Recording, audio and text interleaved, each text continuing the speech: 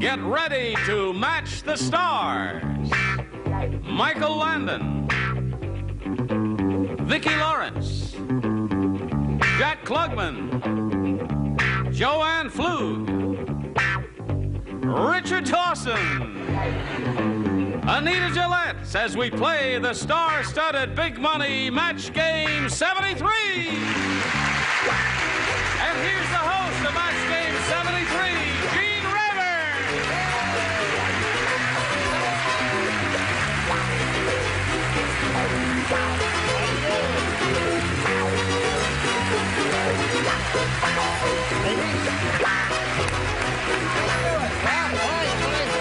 Aren't you beautiful? You really are a lovely bunch of coconuts, and I thank you for being here.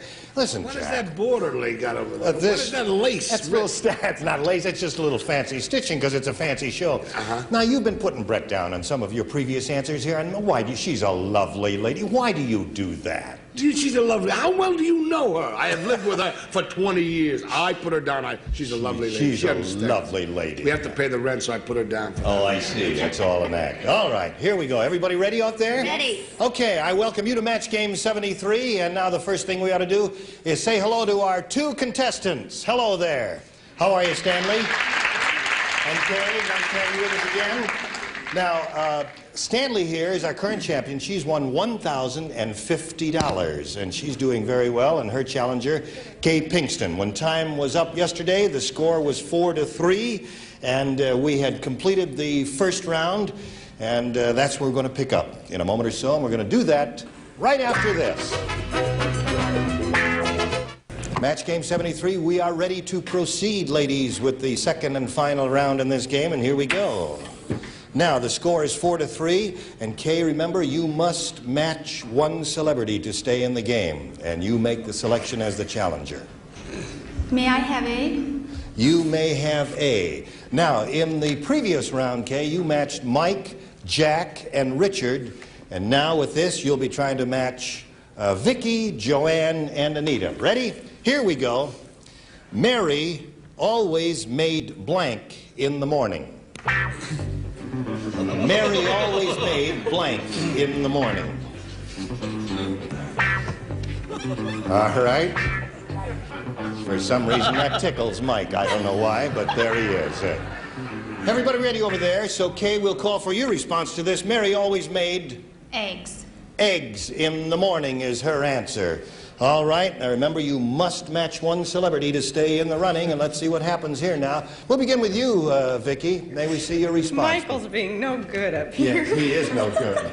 Well, I don't eat breakfast, so I put coffee. Coffee. All right, there's no match there. Let's see what Joanne has. We're looking for egg. I was thinking Mrs. Eggs. Olson's tip, and I put coffee, too. Oh, coffee. Oh, all right, we're down to Anita, and you must match Anita to get a tie here. It's always coffee for me, too. Oh, coffee. So our winner is Stanley Gill. Congratulations.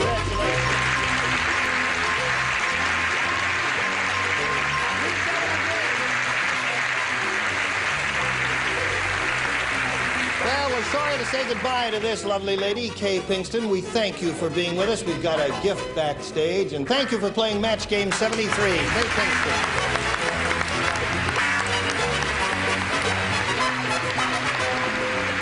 How are you? Good for you. Now, Stanley, you've been through this a number of times before, but I'm going to say it again just in case you've forgotten. You've won $100 and now the right to try for our super match here in which you can win over $5,000. Are you ready? I'm ready. All right, here we go.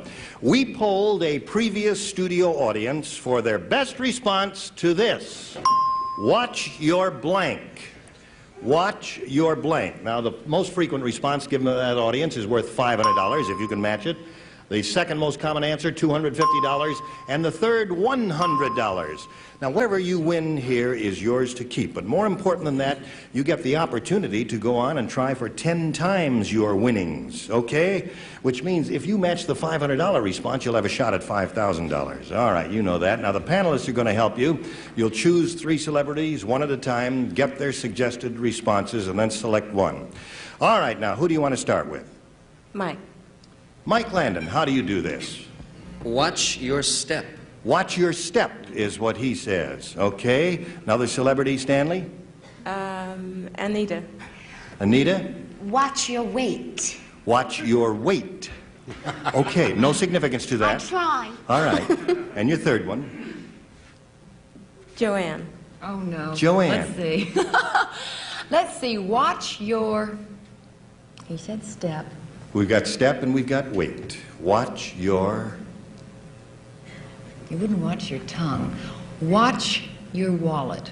Watch your wallet. That's the only thing I could come up Okay. with. All right. Tell where she's been eating lately. That's right. So we've got watch your step, watch your weight, and watch your wallet. Those are the panel suggestions. Now you pick one of those or discard them all and give us one of your own. But right now we want one response.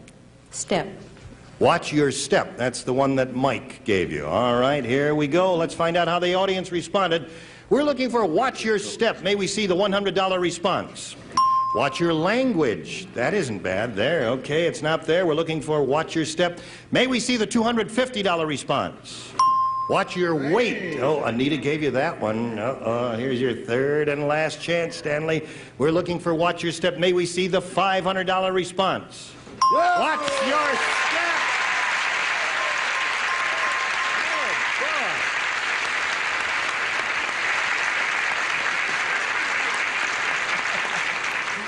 Well, there it is. You've got the $500, and now you go for $5,000. Mike Landon there gave you watch your step. All right. Now, to collect the $5,000, you must match one of our celebrities and match that star head to head. Pick a celebrity right now. I'll go with Mike. Mike Landon. All right. Mike will get ready. I'll get your question, and here it is. Now, listen carefully, Mike. You face me, all right? Blank Derby. Blank Derby. All right, Mike has finished reading his answer now, and now we'll have to call for your response, Stanley. Blank Derby. Kentucky. Kentucky Derby is what she says. Mike Landon for $5,000. Let's see your answer. Well, my wife's from Louisville, so it's got to be Kentucky. Kentucky Derby!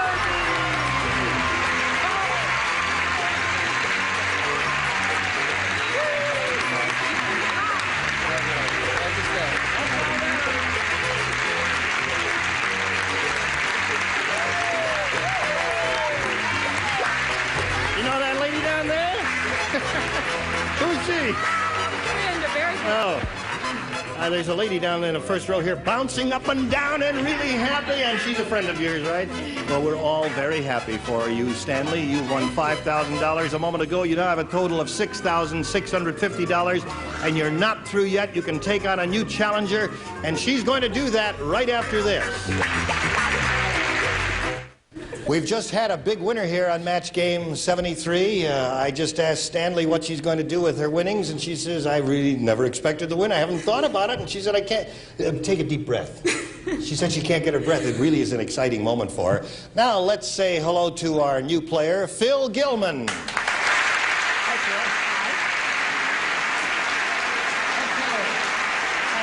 Tell us a little about yourself, please. All right, I'm a mommy of a boy that'll be 7 next month and a girl will be 6 next month, and a wife, and I tutor reading in an elementary school. Well, Stanley here has an unusual first name because she was named after a motion picture that Betty Davis starred in and played a part named Stanley. Your name is a little unusual, F-I-L. You want to say something about that? Well, my first boyfriend nicknamed me that because he couldn't pronounce my real name, which is Felicit. Which is what? Felicit. Felicit. Right. Anything you say, dear. Now, here we go. I'll just review the rules briefly for you, Felicit. Both of you are going to try to match our 6 celebrities in answering questions. You're going to get 2 chances. At the end of the second round, whoever has matched the most celebrities wins, gets $100, and has the right to go to our super match where you can win over $5,000. Phil, the challenger, makes the selection, so we'll go ahead and do that right now, if you please. All right, B. B is what she says. All right, everybody plays, so if you're all set, we'll do this. John came back from Las Vegas, a blanker man. John came back from Las Vegas, a blanker man, Phil. she thinks about that.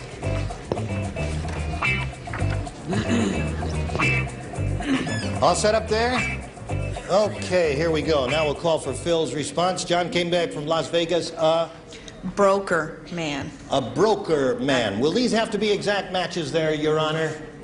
Broker man? Well, we'll find out what happens as we go along here. Mike Landon will call on you. Well, he probably was a broker man, but that also made him a wiser man. A wiser man.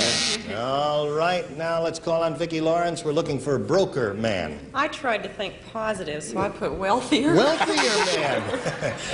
All right.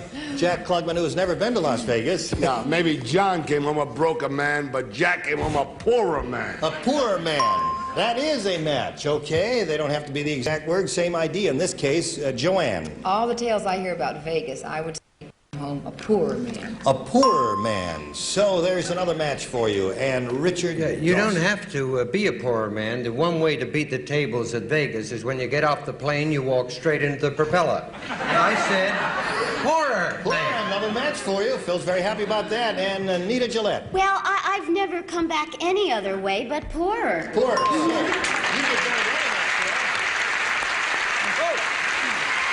Okay. We picked up 4 there, and now let's see how the champ does. Ready, champ?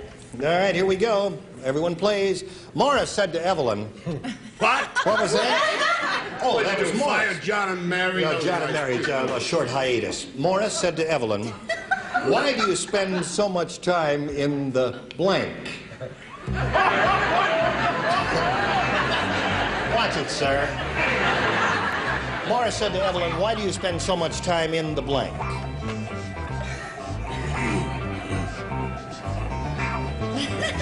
Okay. Joanne is now ready, so Stanley will call for your answer. The bed. I beg your pardon?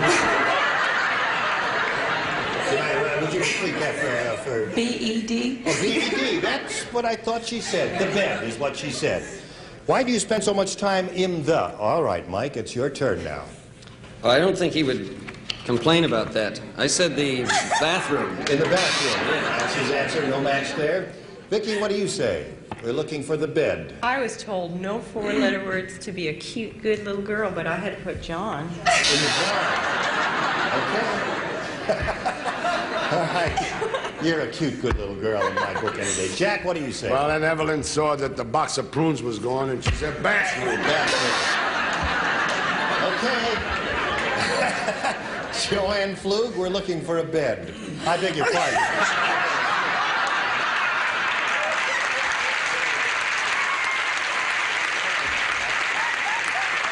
Very well, but have her back by Thursday.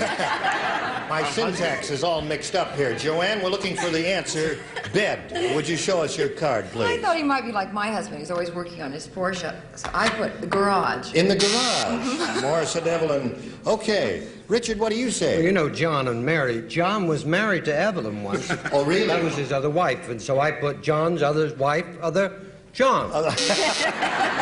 Just a little humor. Yeah. Okay, Anita, we're looking for bed. Well, I'm afraid that I don't spend as much time in the bed as I should, but I do spend a lot of time in the bathroom. Well, I'm sorry for your problem there, but that's... I meant I don't sleep a lot. So, oh, I see. Oh, all right. Stanley, you didn't do too well with that one. At the end of round 1, Phil is ahead 4-0, and now we'll go to round 2. We'll go to round 2. Here we go to round 2, folks. See how nice everything is. All right, Challenger, would you make the selection, please? I'm going to try A this time. A is what she's going to try this time. Now, since you matched 4 people in the first round, Jack, Joanne, Richard, and Anita, you'll just be matching, or trying to match, Mike and Vicki. Here we go. These must be exact matches, except for plurals. John ate like a blank. John ate like a blank. Did you hear that? Yeah. Okay. All right, they are all ready, Phil. May we have your response? Lots of food. I beg your pardon? John ate like... Did you hear me? I thought you said No. ate blank of No. blank. John ate like a blank. Like a pig. You don't have to get hostile about it. That's her answer. John ate like a pig. May we see your answer, please, sir? I'm afraid you're talking about Big John. I'm talking about Little John who eats like a bird. Oh, yes. Very small appetite. Yes. All right. No match there. Vicky. Well, I don't mean to be so hostile about it, but yeah, I agree. Pig is a match. Very good, Phil. So you pick up one more score there, and you now have 5. And let's complete the round here with Stanley. Now, you must match 5 celebrities to stay in the game. 6, however, could win it for you. Here we go. And everyone will participate since she matched no one in the first round. Mary said to John, "You need to have your blank examined." Mary said to John, "You need to have your blank examined."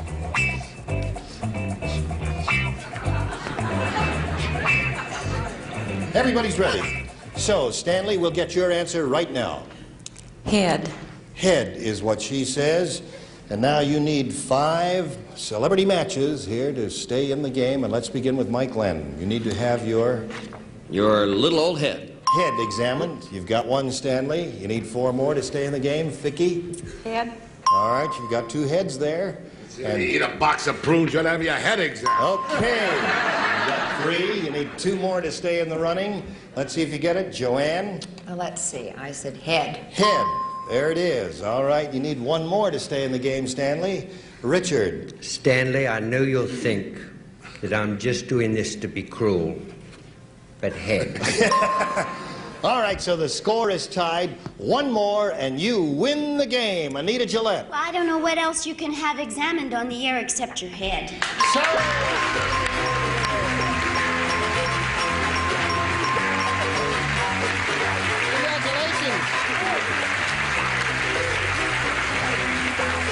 Okay. Phil, we're sorry to say goodbye to you. You're a very charming lady. We do have a gift for you backstage, together with our thanks for playing Match Game 73. Thank you.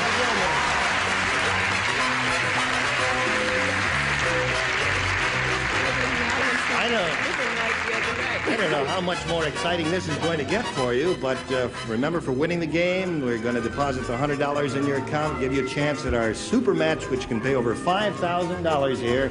And all that's going to happen right after this happens. Stanley Viltz here and I are getting to be old friends. She's up to $6,750. She's stood in this place how many times, Stanley? I don't know.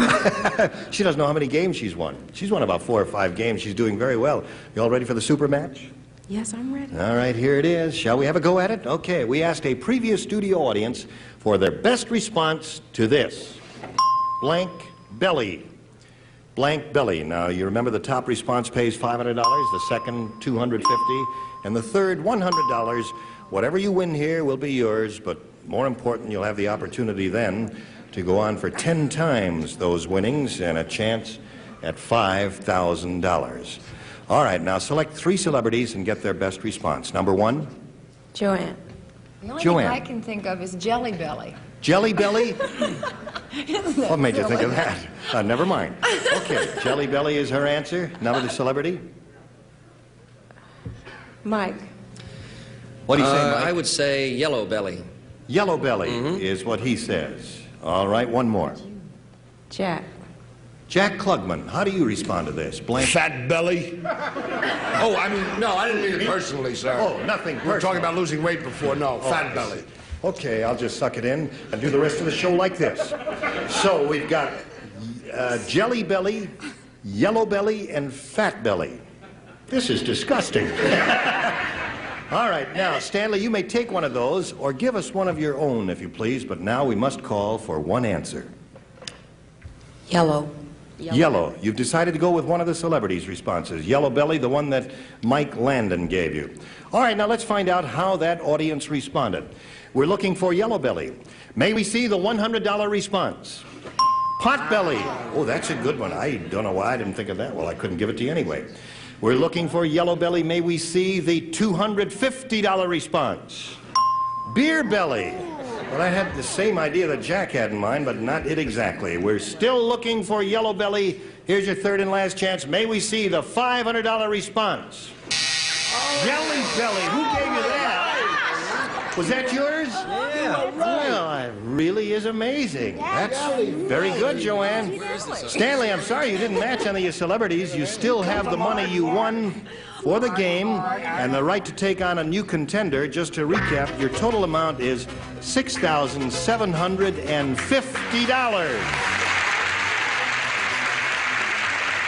Okay, Stanley, you stand by. We'll be back right after this. Time is up for today, so that ends today's session of Match Game 73. Our current champion, Stanley Viltz, who's won $6,750, will be back tomorrow to take on a new contender. So we'll look forward to seeing her, and I look forward to seeing you next time, too. You were just dandy, all of you, and I thank you very much. Award-winning, you're a modest guy, that award-winning Jack Klugman. No, I'm not. I got it here. As a matter you of fact. have. Who stole it? See you all next time. Until tomorrow, Gene Rayburn saying so long for Match Game 73.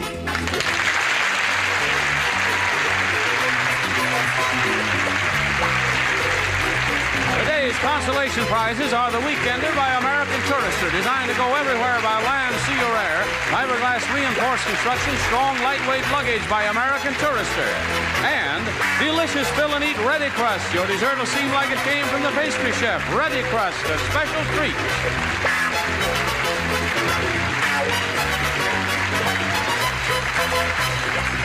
This is Johnny Olson speaking for Match Game 73, a Mark Goodson, Bill Todman production. Stay tuned for Secret Storm next over most of these stations.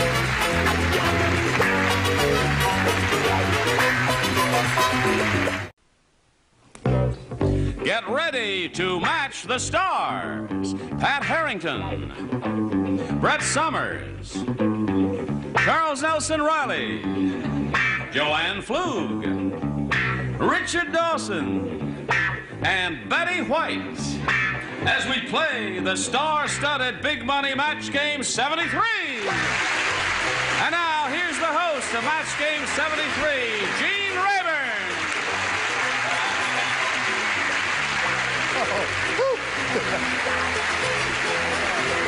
Thank you. Hi, Johnny Olson. How are you? Hold on.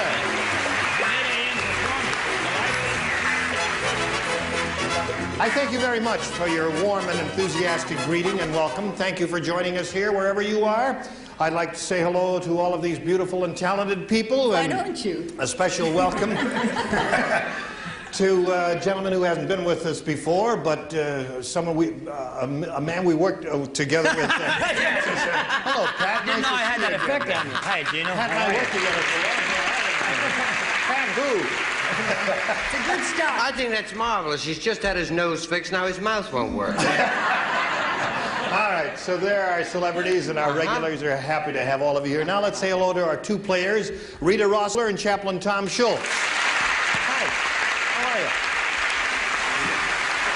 Rita's our current champ. She won one game, has $600 to her credit. I guess I can take the Band-Aids off while I'm on camera.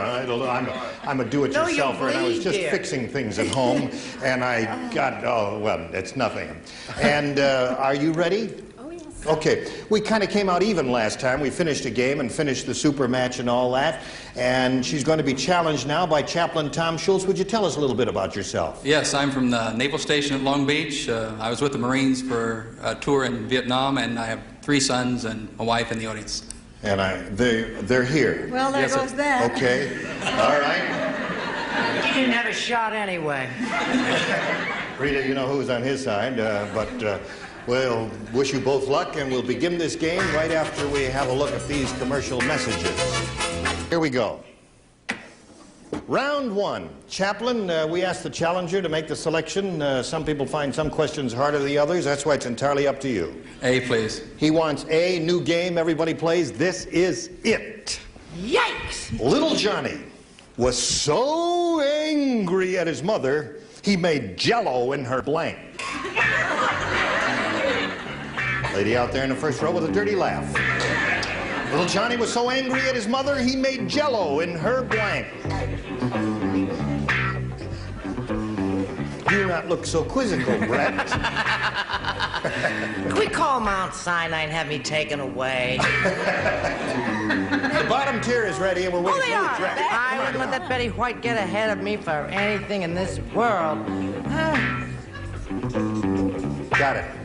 All right, now we'll call on Chaplain Schultz to give us his response. Little Johnny was so angry at his mother he made Jell-O in her... Pot. In her pot. Yes, sir. He says pot, folks. That's his answer. P-O-T. Little Johnny's mother's pretty cool. Yeah. What do you say to pot, Pat? Well, this actually happened in our home once. Little Tressa made not Jell-O, but cereal in Margie's... Hair dryer. Yes. Oh, he was angry, wasn't he? She was. She was. Yeah, Oh, all I right. didn't marry Fred till later. I see. Brett? Well, keeping in mind that he was a chaplain because Mr. Harrington turned and said, "Is he a chaplain? Did he say he was a chaplain?" I said, "Yes, he's a chaplain." I want to They're go to allowed confession. out. I said, oven. I couldn't think of another answer. That'd be a little difficult to make Jell-O in the oven. Charles Nelson I was Riley. always in my mommy's pocketbook, so maybe in the... Good answer. I love your new glasses. Oh, you do? They're crooked. They're great. Okay. They're crooked because one ear is lower. But other than that, I'm gorgeous. You are, indeed. Thank you, Charles. Yes, Joanne? Well, I don't know. I put in his mother's new hat. In his mother's new hat. Listen, while we got the tight shot on you, I don't quite understand My this. camel shirt. What does that mean? I mean, are you... It's just the latest thing to wear. Oh, you like camels. Is that No, it? you see, it's sequins. Is that a It's one hump hump or a sequins. two-hump It's camel? That's one. one hook camel. That's that. I knew All it. together. I I wouldn't did. go near that. All right. Animal lover that I Oh, am. I forgot. What was your answer? Would you... New hat. New hat. New hat. All right. Pot is the chaplain's answer. Little Johnny was so angry at his mother he made Jell-O in her... It's the first time I've ever wanted to walk a mile for a... Made it in her bra. In her bra. All right. Betty White, what do you say to that? Well, she said, "Johnny, where is the Jell-O?" He says, "In your hat." In your hat. Yeah. your Well, that he was really angry. Okay, Rita, we've got this for you and for all of you. Are you ready? Ready. Good. Confucius say, old man who marry young girl better take blank on a honeymoon. Better take what? Old man? Old man who marry young girl, he better take blank on a honeymoon. You understand when I talk to you? And you do an excellent Johnny. You understand? I understand. That's nice, you understand. Kung Fu is safe. You understand, sweetie? I understand. Old man, a honeymoon. Just reminiscing. Take a blank. You understand, you with funny eyes? You understand too. All right. Everybody's ready over there. Rita, so we get your response to this. Confucius say, old man who marry young girl better take blank on honeymoon. What do you say to that, you pretty girl, you? Vitamins. Vitamins. She says vitamins. Old man who marry young girl better take vitamins on honeymoon. What do you say, young man? We're more or less on the... No, I can't say. First I had reinforcements, and then I wrote stand-in. Better take stand-in. We don't have a stand-in in China. I thought everybody had a stand-in. No, we don't have a stand-in in China. Brett, what do you say, you funny lady?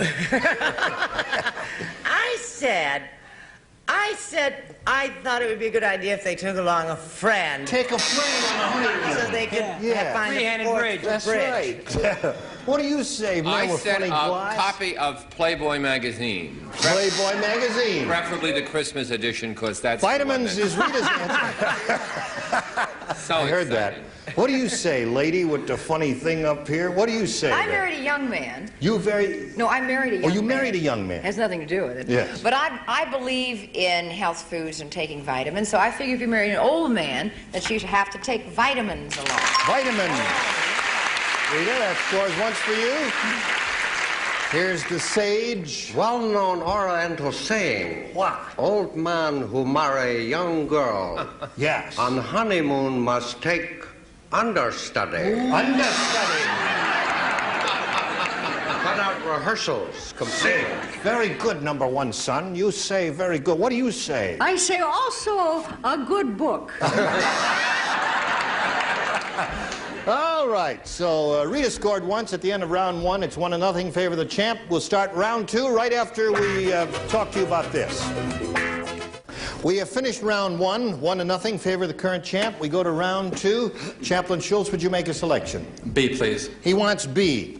Last time around, you didn't match anyone, so everyone plays. The gangster said, well, if you decide not to take the insurance, your blank may suddenly disappear. Who said that, The sweetheart? gangster said that. The gangster. The gangster. If you decide not to take the insurance, your blank may suddenly disappear. He said it very calmly. Well, he could afford to because he was carrying a gun. Don't think too long. Oh, I can't bend over because of my stiff neck. And I can't see. Oh, never mind. Dad let you have the car tonight, huh? Yeah, and I've got to leave quick. And you're going to leave right after the show? Right behind the curtain. Kurt, you parking right outside there. He's got his Harold Teen sweater Oops, on. excuse me. Didn't mean to Walk cut much? you off there. All right, is everybody ready over there? So let's call on Chaplain Schultz and get his response. Gangster said if you decide not to take the insurance, your blank may suddenly disappear. Wife. Your wife. He says wife. So we call on Pat Harrington. What do you say, Pat? Well, we must be of the same faith. There it is. One match. Now let's go to Brett Summers. What faith are you? Never mind, just answer the question. Mine rhymes. Your life may disappear. Your life may disappear. Okay. Oh, I don't like those booze. Let's make it the wife. The wife may disappear. Another one for you. Okay. Joanne.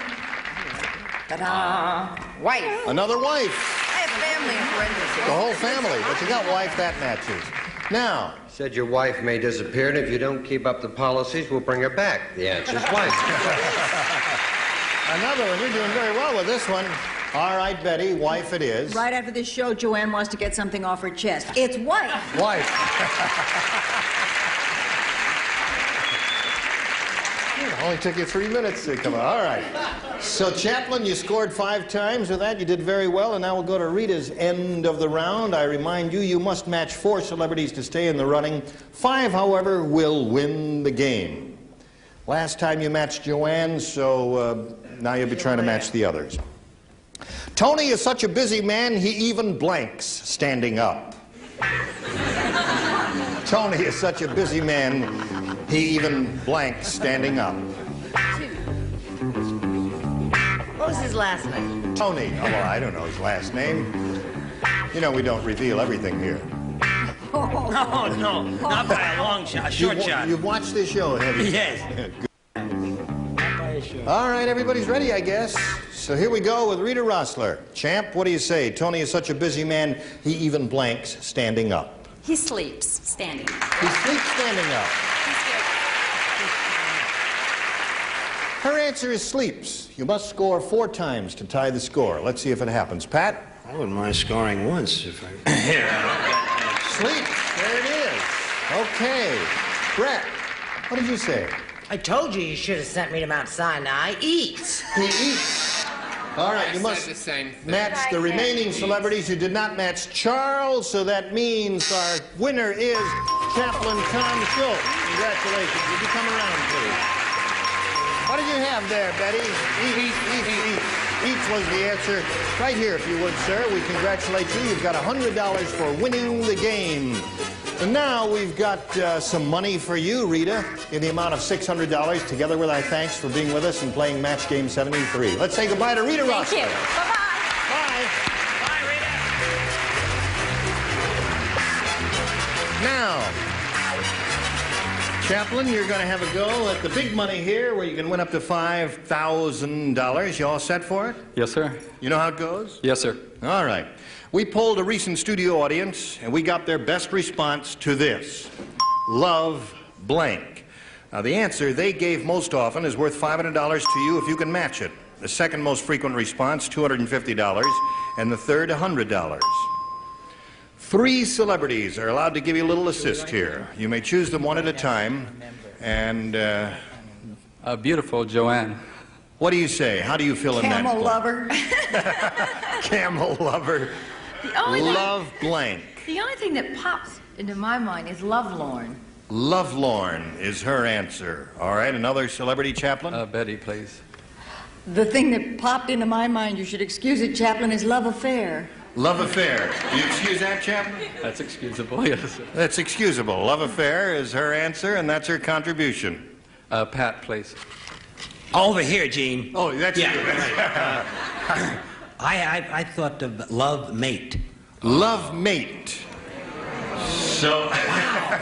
Boy, they tell you right away, don't they? Yeah. They let you know immediately, this audience. So you've got love affair, love lorn, and love mate.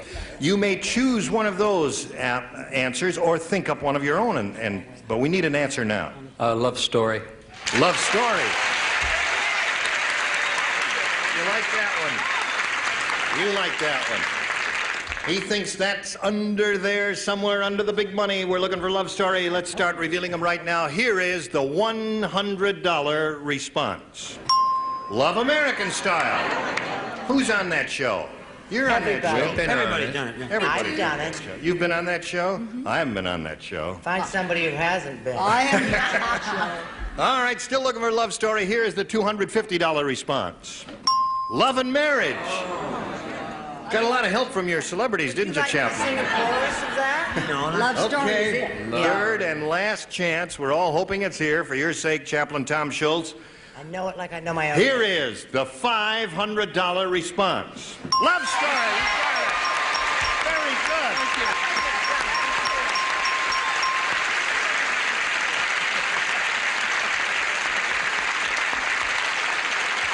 Well, everybody's very happy for you, Chaplain. You got a love story. You got the $500.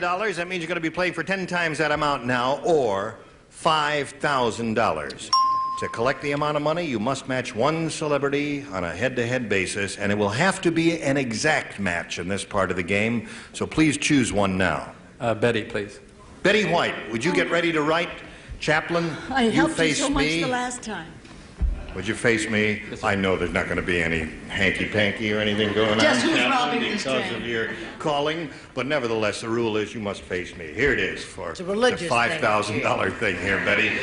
Write your answer to this, if you would, please. Blank well. That's W-E-L-L. Blank well.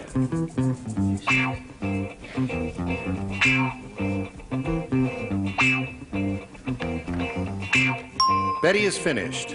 So, would you please give us your response to this? How do you fill in that blank? Blank well. Feel well. Feel well. Remember, we say it must be an exact match. For $5,000, Betty, may we see your answer? I'm sorry, Chaplain. Get well. Get well.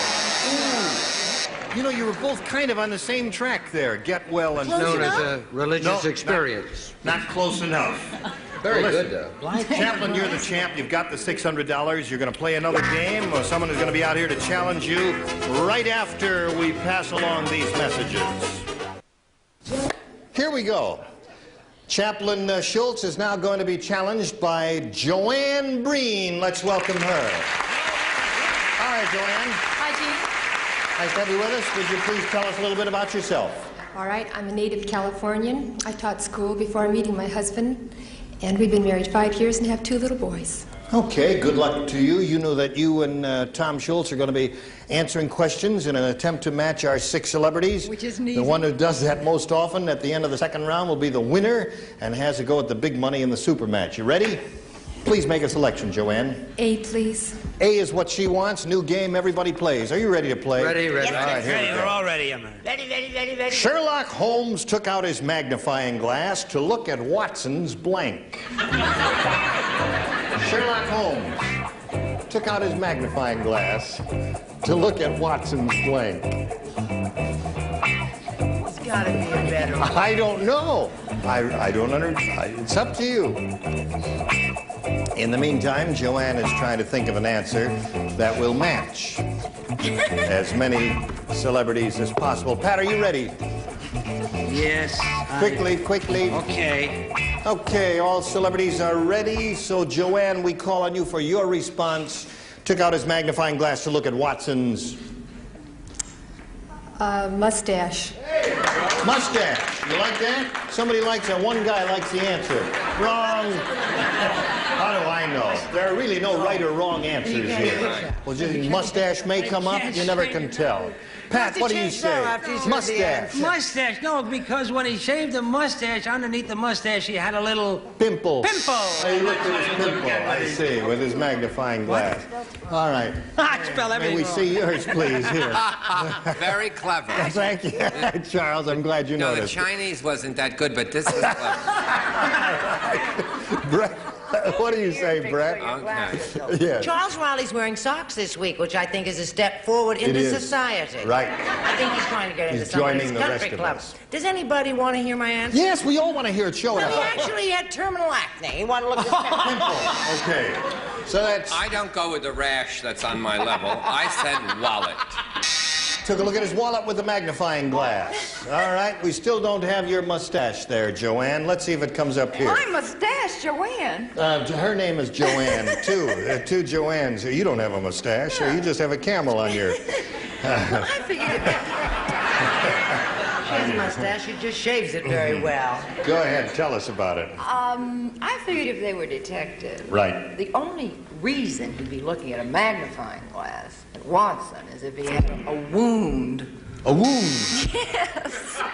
Must have been a very small pinprick, a very small wound of some like kind. the size of a pimple. Yeah. What do you say? Well, actually, they couldn't solve the case. And the reason was the clue was right under his nose. Mustache. That's close to mustache, Joanne. That's the nearest we've gotten now. Here we go.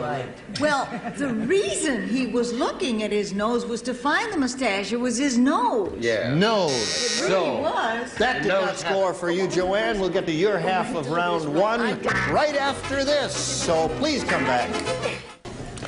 Our time is just about up for today, so we're going to have to ask Joanne and Tom to come back next time. I guess you will, won't you? Yes, sir. The score, well, there is no score because we've just finished half of round one, and we'll get to your question, all right? And we thank you. What are you doing? The game is over, Richard. Is it It's all lunch over. break now? Just No, gonna write not thank yet. you. Not yet, no. Everybody all ready? Yes, dear. Well, we're finished. It's all over Well, then. I've got to walk the animal anyway. That's right. Would you bring your camel back some other time? I would love to. Right, and we'll have some the water all ready. Wait till you see her tomorrow. Pat, you're still, we see you on Owen Marshall all the time, don't we? Yes, I lose every third case. Oh, too bad. Okay, look forward to seeing all of you next time. Gene Rayburn saying so long for Match Game 73. Bye.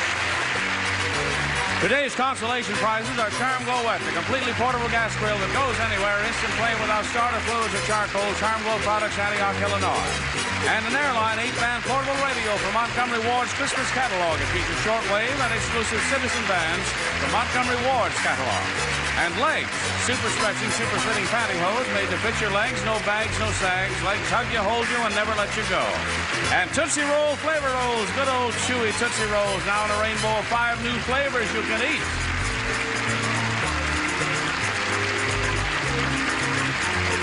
This is Johnny Olson speaking for Match Game 73, a Mark Goodson, Bill Todman production.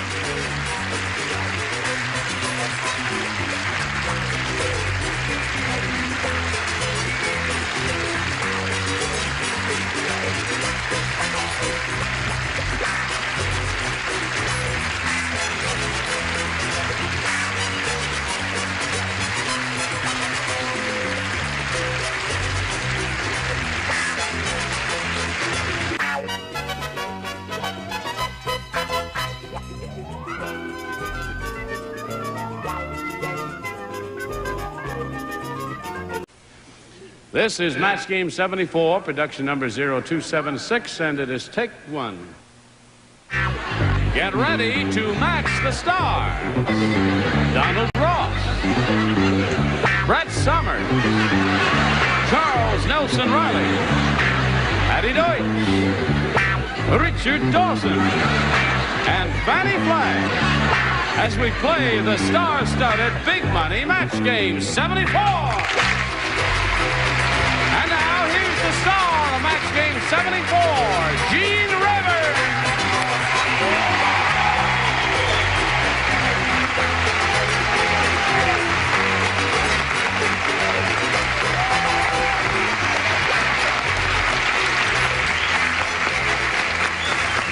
Thank you very much. Thank you, Johnny Olson. I was just strolling by and I thought I'd drop in. Just out for a little constitutional. Nice to have all of you here with us on Match Game 74. We're going to have a good time today because we got the usual cast of assorted characters. And we have a guy I just met a few seconds ago backstage for the first time in my life. Me too. And you too? He's from Ogden, Utah. He's what, really? He's from Ogden, Utah. I don't know where he's from, but I'll welcome him as warmly as I can if you'll join me in welcoming Donald Ross. Thanks for being with us.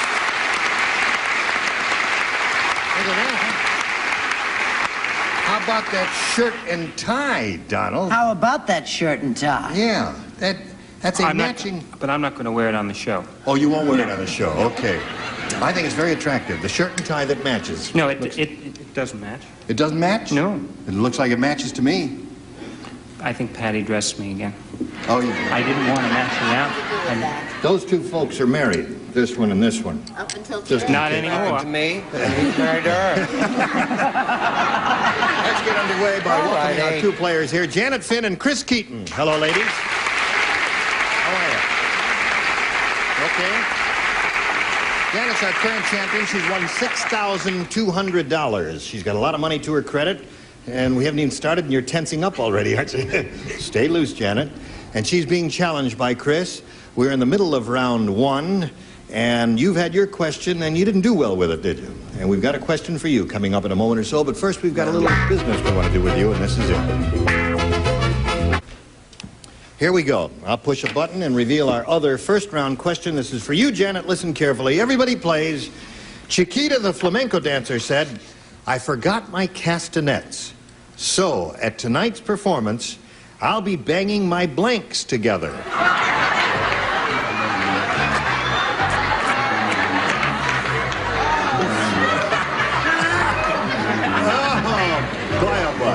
I got to read that again just to make sure I heard what I thought I heard. You did this time without an accent.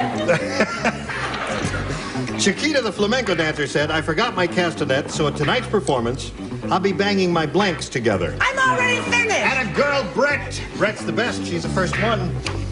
I love you in hot pink. I'm only kidding. What's that? I love you in hot pink. That is a hot pink tie. Yeah, I guess that's a hot pink tie. Would you call that a hot pink tie, Richard? You're a hot pink tie. Thank you very much. Does it like it when I call it that? Yeah, loves it there. You ought to see what it's doing down here. All right, now, Janet Finn. Chiquita, the flamenco dancer, said, "I forgot my castanet, so at tonight's performance, I'll be banging my blanks together."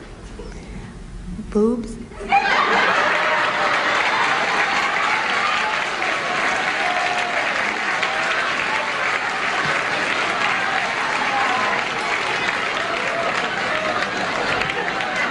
Okay. Did she say what I thought she said? That's what I thought she said. I really No, didn't she expect said her to what say I told you she said. What do you say, Donald? If she said what you told me, she said, we're not on the air now. Yes, we are. May we see your answer? Chiquita is bananas, and she put her bananas together. That must have made a great clicking sound. If you ever bang two bananas together, it goes thud. What do you say, Brett? I believe this is a match. Really? Uh-huh.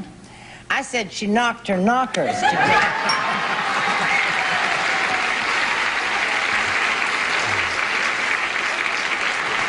I don't know.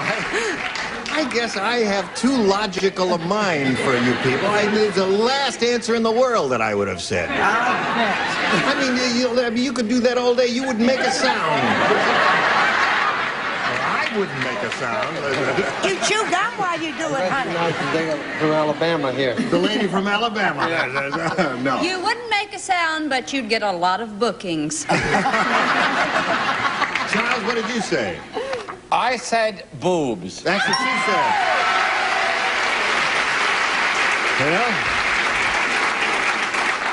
said. Chiquita said, "I forgot my castanet, so tonight's performance I'll be banging my blanks together." She said boobs. He said boobs. She said, so far we got 6. What do you got there? I got a lack of boobs, but aside from that, I also don't have it on my card.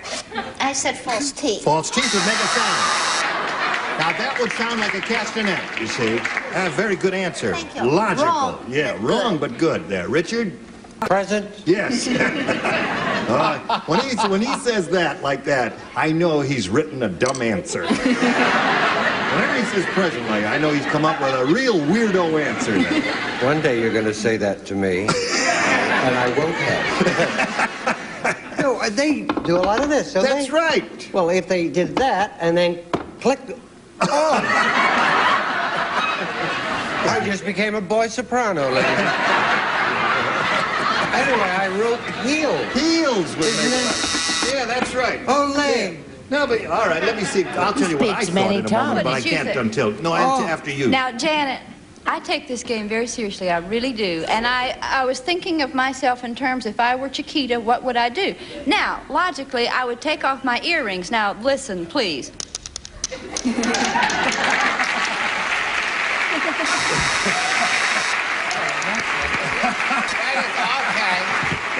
That's very good. There you go. But now try it our way.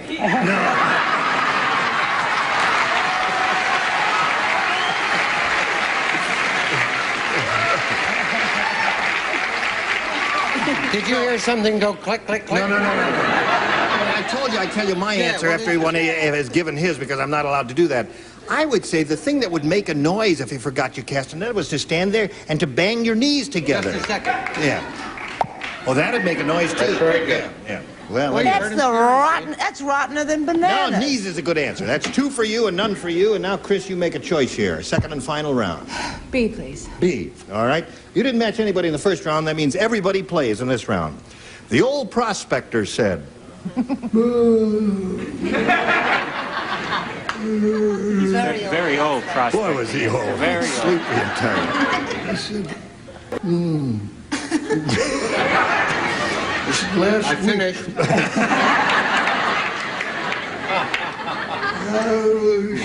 Last week, some strange young fella named Kung Fu walked into my camp and blanked my burro.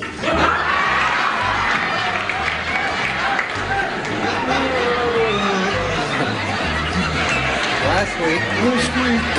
Gosh, I'm so smart. This Last week I week, can't stand. some strange young fella named Kung Fu walked into my camp and blanked my burro. Think about that. I've been ready for an hour and a half. What's that? Just say something to me? Huh? I love it when you get old.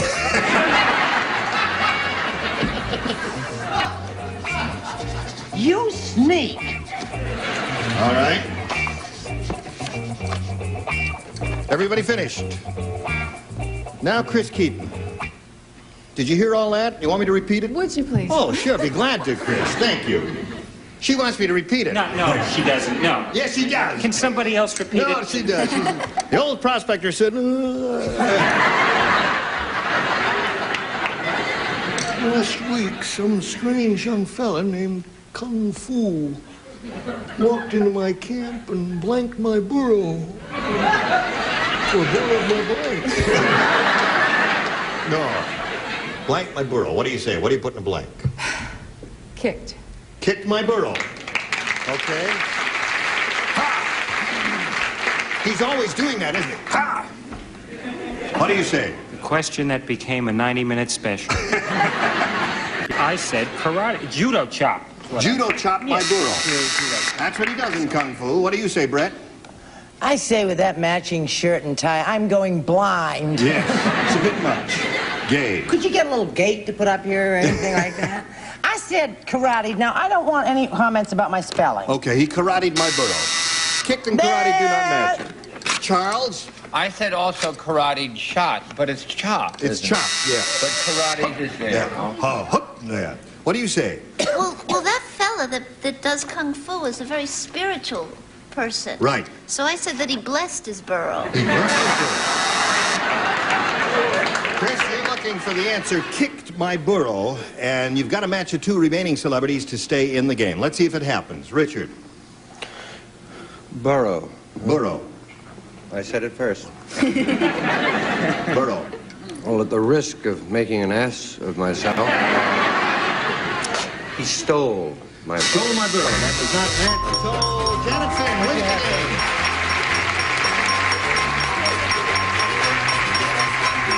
There you go again. Okay, stand by for a moment. Gee, I'm sorry to see you go, Chris. You're not going to leave here empty-handed. We've got a gift for you, together with our thanks. I hope you enjoyed coming up here. We've enjoyed meeting you. Chris Keaton, goodbye. There she goes. Now, we're going to find out in a little bit if you're going to increase your earnings above $6,300. But before we do that, we've got to do a little business, and this is it. Here we go. Janet Finn, are you ready? Yes. Okay, you've been here before. You know how it goes. This is your third shot at the big money. You've done it before. Maybe you can do it again. We polled a recent studio audience, and we got their best response to this. Be my blank. Now, the answer they gave most often... What's that? There's a deranged man out there. He just had a heart attack. It's all right. Be my blank. The answer they gave most often is worth $500 if you match it. If you match the next one, it's $250. And the third, $100. 3 celebrities are allowed to help. Whom do you choose? Richard, please. Richard? Be my Valentine. Be my Valentine. There's one. Charles? Charles, what do you say? Be my love. Sammy Kahn song. Yeah. My friend Sam. Brett, please. Brett, be my... Try it. Try it. Oh, wait a minute. No, let me see. Be my Valentine. Be my love. Be my... There isn't even any such thing as be my own. It's an expression. Be my own. Right. Be my own. What Jack asked you to be. Be your bride. Be my bride. He never Be asked my me to be his own. bride. All right, no further comments. Do not confuse this little girl here. All right, you got 3 up there. Be my own, be my love, and be my Valentine. Now, you may choose one of those or give us one of your own. Janet, what do you want to do? I'd like to try Valentine. You'd like to try Valentine. All right. That's Richard's answer. Let's find out if it's up there, and if so, where. First, may we see the $100 response. Be my love. That's Charles' answer. When you sing that song, it could hurt you badly. Now, we're looking for Be My Valentine. May we see the $250 response? Be My Guest is a good answer, isn't it? Yeah. Okay, last chance for Be My Valentine. Here we go with the $500 response. Be My Valentine!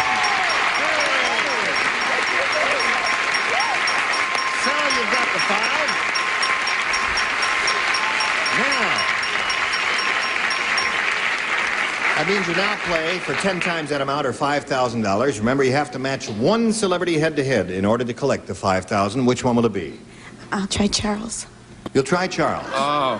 He's not going to sing again, is he? Oh, I hate this part. All right. Charles, you get ready to write. You face me, Janet. Here's the $5,000 question. Oh, no. Blank Bay, B-A-Y. Blank Bay. You will not find the answer in my eyes, Charles. Blank Bay.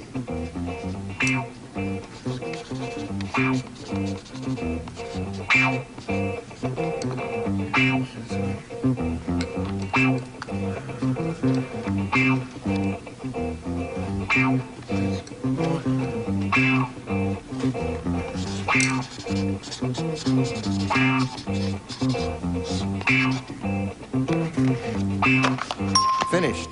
Okay. Oh.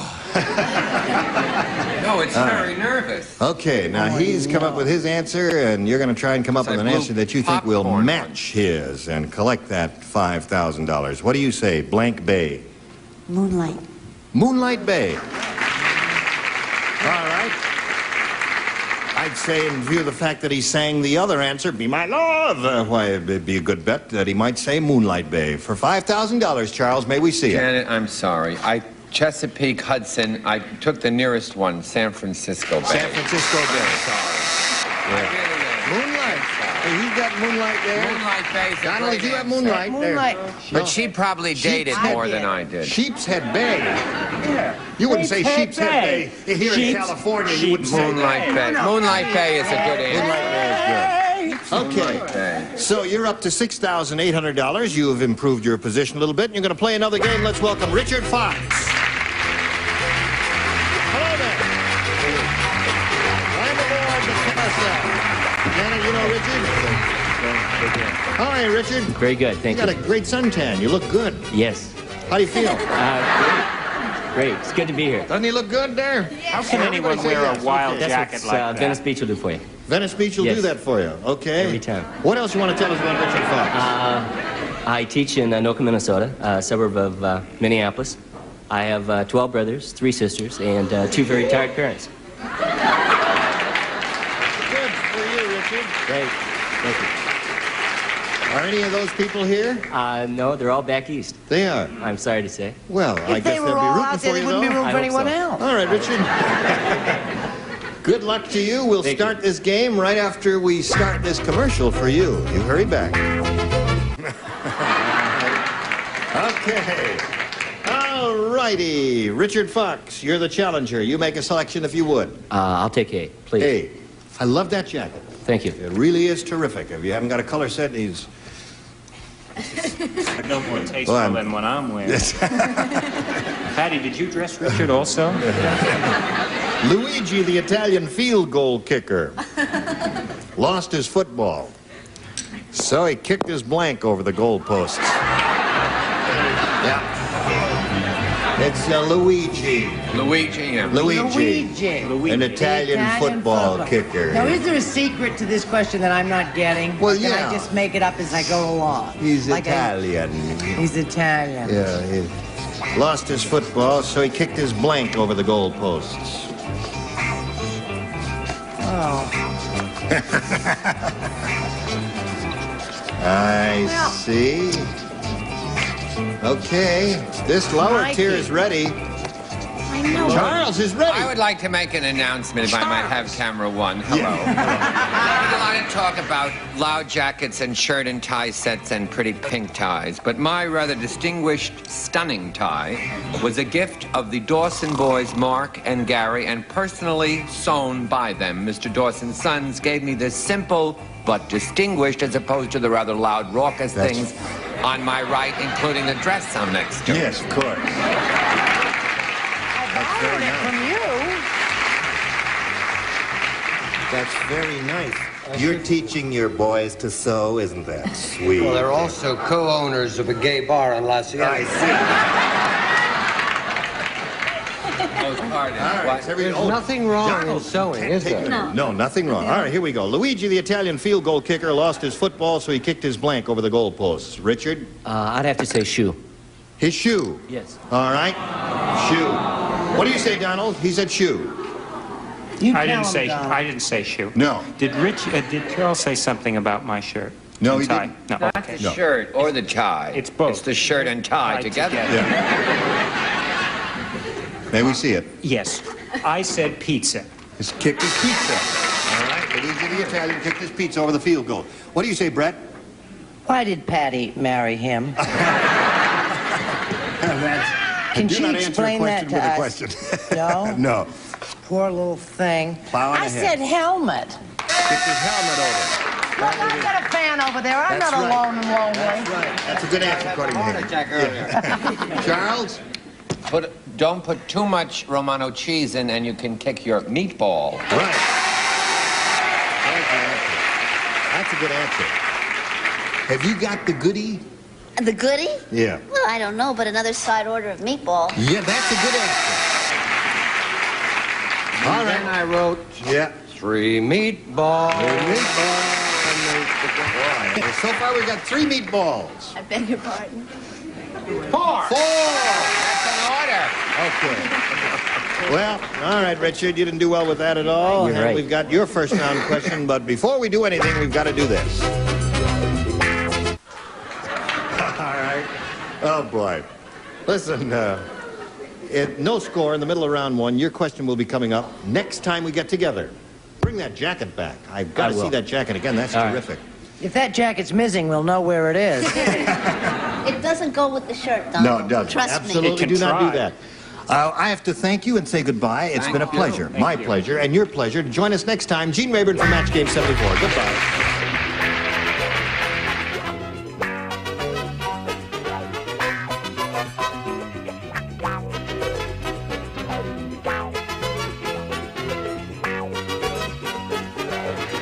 For Match Roberts and Bill Todman production.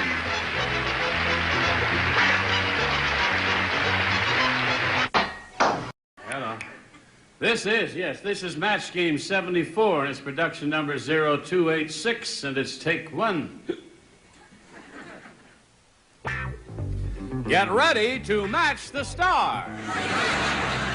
Scully Mitchell, Brett Summers, Charles Nelson Wright, Elaine Jordan, Richard Dawson, and Fanny Flagg, as we play the star-studded Big Money Match Game 74.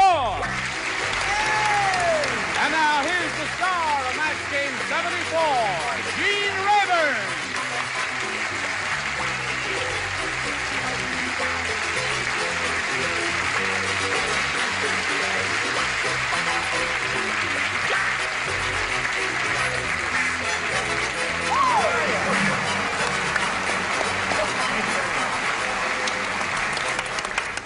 I've got something I want to say. Yes?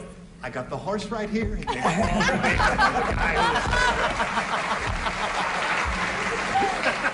How's everybody over here? Sensational. Nice to have you back, Scully. Hey, it's nice to be back. Are you okay? Yeah, I wasn't working. Listen, your shirt is unbuttoned and it's arousing my libido. And I don't even know what that is, or if I've got one. They keep it a tight shot. Okay. How are you? I'm fine, Doc. Good. Congratulations. I'll tell you about that later. Yes, sir? I have a very important announcement. What is your announcement, Richard? You know, I've just been to the islands, Hawaii. Yes. My younger son, Gary, is engaged to be married. Really? He's 12 years old. Sure, he's standing right over there. I want to tip this so you can see the lovely lady. You see it? Is it glaring? I don't want it to glare. No, well, I can. Yeah, they can there see she that. is. Well, yeah. This is not the closest shot we've had, folks, but it's all right. Equipment from Acro. I've got snapshots at home, you can see. There she is. The lady here. Gary's, her name is Paulette. Her name is Paulette? Her name is Paulette, and Gary is getting ready to get married. He's mowed the lawn 3 times this week. We had a great time there. Isn't he a little young for that? Well, he doesn't think so, neither do I. All right. Okay. All right. Congratulations and best I'll be wishes. the assistant gardener. Let's say hello to our 2 players, Darcy Bell and Rosalind Hill.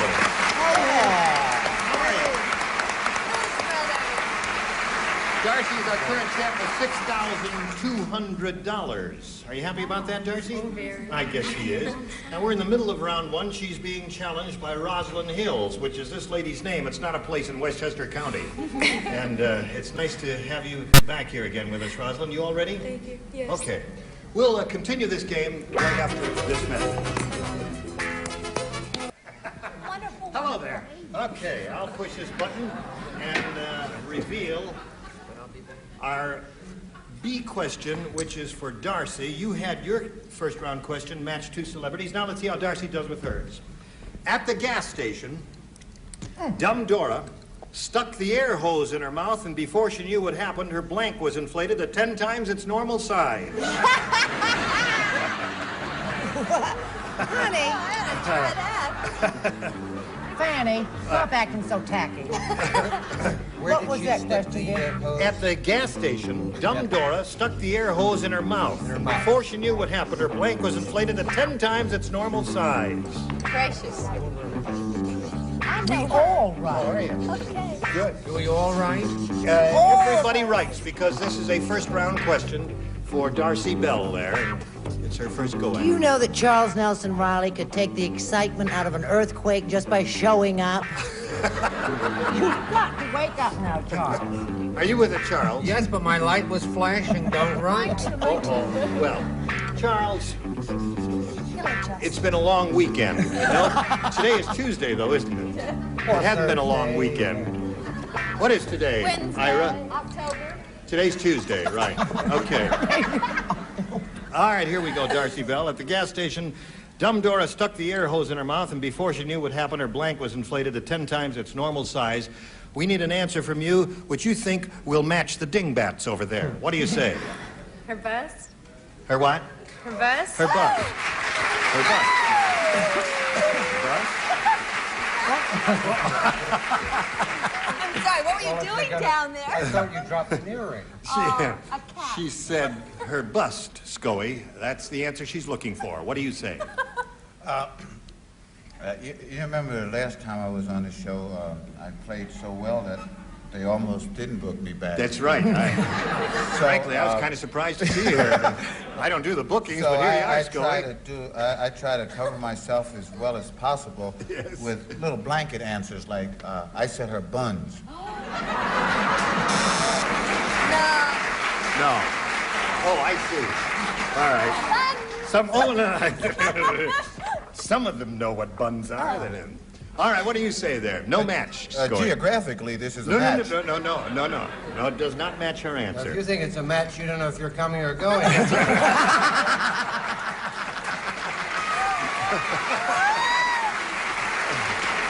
right, Brett, my dear. It's going to be a long week, isn't it? It's going to be a long week there.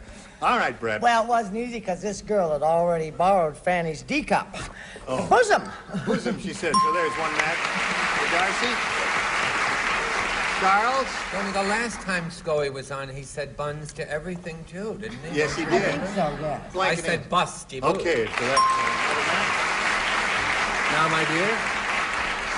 Well, I wanted her to win, so I agreed, and I said breast. okay.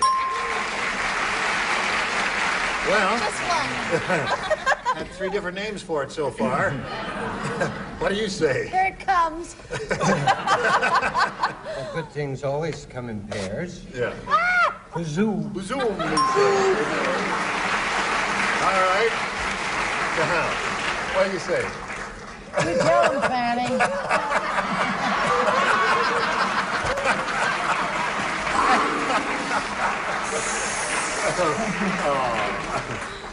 Bust. Bust, okay. Bust. What is that? What you Is that the man in the moon? The man in the moon is a lady. Okay. All right. That's it, Doo-dah. folks. Doo-dah. All right, Darcy Bell, you have 5. Rosalind Hills has 2. We go to round 2. You must score 3 to stay in the game. What do you say, Rosalind? A, please. A. She has a choice here. Elaine will not play. Charles will not play. The rest do. Oh. When Tarzan went to the first annual jungle wife-swapping party, he swapped Jane for a blank. Honey, my hearing aid's gone completely, obviously. I'll give it to you again. When Tarzan went to the first annual jungle wife-swapping party, he swapped Jane for a blank. See, he and Jane were married. Who says? I say. Well, now they were living in the same tent for a long time. Just put down buns, honey. You'll be fine.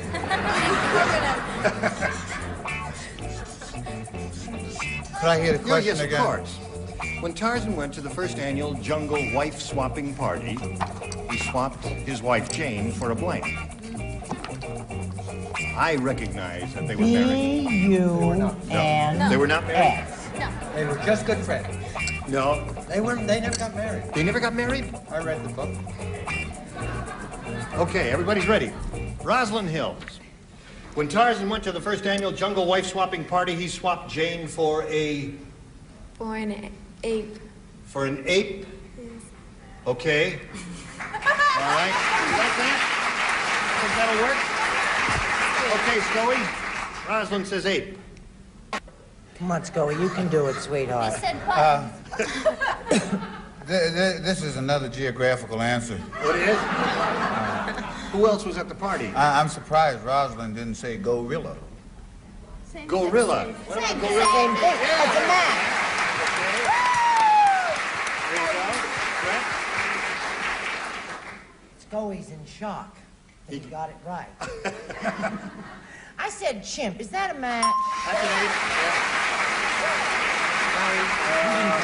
Richard, we swing over to you, sir. Yes. The answer she's looking for is ape. Yeah, well, he already had Cheetah. Oh. Who was an ape, right? Oh, I see. And he got nowhere with him. But I know what he really desperately needed was a refrigerator. A refrigerator. You got to match Fanny to stay in the game. Let's see if it happens. First of all, I'd like to tell you about my friend Tarzan. Yes. He jumped from the vine, he jumped into the house, and he ran, and he says, Jane, give me a double martini fast. He drank it, and he said, give me another. And she said, why are you drinking so much? He said, you don't understand, it's just a jungle out there.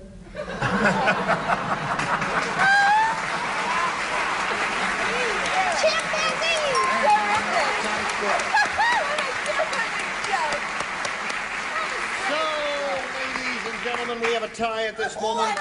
And we've got, well, we don't want to go to a tiebreaker because she has her question, and she will need one match to win the game when we come back after this aside.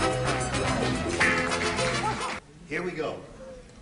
The second half of our second and final round, question for Darcy Bell. You matched everyone except Scoey. Ho, ho, ho. Scoey, this is for you only. Now, the score is tied at this moment. If she scores, if she matches your answer, why, she will win the game. All right, here we go. Sam went to sleep and dreamed he was a master of the art of self-defense. When he woke up, he discovered he was kung-fuing his blank.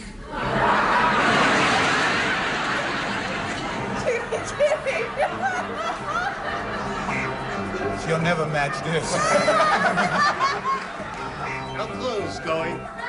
Darcy's thinking about that. Did you hear all of that, Darcy? Okay. Sam went to sleep and dreamed he was a master of the art of self-defense. When he woke up, he discovered he was kung-fuing his blank. I wish somebody would kung-fu me once in a while. Did you finish? Yes. Did you put it? Oh, it's in there. Oh, I'm sorry. You're light lit, and I didn't even know it was lit there. All right, Darcy. That's because you're lit. He was a master of the art of self-defense. When he woke up, he discovered he was kung-fuing his... Wife? His wife. Husband. All right. She said wife, Scoey. If you say wife, she wins the game. What do you say? Oh, I looked at her. Yeah. And I said, she's such a pretty, pure-looking young lady, and I just didn't expect anything physical like that. I said pillow. Kung-fuing his pillow. Yeah. Did you think of pillow? Yeah, pillow was the first answer that came to my mind. All right, we've got a tie here. It ends that way, this game, so we wipe the slate clean on this game and push the button and reveal one tie-breaking question for each of our contestants here and ask Rosalind to make her selection. A. A. The one who scored the most will be the winner. One question for each. Everybody plays. The agent said to King Kong, he said, Kong, baby, I got a great job for you. You're going to do a commercial endorsing a blank. That's what his agent said. What? His agent said to him, King Kong. He says, Kong, baby, listen to me. I got a great job for you. You're going to do a commercial endorsing a blank. This is his agent talking to King Kong. I know there's a joke there, but I can't find it. Well, think about it. Oh, I know it.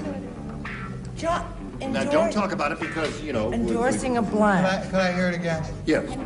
The agent said to King Kong, Kong, baby, I got a great job for you. You're going to do a commercial endorsing a blank. Would you like to give us the Irving Lazar reading? Who? The agent said to King Kong. I think that's a hard question. Kong, baby, I've got this great job for you. You're going to do a commercial endorsing a... Stop imitating me. Well, that's his Irving Lazar imitation. No, it was Charlie. It was Charlie. All right. Cannot tell a lie. Is everybody ready? Yeah. Okay, Rosalind Hills. The agent said to King Kong, Kong, baby, I got a great job for you. You're going to do a commercial endorsing a...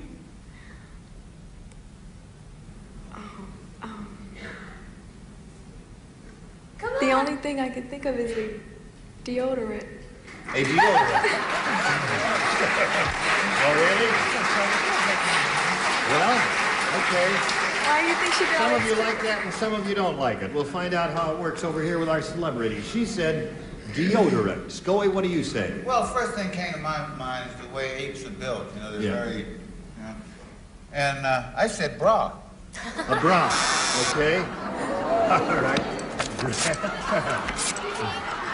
That's King enough Kong. of that. All right. What do you say? I wish I'd said deodorant. Is that a good one? Yeah, I think that's a terrific answer. Can I change? No. Oh. Show I us your... said a Fay Ray doll. A Fay Ray doll. Fay right? Ray. Yeah. A Fay Ray doll. Selling Fay Ray He was dolls. in love with Fay Ray, and people are so hateful they wouldn't let them get married. Charles? He was What did you say? Catholic.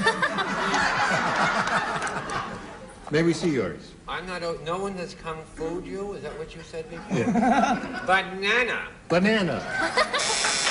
Kong, baby, I got a great job for you. You're going to do a commercial endorsing a banana, is what Charles said. Those answers were really Rosalind better said than mine. deodorant. What do you Very say? good answers. I mean, King Kong was really a smelly ape, you know?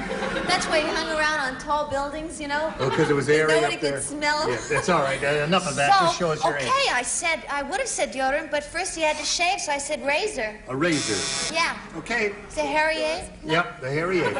Richard? Yeah, it was actually a great commercial in which he ate Yule Givens. It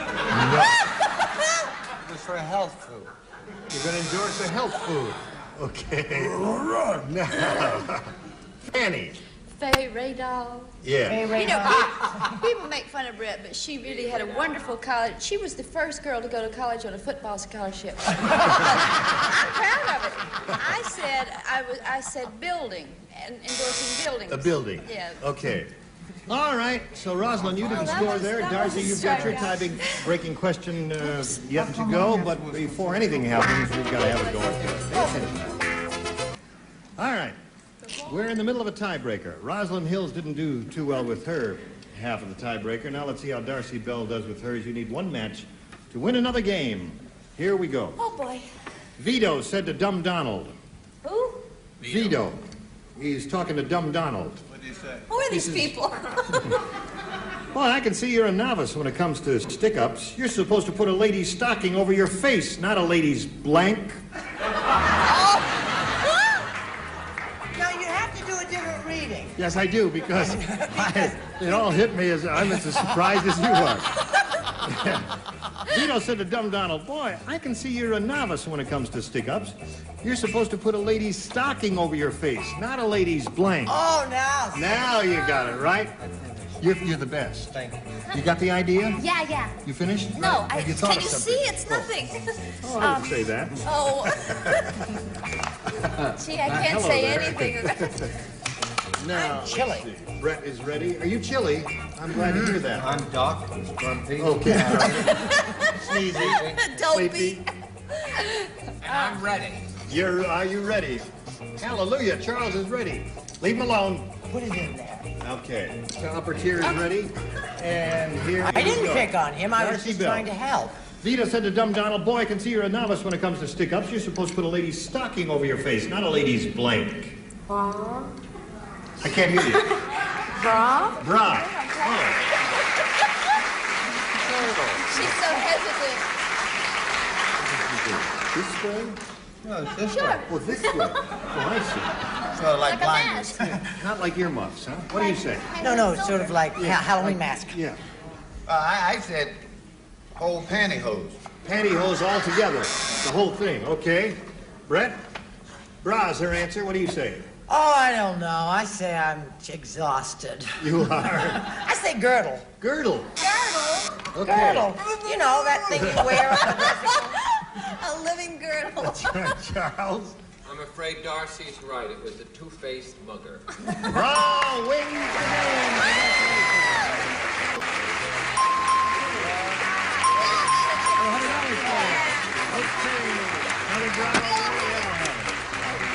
Well, Rosalind, it was a pleasure meeting you. We've got a gift for you backstage, together with our thanks for being on Match Game 74. Goodbye, Rosalind. Now, Darcy, this is your third game. You know how this goes. Here comes the big super match go, where you can win over $5,000. Shall we start? Yes. All right, we polled the recent studio audience, and we got their best response to this.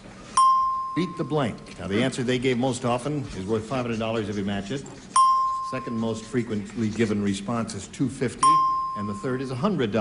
Which celebrities would you like a little help from? Richard. Richard. Beat the clock. Beat the clock is one. Danny. Fanny. Beat the band. Beat the band. Okay, there are two for you. Charles. Charles, have you got one? Beat the drum. Beat the drum. So you have beat the drum, beat the clock, and beat the band. You may choose one of those or give us one of your own. What would you like to do? Beat the clock. You want to say beat the clock. All right? That's the one Richard gave you. That's the one you're looking for. May we see the $100 response. Beat the Band is the one. Who gave you that? Fanny gave you that. Okay. We're looking for Beat the Clock. Here is the $250 response. Beat the Traffic. That was a great show. Yeah, great show. I remember it. Here's the last chance for Beat the Clock. The $500 response. Beat the Clock.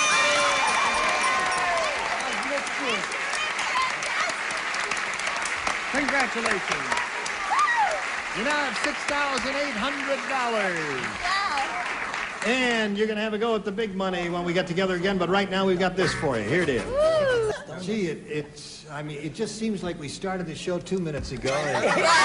All over already, right? So fast. Right. Well, we got to hold it till next time. Gene Rayburn, Match Game 74. Goodbye.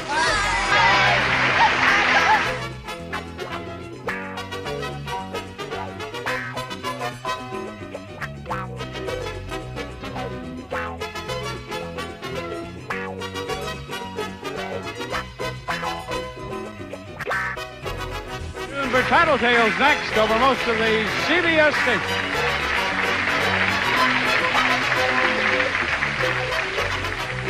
Get ready to match the stars. Tom Bosley, Brett Summers, Gary Berghoff, Meredith McRae, Richard Dawson, and Fanny Flagg as we play the star-studded Big Money Match Game 75. And now, here's the star of Match Game 75, Gene Rayburn.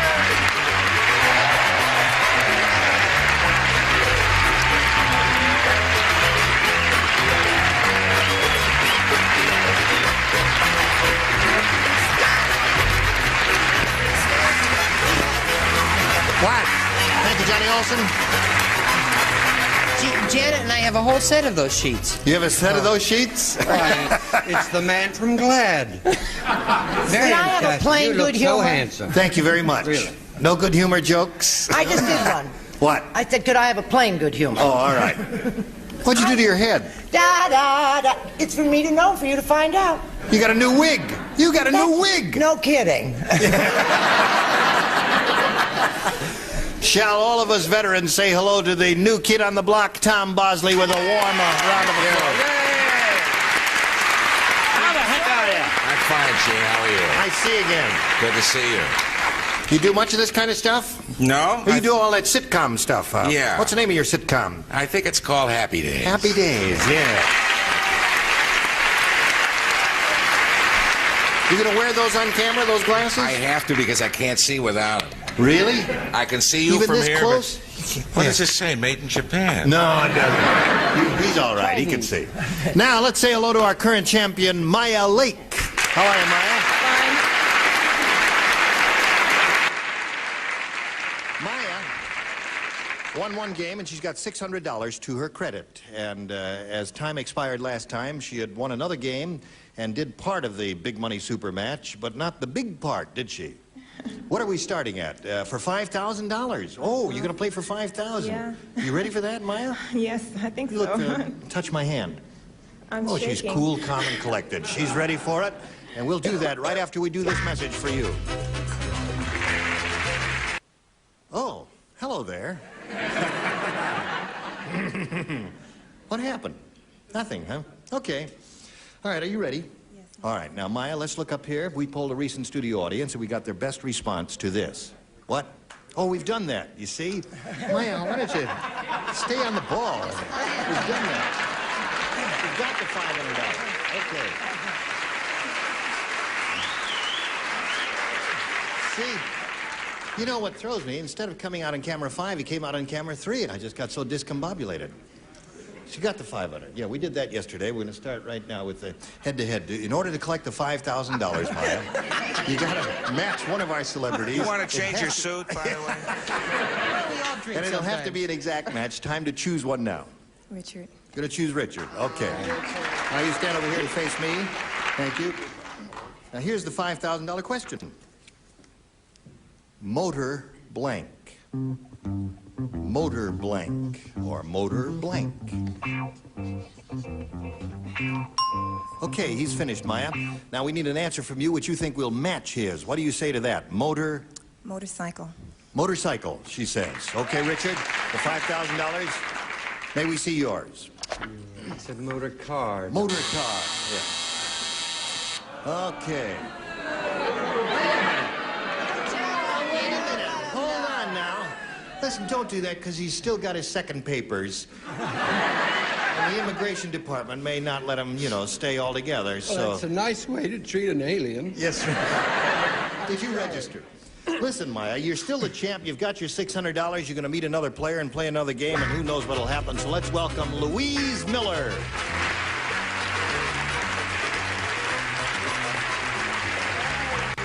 Louise! Louise! Is it really you, Louise? It's me, Louise. I've been waiting here so long, Louise, and you didn't... All right, now, would you sit up there, please? Louise, you know Maya Lake? I certainly do. All right. Now, please tell us the Louise Miller story. Well, I'm from Colorado Springs. And That's a pretty area, isn't it? It's beautiful. Yes. I'm married, and I have a little boy who's 2 years old. I'm scared to death. I love to knit, both hand and machine knitting, and we're expecting a little one in June. Okay. A baby. What have you got anything with you you've knitted? No? Okay. All right, lots of luck to Louise Miller. Let's begin, shall we? Please make a selection, Louise. Oh, I'll take A. A. All right, here we go. Everybody plays. Janice said, I stopped dating Jerry the auto mechanic because on my birthday, all he gave me was a blank. What? Janice said, I stopped dating Jerry the auto mechanic because on my birthday, all he gave me was a blank. Can you read my lips? Of course not. I don't have my glasses on. I'll talk louder. Doesn't help. I don't have my hearing aid on either. She only understands body English.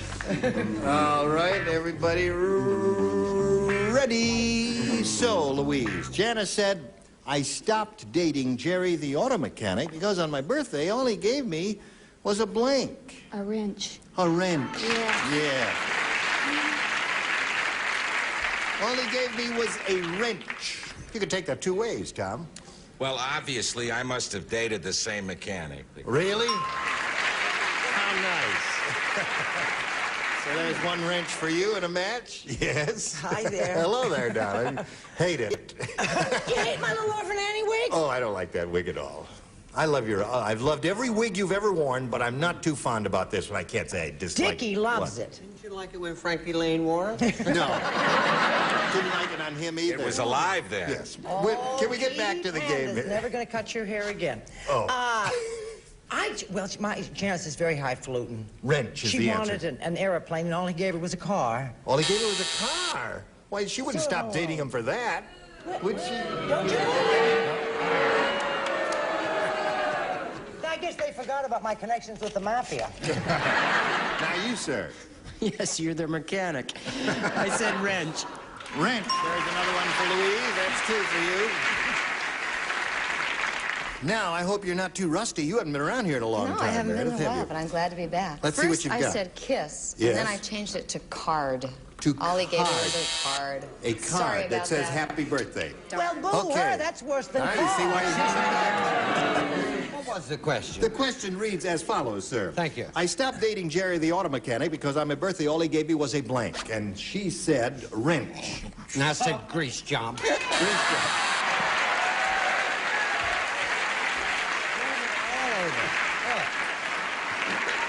And then when he said, kiss me, honey, she went, bang! All right there. Did Yes. I get to it before you did? No. Oh, may we See see what it says that? Hollywood? Yes, it says Hollywood You know, there. Gene, doesn't when it? I came out here, I wanted to be a movie star, and I went to Schwab's and sat there for 2 years and got fat. Yeah. Now, an agent did say he would make me a star if I had my lips capped, but... Now, this mechanic dated Brett, too, so he gave this girl a muffler for her mouth. A muffler. That's two for you. That's And a what cookie you for you, but not right now. Right now, we've got this for our friend. We are ready for the second half of round one. Are you ready? Yes, I am. Okay, Maya, this is for you. The head of the Special Gadgets Division. Get special The what? Special Gadgets Division. Who makes teeth, by the way? No, who makes the set? He said to James Bond, He says, 007, do be careful how you sit down. I've hidden a blank in your shorts. He said that. Do be careful how you sit down. I've hidden a blank in your shorts. Do you understand that, Maya? Yes.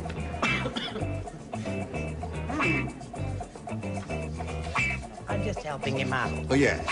He wanted Each to one know. gets a first-round question and a second-round question. This is Maya's first-round question. Now, this is maybe a little long because I'm not exactly sure, but it'll We'll work understand it out. We'll figure I mean, it out. Just make some marks on the card and we'll decipher it. All right.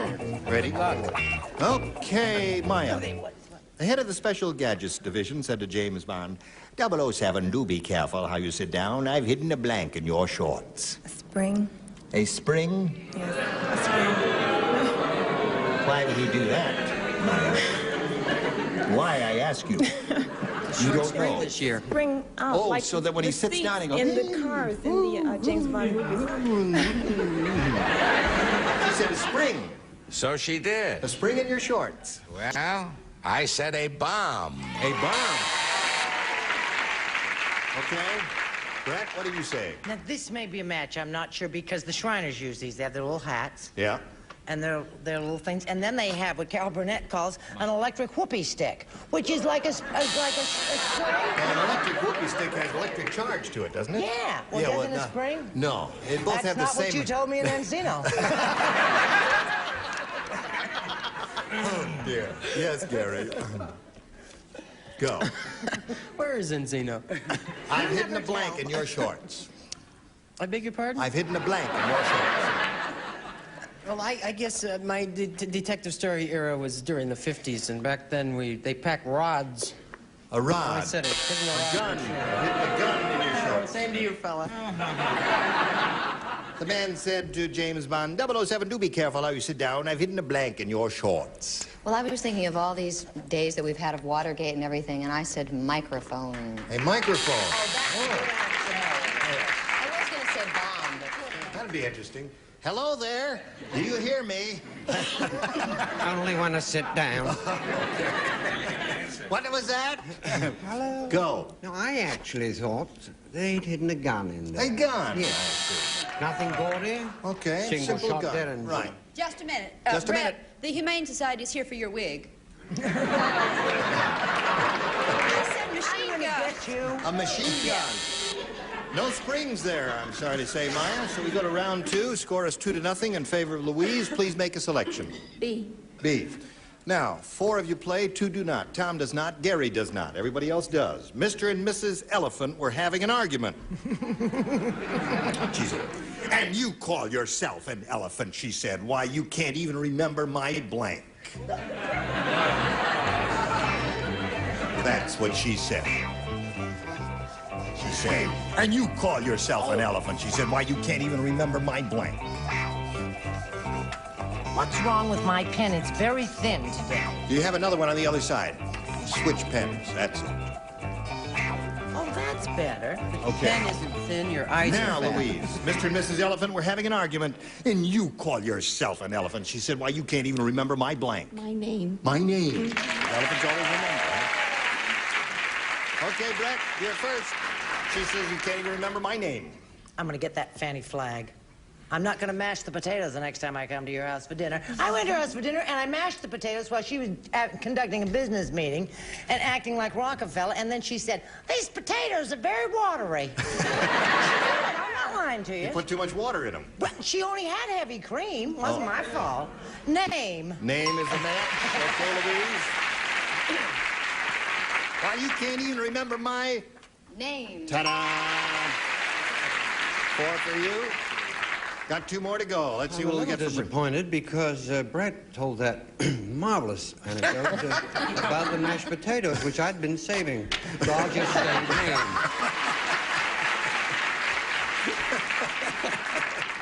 She mashed them with her feet. Yes.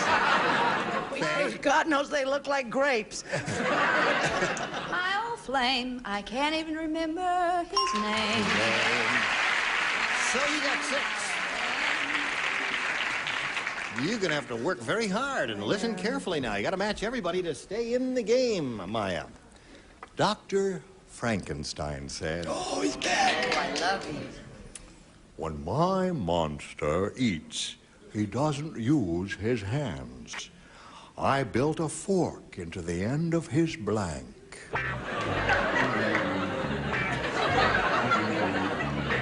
I built a fork into the end of his blank. Speak to me, sweetheart. Tell me again. I have nothing to say. When my monster eats, he doesn't use his hands. I built a fork into the end of his blank.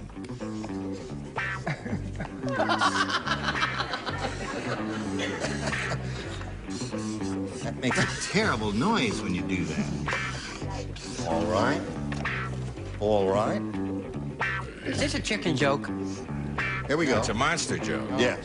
Gotta match everybody, Maya. Think carefully. Dr. Frankenstein said, "When my monster eats, he doesn't use his hands. I build a fork into the end of his blank."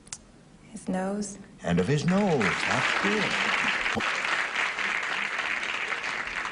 If I were playing, I would say nose. What did you say? I was very logical and said hands. So that means Louise Miller wins the game. What have the rest of you got there?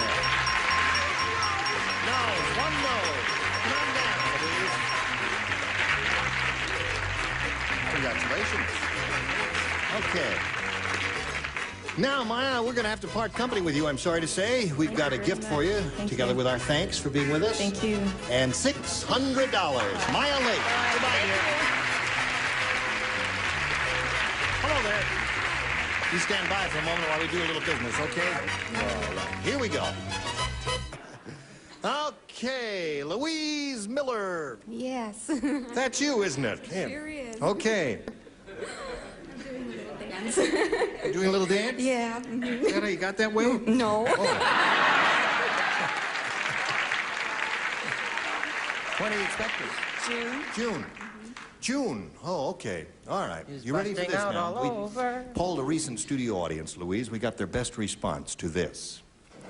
Cincinnati blank. Now, the answer they gave most often is worth $500 if you match it. Next, $250, and a third, $100. Whom do you call on over here for a little help? Richard. Richard, number one. Cincinnati Kid. Cincinnati Kid. Tom. Tom, have you got one? Cincinnati, Ohio. Cincinnati, Ohio. These are verbal, Tom. You don't have to write these. Oh, just all a right. verbal response at this part of the program. And Meredith. Meredith. How about the Cincinnati Reds? The Cincinnati Reds.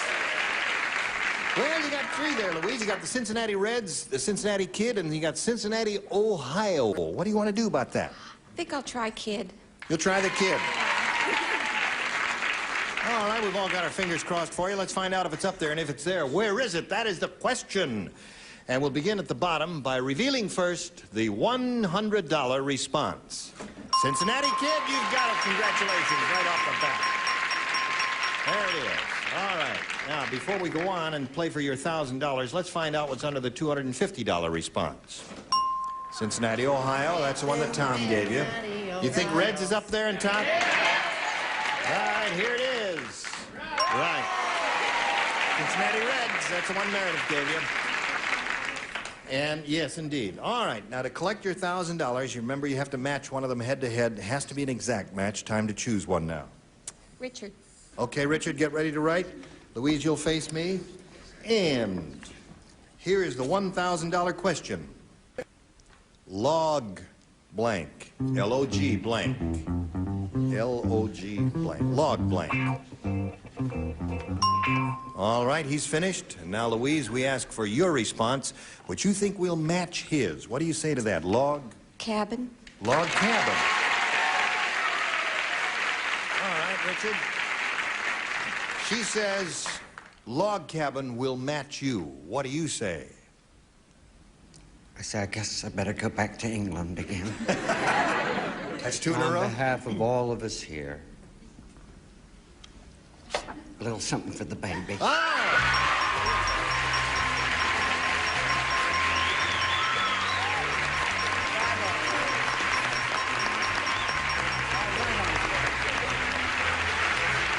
Congratulations, my dear. Okay. Please squeeze it too hard? No. Oh, you didn't squeeze it too hard, because I don't want you to get anything stirred up. How do you feel? Terrific. Good. How much you got now? $1,200. That's what you got. You happy about that? I'm ecstatic. Good. Well, if you, we'll give you a second or two to catch your breath while we introduce another player so we can play another game. So let's welcome Cecil Kearns. Hello there. Okay, now. Hello there. Hello. Are you Cecil or Cecil? Cecil. Cecil. Yes. Every time I have a 50-50 chance of pronouncing a guy's name correctly, I always blow it. Boy, I got to stay out of Las Vegas. Well, Cecil, it's a pleasure to meet you. Where are you from? I'm from St. Joseph, Missouri. I'm a tire salesman. I'm an old married man of about 2 weeks. You're an old married man of 2 weeks? Old married man of about 2 weeks. Really? Do you live in this area now, or do you live in St. Louis? St. Joseph. Oh, St. Joseph. St. Joseph. Oh, you don't talk so plain. No, I stutter a lot. I see. Yeah. I thought you said St. Louis, but it's St. Joseph. St. Joseph, right. Missouri. Missouri. Yeah. And were you married there? No, we were married in Reno, Nevada. Came across country on a honeymoon. Married in Reno. And you're on your honeymoon now? Yes. What are you doing here? Congratulations, you little devil. Oh, you're here to win some money, right? Right. Oh, okay. Well, we've got to stop right now and do a little business and make a little money for CBS. So, would you stand by? Okay. Don't go away now. Just because I can move. Okay, Cecil. Now we've got a little message for you, and this is it. Richard Dawson has kindly autographed the winning card here for Louise, and I guess she can take that home and have a nice memento of her visit here. We don't have time to start this game. We've got to say goodbye to you now, but we'll look forward to seeing both of you next time, as we will look forward to seeing all of you next time. How was it on your first time around here? Terrific. Not bad. I thought you meant me. No, you're a veteran here. No kidding. Yeah, good. How come I'm not getting any benefits? I've had a baby since the last time I was on the show. What is your baby's name? Her name is Allison, and she's 6 months old. Isn't that And she's going to be on a television commercial soon. No kidding. At 6 months? Put her to work already, right? You must have some terrific agent to get a 6-month-old kid a job. All right, join us next time. Gene Rayburn here, Match Game 75. Goodbye.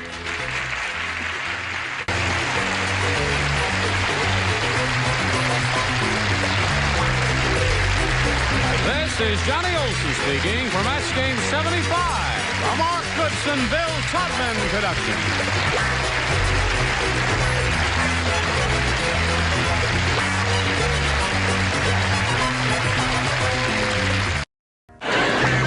Get ready to match the stars. Avery Schreiber, Brett Summers, Gary Berghoff, Arlene Francis, Richard Dawson, and Betty White as we play the star-studded Big Money Match Game 75. And now here's the star of Match Game 75, Gene Rayburn.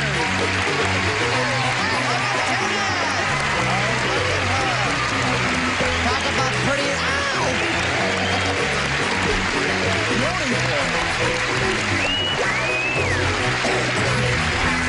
Didn't you used to work for Flo Ziegfeld? I used to work for Flo Ziegfeld. Really? You are a vision in chiffon. Isn't it pretty? It's chiffon. You're a vision in plaid. Oh, my, no. That's all. Talk to each other for a little bit now. Tuning in tomorrow to Two Vision. Two Vision. Is there anything I can do for anyone before we press on? Yes. Kiss me. I've already done it for you. Give us a kiss. No, I'm not going to kiss you. I'm going to kiss her. No tongues. That reminds me. I wasn't going to say it. Just daytime. That's it. Sorry, you don't sit in the first row and you don't get that. He's got that disease, so I can't kiss her. Now, let's say John Sclementi and Rita Roth. Hello there. You got $950. How about that? Pretty good, pretty good. And you got a neat wardrobe, too, John. Looks familiar. Did you wear that once before? Yes, I think. Oh, well, I like it. Don't you like that? Very Isn't that nice. neat? Yeah. I liked it the other time, too. Yeah. La Cienega, here we come. How are you today, Rita? Fine, thank you. Are you ready? I'm ready. Say the name of your hometown again. Panguitch. Panguitch.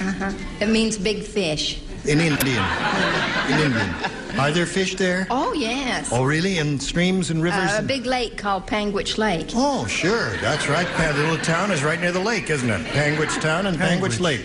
All right, we're going to start right from the top with round one in 1 minute and 3.5 seconds. Start counting. Okay, Rita Roth. I'll take A. You'll take A. You can have A. And here's how A goes. A? Now, A, you've all heard the song, When the Swallows Come Back to Capistrano. I'm sure When you've the all... swallows No, that's come enough. back. That's enough. Woman's had too many swallows already. She's had too many swallows, that's right.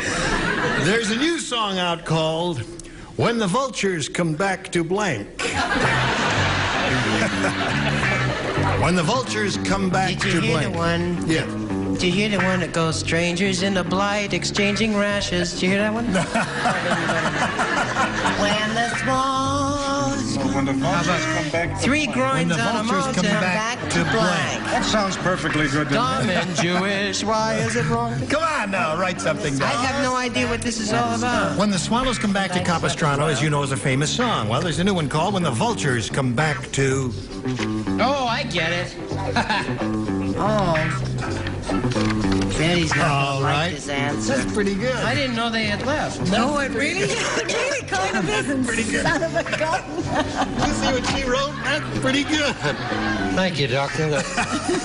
I needed that. Are you still fiddling around up there? Oh, I'm through fiddling. All right. Now I'm into the bass now. Now, here we go. Read her off. Surely you remember the song When the Swallows Come Back to Capistrano. Yes. But perhaps you haven't heard the new one called When the Vultures Come Back to... San Quentin. San Quentin.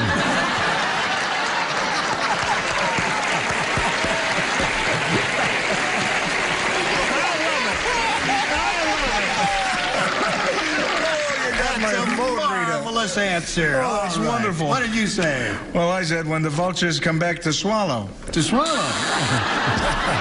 Yeah, they are scavengers, aren't they? It's okay. Now, Brett. Betty, are you going to be mad at me when you hear my answer? What's the matter? Well, you're not well. I'm not well. I'm nervous. I said when the vultures come back to eat the swallow. Now she's mad. I was on a different wavelength totally. You may have been on the same one I was. I thought you were talking about real vultures, and I know they're at recess now, but when they come back to Washington, they'll start making some more laws. Oh, that's a good answer. That's a very good answer there. Don't be ashamed of it. Hold it up there. Don't be I'm not ashamed of Yeah. Not ashamed of my chest either. No. We are. No, she's not. We're proud of yours, honey. So we don't necessarily want to see it then. That's what you all say. That's because they've all seen it, honey.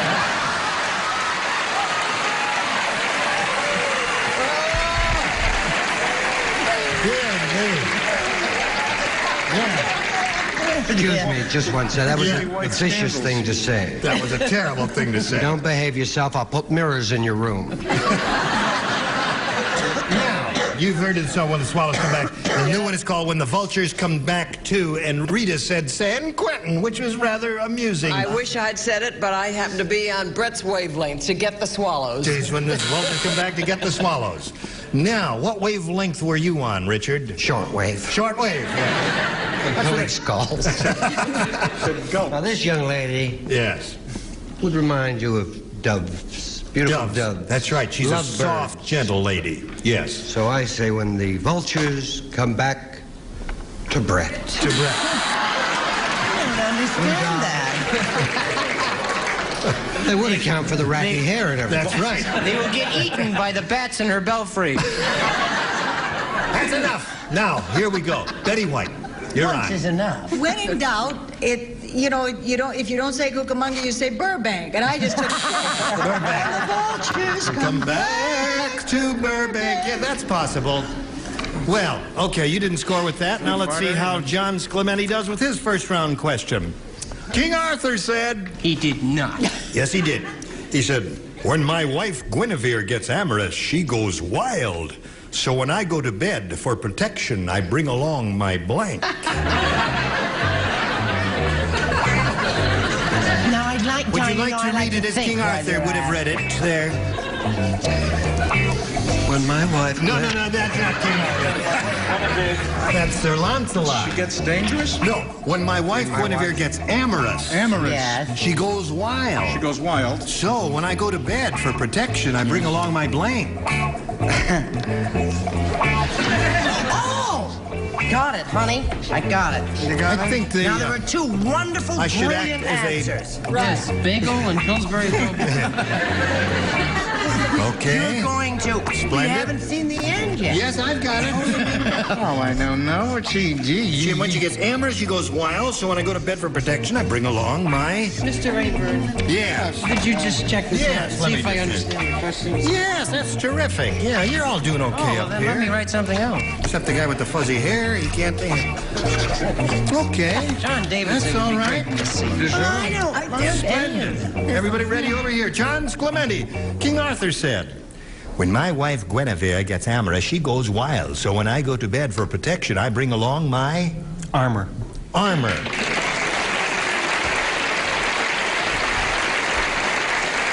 He wears a suit of armor. I don't know. I thought that they were a little wilder than that. I had him bring along his guards. Guard? Get this woman out of my room. What'd you say, Brett? He had this terrific navy blue pinstripe. Yes. And it was a suit of armor. A suit of armor. One for you, John? See, Tell me, Gary. King Arthur was not a chauvinist. He No. believed in equality. Right. Intermingling of roles and all that. Whatever it turns out. He wore his chastity belt. His chastity belt. Okay. Now, would you like to tell us about King Arthur? Well, I'll tell you one thing. He never wore a chastity belt. Well, I've never heard of him doing that, but what the heck? He brought along his armor. His armor. That's two for John. I feel like such a fool. Well, the Englishman can tell us about King Arthur, can't he? You bet your life. All right. You can't wear armor in bed. No, you can't. No matter who you're fighting on. So you do what I do. You bring along your shield. The shield. That only helps you in the It front. works. It works. I've seen some of the women When you're ready to give up, you just... Oh. Now, you tell us the real inside story about King Arthur. Because she was alive then. Brought along his round table, I bet. All right, is everybody finished? Is everybody quite finished harassing this pretty lady? And Alan Ludden had just died. Jealousy is a terrible thing in a woman her age. It really... Let me tell you, he brought along his armor so she could kiss him good night. Good night.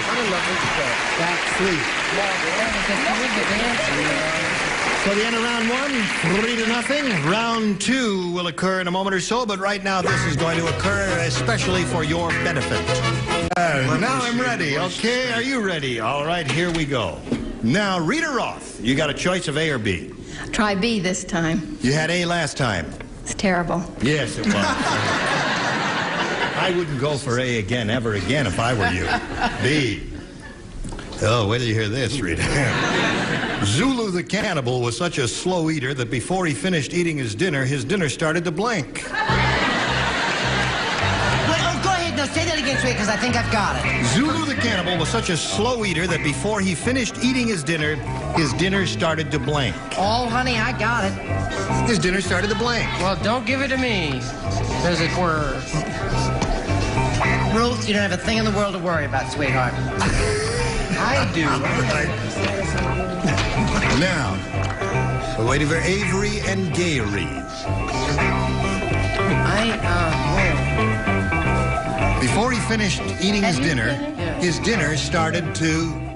Blank. His dinner started to... Blank. One more time. His dinner started to... Started the blank. Want to change yours? No, you're all ready. All right, Gary, put it in the slot if that's it. Rita Roth. Ready? Zulu the cannibal was such a slow eater that before he finished eating his dinner started to... Burp. Burp.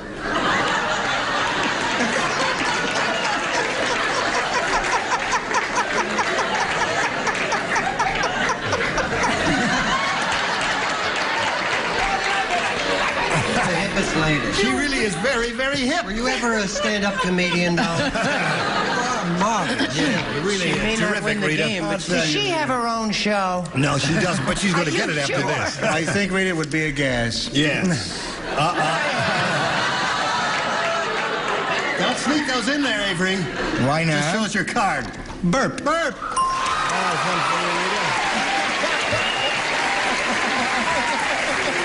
An unlikely possibility, but nevertheless, it's a match. I don't care how unlikely. What do you say? I was sure I had it this time. You did. Hey, did you read the question? Zulu the cannibal was such a slow eater that before he finished eating his dinner started to... Eat him. Eat him. Yeah, that's it. Or walk away or something like that. What do you say, Gar? I say, what is the address of that motel in Encino? Don't tell him, No, I'm not going to sweetheart. tell you. I don't. You didn't understand it? No. Well, I understood it, but I just couldn't think of anything. You couldn't? It's terrible. Yes. Well, then just do your Charles Nelson Riley. That's a very good answer. It is? Is it better than eat That's him? terrific. Would you like to be my agent? His dinner started to walk away. This is see? Certainly did. Yes. There you go. Now, what came to your mind? Well, Rita and I have the same stomach problem. Burp. Burp it is. Two for you. All right. What about that Zulu? Zulu. What about him? What about him? Eating at dinner and having it burp back at him. No, I said the dinner started to leave. Started to leave. Walk away. Never leave your dinner Really, unless your dinner leaves you. Achieve a tie, you've got to match Betty to stay in the game. I hate being in this spot. It's tough, isn't it? It's tough because I love Rita and I wish he would stay around and run. I'm sorry, Rita. That means John wins the game. Congratulations. Well, Rita, I'm sorry to see you go. It's okay. It was fun anyway. It was really a pleasure meeting you. Didn't we enjoy meeting Rita? It was really terrific. We got a gift for you. Thank you, Rita. Goodbye. Now, John, here we are again. You're up to $1,000. You've broken the $1,000 mark. You got 105.0 to your credit, and you got to have a go at the big money. But before we do that, we've got to do a little business, and here it is. Today's consolation prizes are American Tourister Go Anywhere lightweight luggage, Continental styling and carrying ease, American Tourister, the casual luggage that isn't made casually. And from Costco's Leathersmith Shop, 2 pedestal bar stools and easy care vinyl that looks like leather, feels like leather. That's no stranger, that's a Costco. And Regal wears beautiful Mardi Gras cookware in new porcelain 5 aluminum with super hard Teflon 2 and matching poly perch. Match game 75 will continue in 1 minute. Here we go. John Sclemini, you have $1,050. Now you're going to have a go at the Big Apple. Ready? Ready. We polled a recent studio audience, John. We got their best response to this. Pinch blank. The answer they gave most often is worth $500. $250 the next. $100 if you match the bottom one. 3 of these people are permitted to assist you. Whom do you call on? We'll go Richard. Pinch me. Pinch me. Okay. Brett. Brett. How about pinch of salt? Pinch of salt. All right. And Darlene. Pinch penny. Pinch penny. So now, John, you've got pinch penny, pinch of salt, and pinch me. Do you want one of those, or have you got a better one in your head? No. No, I think I'll take pinch of salt. Pinch of salt. Pinch of salt is the one he hopes is up there under the $500 response. But as usual, we'll start down at the bottom and reveal the $100 response. Pinch me. Who gave you that? Richard gave you that, right? You owe me $100. Looking for a pinch of salt, here's a $250 response. Pinch hitter. That's a good That was head Gary's, pinch hitter. yeah. Last chance for a pinch of salt as we reveal the $500 response.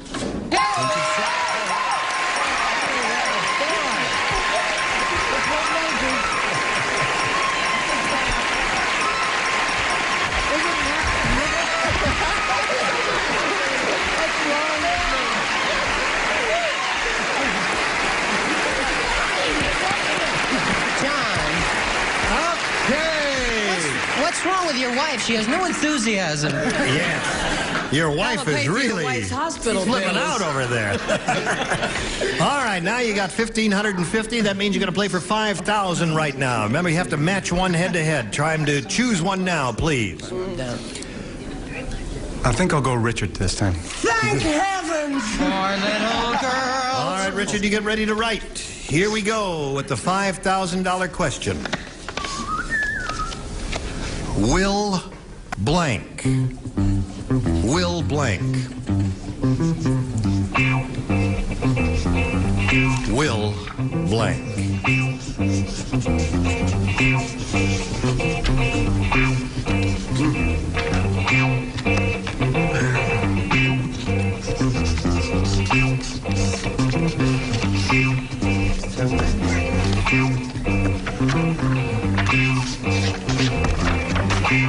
All right, he's finished. Now, we call on you, John, for an answer which you think will match his. What do you say to that? Will?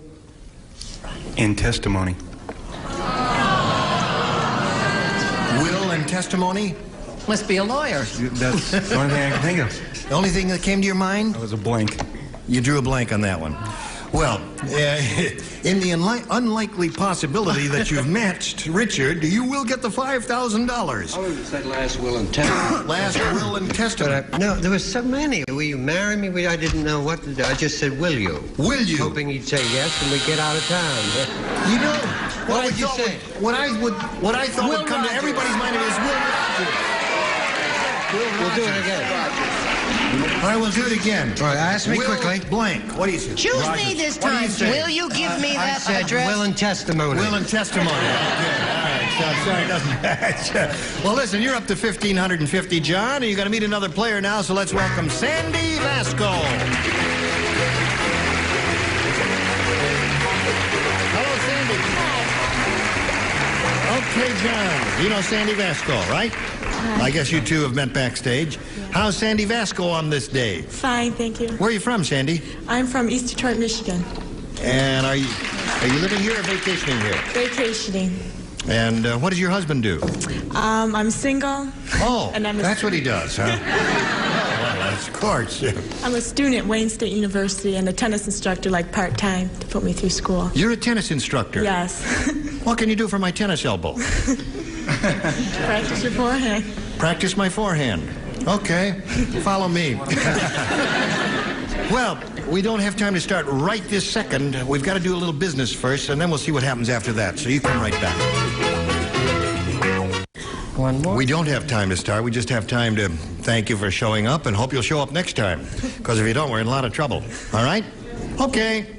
And hope you'll show up, all of you, on some future date. Some in the near future and some in the not so near future. But that's the way. Would you like to pinpoint it? Yes, well. Could I ask, my son has a birthday coming up. Yes. And rather than give him a gift, I wonder if I could just get him to run out here and take a bow. Get out here and take a bow. $33. Gary Dawson, Hello ladies there. and gentlemen. Gary Dawson. When is your birthday? Soon. Happy birthday. All right. Now, the next time we all get together, we will have these people for your pleasure. Buck Owens, Brett Summers, Gary Berghoff, Gloria DeHaven, Richard Dawson, and Patty Doyle. All right, now you got to smile. Smile. And a boy. Team Labor Match Game 75. Join us next time. Goodbye.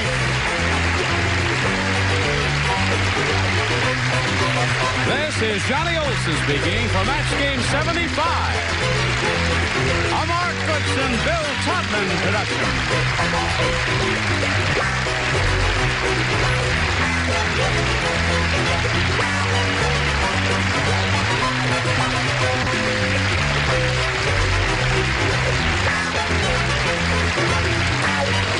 Stay tuned for Tattletales next over most of these CBS stations.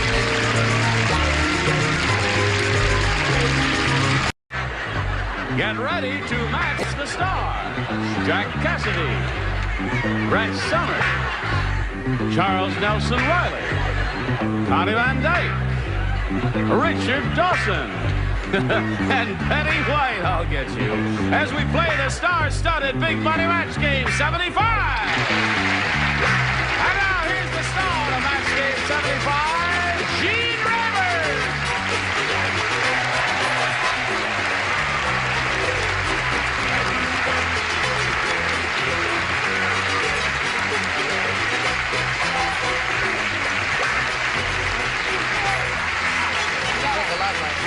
Wilson. Hello there. Howdy to you, Gene. You look like a grand bunch. Haven't seen you in a long time, Jack. Welcome back. Thanks, Jane. I've been on the road. Touring. Really? Yes, I was in the Chocolate Soldier. No kidding. Wonderful. Victor Herbert? No, another soldier. Now, since you've been here before, would you join in the little tradition of welcoming the new kid on the block? Dick? With just Dick, sister? Yeah, a brisk round of applause for Connie Van Dyke. Oh, there. hi. Nice to have you with us. Listen, I don't want to create any problems, but I was in Jackson Hole, Wyoming last weekend. I'm sorry. No, it's a marvelous place. And my wife and I went to see your picture because, I said, Connie Van Dyke, she's going to be on the show. I better go see what the heck it's all about. That's sweet. And I must say, you're far more attractive in person than you were on that screen. Oh, Gene, do you mean it? I mean it. I thought you'd never say that. You're a The name of the pretty lady. picture is WW and the Dixie Dance Kings, and Burt Reynolds is in it, too. Oh, yeah. I forgot about that. Yes, sir. I would just like to mention that Betty's opening at the Palomino Club Thursday.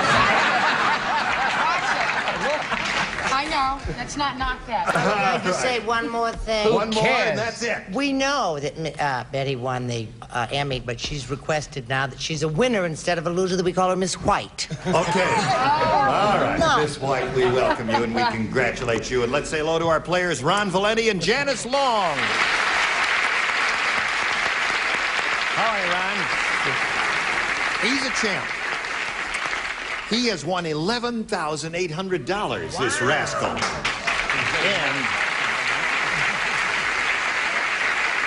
he said to me yesterday, after he was walking off the stage or something, he says, $11,000, that's more money than I make all year as a school teacher. And I think it's just wonderful that he's won the money. Now he's being challenged here by Janice Long, who's had her first round question and didn't do real well with it.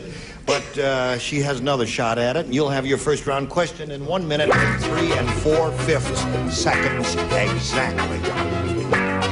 No. Hello there. Now, we'll begin by pushing this button and revealing the first round question for Ron here. Everybody play, since this is his first round question. This little poem for you. I love Frosty.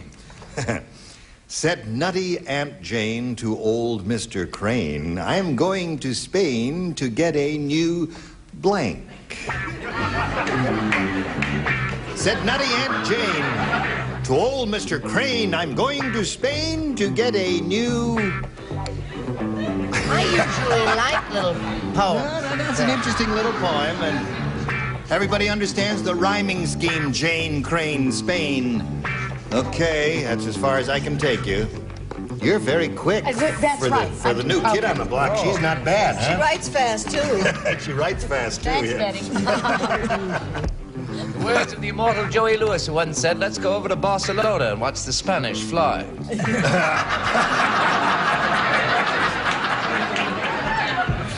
Shameless. He said that, huh? Yes, he did. Yes. He was abroad for years. Yes. Just like that, to straighten him out. Okay, Where Charles. was this again, the location? Said nutty Aunt Jane to old Mr. Crane, I'm going to Spain Got to... it. You got it, okay. Okay. General consensus is you're late, Charles. That's right. You're absolutely right, Jack. You're so observant, too. All right, here we go, Ron Valenti. Said nutty Aunt Jane to old Mr. Crane, I'm going to Spain to get a new... Brain. See?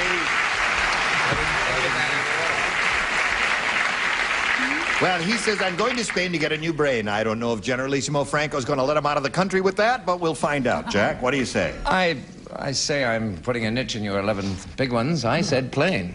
To get a new plane. Going to Spain to get a new plane. Well, I'm influenced by Joey Lewis. Yeah. All right. Back on the road for Jack. That's right. There you go. Another Victor Herbert musical. Okay, Brett. Well, I said, let's just push right along. Vein. Get a new vein. Vein. Oh, I see. Oh, now don't start so early in the week. Yeah, that's right. Remember, she's a veteran. Both wars. Charles? I figured she went to the Spanish hardware store to get a new drain. Drain. Sensible. New drain. Boy, we're really getting the rotten ones today, aren't we? guess it's up to the bottom road to show the... I redeem the whole thing, would you, my dear? I'd get a new brain. Brain! There's one for Ryan. Now you're off to a grand start. What do you say? What else but... Oh, the man. Brain. 2. All right, Betty. I thought, and I thought, and I came up with brain. Brain. Yeah. That's 3 for Ryan. Listen, do you think the dummies in the top row paid attention and No. they saw it? They didn't hear. No, they were talking. Oh, They they were were talking. Well, we get plain, vein, and drain. We're all from the live We're theater from the now. theater, so we think in a We don't more... know about I all see. the- we We get think on a higher plane. All right, here we go. Round 2, Janice Long. B, please. B it is. Now, this is Janice's second round question, but in her first round question, she didn't match anyone, so therefore everybody plays. Who cares? We all care, because a lot of money involved here. Leroy the Cannibal said, I'm worried about my wife's appetite. Today I found my blank on her grocery list. Leroy the Cannibal said, I'm worried about my wife's appetite. Today, I found my blank on her grocery list. I have to give you just a straight... Charles hasn't started. Jack is Yes. writing, but I'm... It's hard to read some of that. Well, I'll give you another reading that, but I guess... This one should be a poem, it Additional seems. reading, Janice. I'm worried about... Shh, quiet, the star is speaking. I'm worried about my wife's appetite. Today I found my blank on her grocery list. Today I found my blank on her grocery list. Today I found my blank. Okay? Do you Seems simple enough. Yes, it does. Why It really didn't you read is. it that way before? But, Now, see, I could have had a different answer. well, you can change it if you want, No, but it's I'm all right. giving you both readings just so that Yes, everybody I can have a perfectly free choice. Everybody else is Janice. always different I'll give you also. 2 readings also. Leroy the Cannibal said, I'm worried about my wife's appetite. Today I found my blank on her grocery list. Or today I found my blank on her grocery list. Body? Body? Yeah. Cannibal, you know, they eat Yes, people. right. They do eat people, don't they? She's urging the audience to give her Yeah, some whether she's sort of right or not, give her a cheer. approval. Make her Yeah. feel... Okay. So she says, today I found my body on her grocery list. What do you say, Jack? I say it's... You offer this girl a body? Celestial, actually. Celestial body? Yes. Evidently a valley crowd. Here we are. I said my mother, Gene. My mother? Well, in-laws and all Yes. that sort of rot. Well, that's a body, but it's too specific versus her general answer. What do you say, Brett? Well, my mother was a general. Yes. I say, cheer up, Janice. I couldn't possibly let you go 2 rounds without something. I said myself. I do Self. believe that so is... that's self and body the same? Would you offer? I said, well, I didn't hear the word cannibal. You didn't hear the word cannibal? No, so I wrote shaving cream. Maybe I'm having a nervous breakdown, but I'm trying to get through my career. Maybe? Hand. Hand. Can I is not say a it match. before the buzzer? Yes. Once more, let's rehearse. Hand.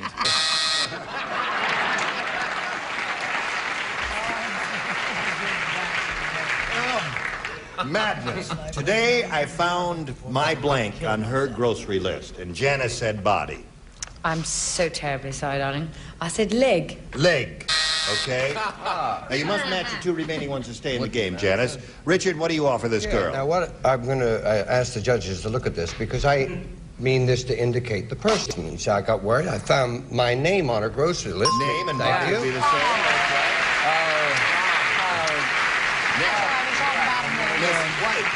Well, she was putting a bite on a friend, which wouldn't be too bad if the friend was the chocolate soldier, so I agreed with Jack Cassidy and said mother. Mother. Roy Boy wins the game. Attaboy. Janice, I'm sorry to see you go. Oh, that's okay. You're a sweet lady. Go, I'm glad you had a good time here. We've got a gift for you together with our thanks for being on Match Game 75. Goodbye, Janice. While she's spinning off, we'll spin this message for you and come back and see how he does, okay? Okay. Hello there. Here is old Ron Valenti. Fourth time, right? Right. And you got $11,900. Boy, you could get close if you go all the way here to the all-time champ, who's around 18,000 or so. All right, let's begin. We polled a recent studio audience, Ron. We got their best response to this. Yes, blank. Now, the answer they gave most often, remember, is worth $500. If you match the next one, you get $250. If you team up with the bottom one, you get $100. Whom do you call on here? Betty. Betty. Yes, sir. Fanny Flagg sat in that seat last time. It's still warm. Yeah, it's still warm. And he had marvelous luck with her, and I guess that's why he called on you first. You did well on the program, too. Yes.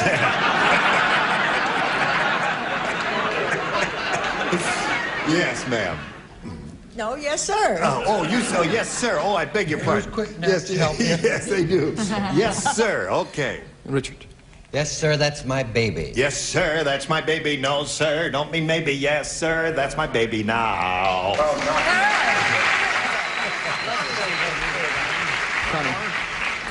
Connie.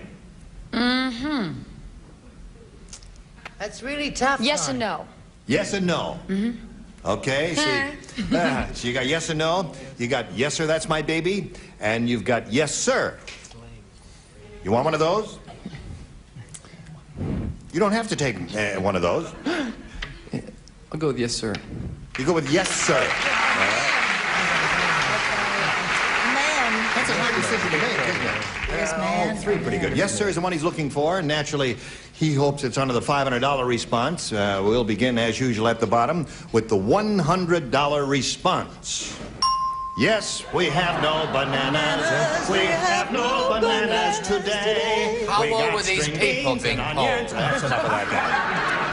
How old did the poll of these people? How old were they? That song was big in 1906. And you were there to introduce it. Yes, sir, is what we are looking for, friends. Let's find out if it's under the $250 response. Yes or no is the one Connie gave you. Right. Not as dumb as I look. No, sir. Right. You're getting close to it there. Last chance for yes, sir. Here's the $500 response. Yes, sir!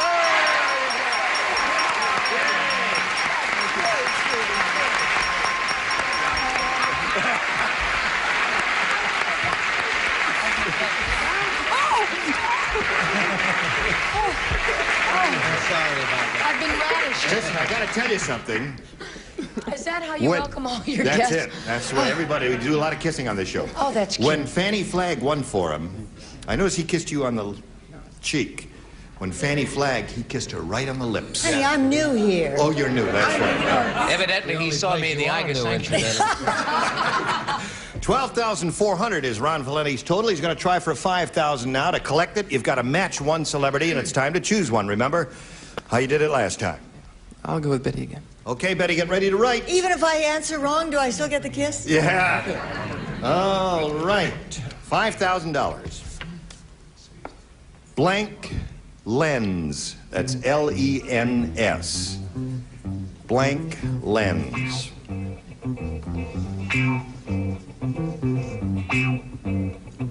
They're both thinking.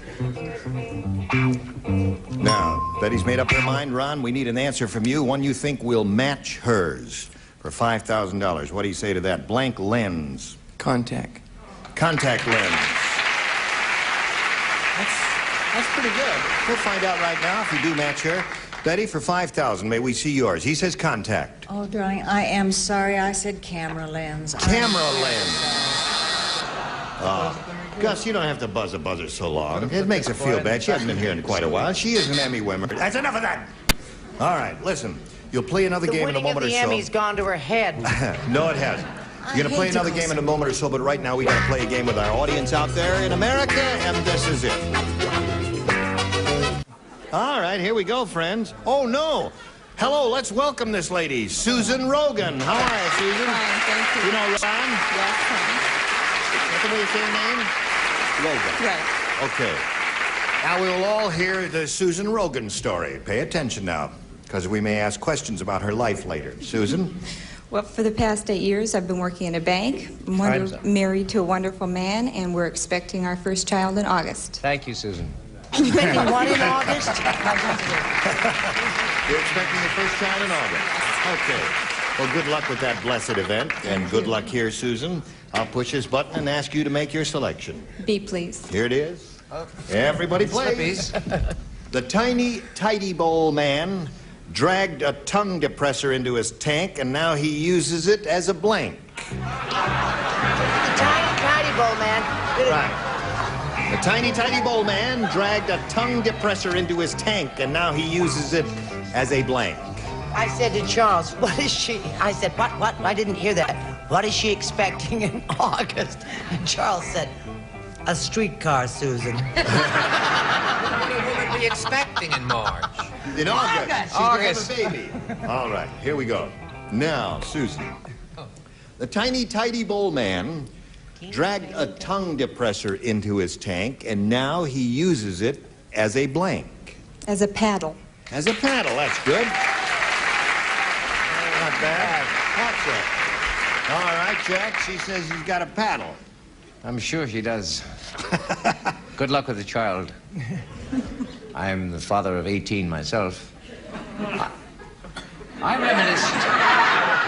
That little teeny tiny person, Gene, is so teeny tiny that he used it as a raft. As a raft? How about an applause for that, gang?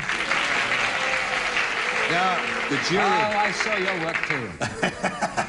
All right, Brett. Isn't that a terrible answer? Not bad. Not bad. My darling, paddle and or. Or. That's right. No one said it yet. Very cute, very sweet, adorable, but the boat was motorized. It was a motorboat. He doesn't need a no. Yes, it is a motorboat. Yes, it is. He's Thank right. you. This very stunning man in the end. Sure. I said a surfboard, and when it flushes, it's out of this world.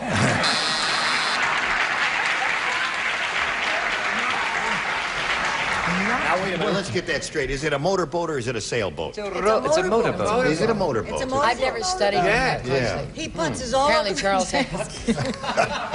All right, then I guess we do need an oar then if it's a sailboat. Tiny, tidy man dragged a tongue depressor in his tank. Now he uses it as a paddle or oar, as she said. What do you say? A tongue depressor. No, he uses it as a oar. Oar. That's two for you. Oar or paddle is what she's looking for. Call me names. Are you with child? Yes. Good luck to you. That's three, Susan. Miss Betty White, honey. The object of this game is to say the first thing that pops into your head, right? Right. And Trust it's your first amazing, instinct. amazing that we've all lasted this long. Yes. But no, he hangs 10 in the tank, hits a surfboard. A surfboard. Okay. That's three for her, and let's see how you do with yours, Ron. Sorry. To start the great spaghetti eating contest off with a bang, the judge shot a blank out of a cannon. That's an easy one, isn't it? Yes. Did you hear that, Ron? To start the great spaghetti eating contest off with a bang, the judge shot a blank out of a cannon. Charles got that all by himself without any help from me. All right, now we'll come over to Ron. To start the great spaghetti eating contest off with a bang, the judge shot a blank out of a cannon. Meatball. A meatball. Very good. Those phys ed teachers are pretty funny guys. Certainly knows his answers, doesn't he? I really went for the tiny, tidy pole man in this particular one. Oh, you did? And what'd you give us? I gave you meatball. Meatball. Ah. All right, Brett. Remember what a fool Fanny made of herself over Ron last week? That's right. I have a note for you from her. Oh. Meatball. Meatball, that's two for you, Ron. Charles. You know what's sad? The first round, the three of us couldn't get brain. Yeah. Remember, it was plain, vein, and drain. Right. How come the three of us can be three meatballs? Yes. You got three meatballs there. Let's see if Connie makes it four meatballs. Boy, I'll tell you what, honey, I'm a meatball. You are a meatball. That's four for you. Give the little fella a meatball.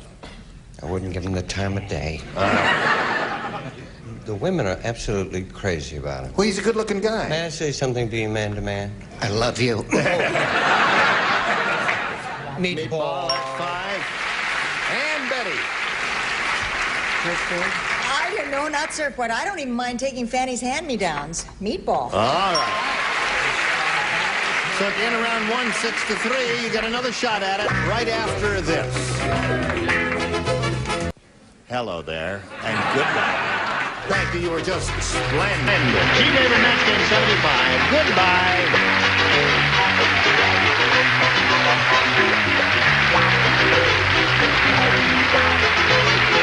This is Johnny Olson speaking for Match Game 75, a Mark Goodson, Bill Todman production. Stay tuned for musical chairs next over most of the CBS stations.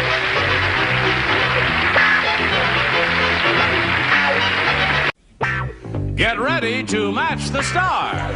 Orson Bean, Brett Summers, Charles Nelson Riley, Linda Day Joy, Richard Dawson, and Patty Doyle as we play the star-studded Big Money Match Game PM. And now here's the star of Match Game PM, Gene Rivers.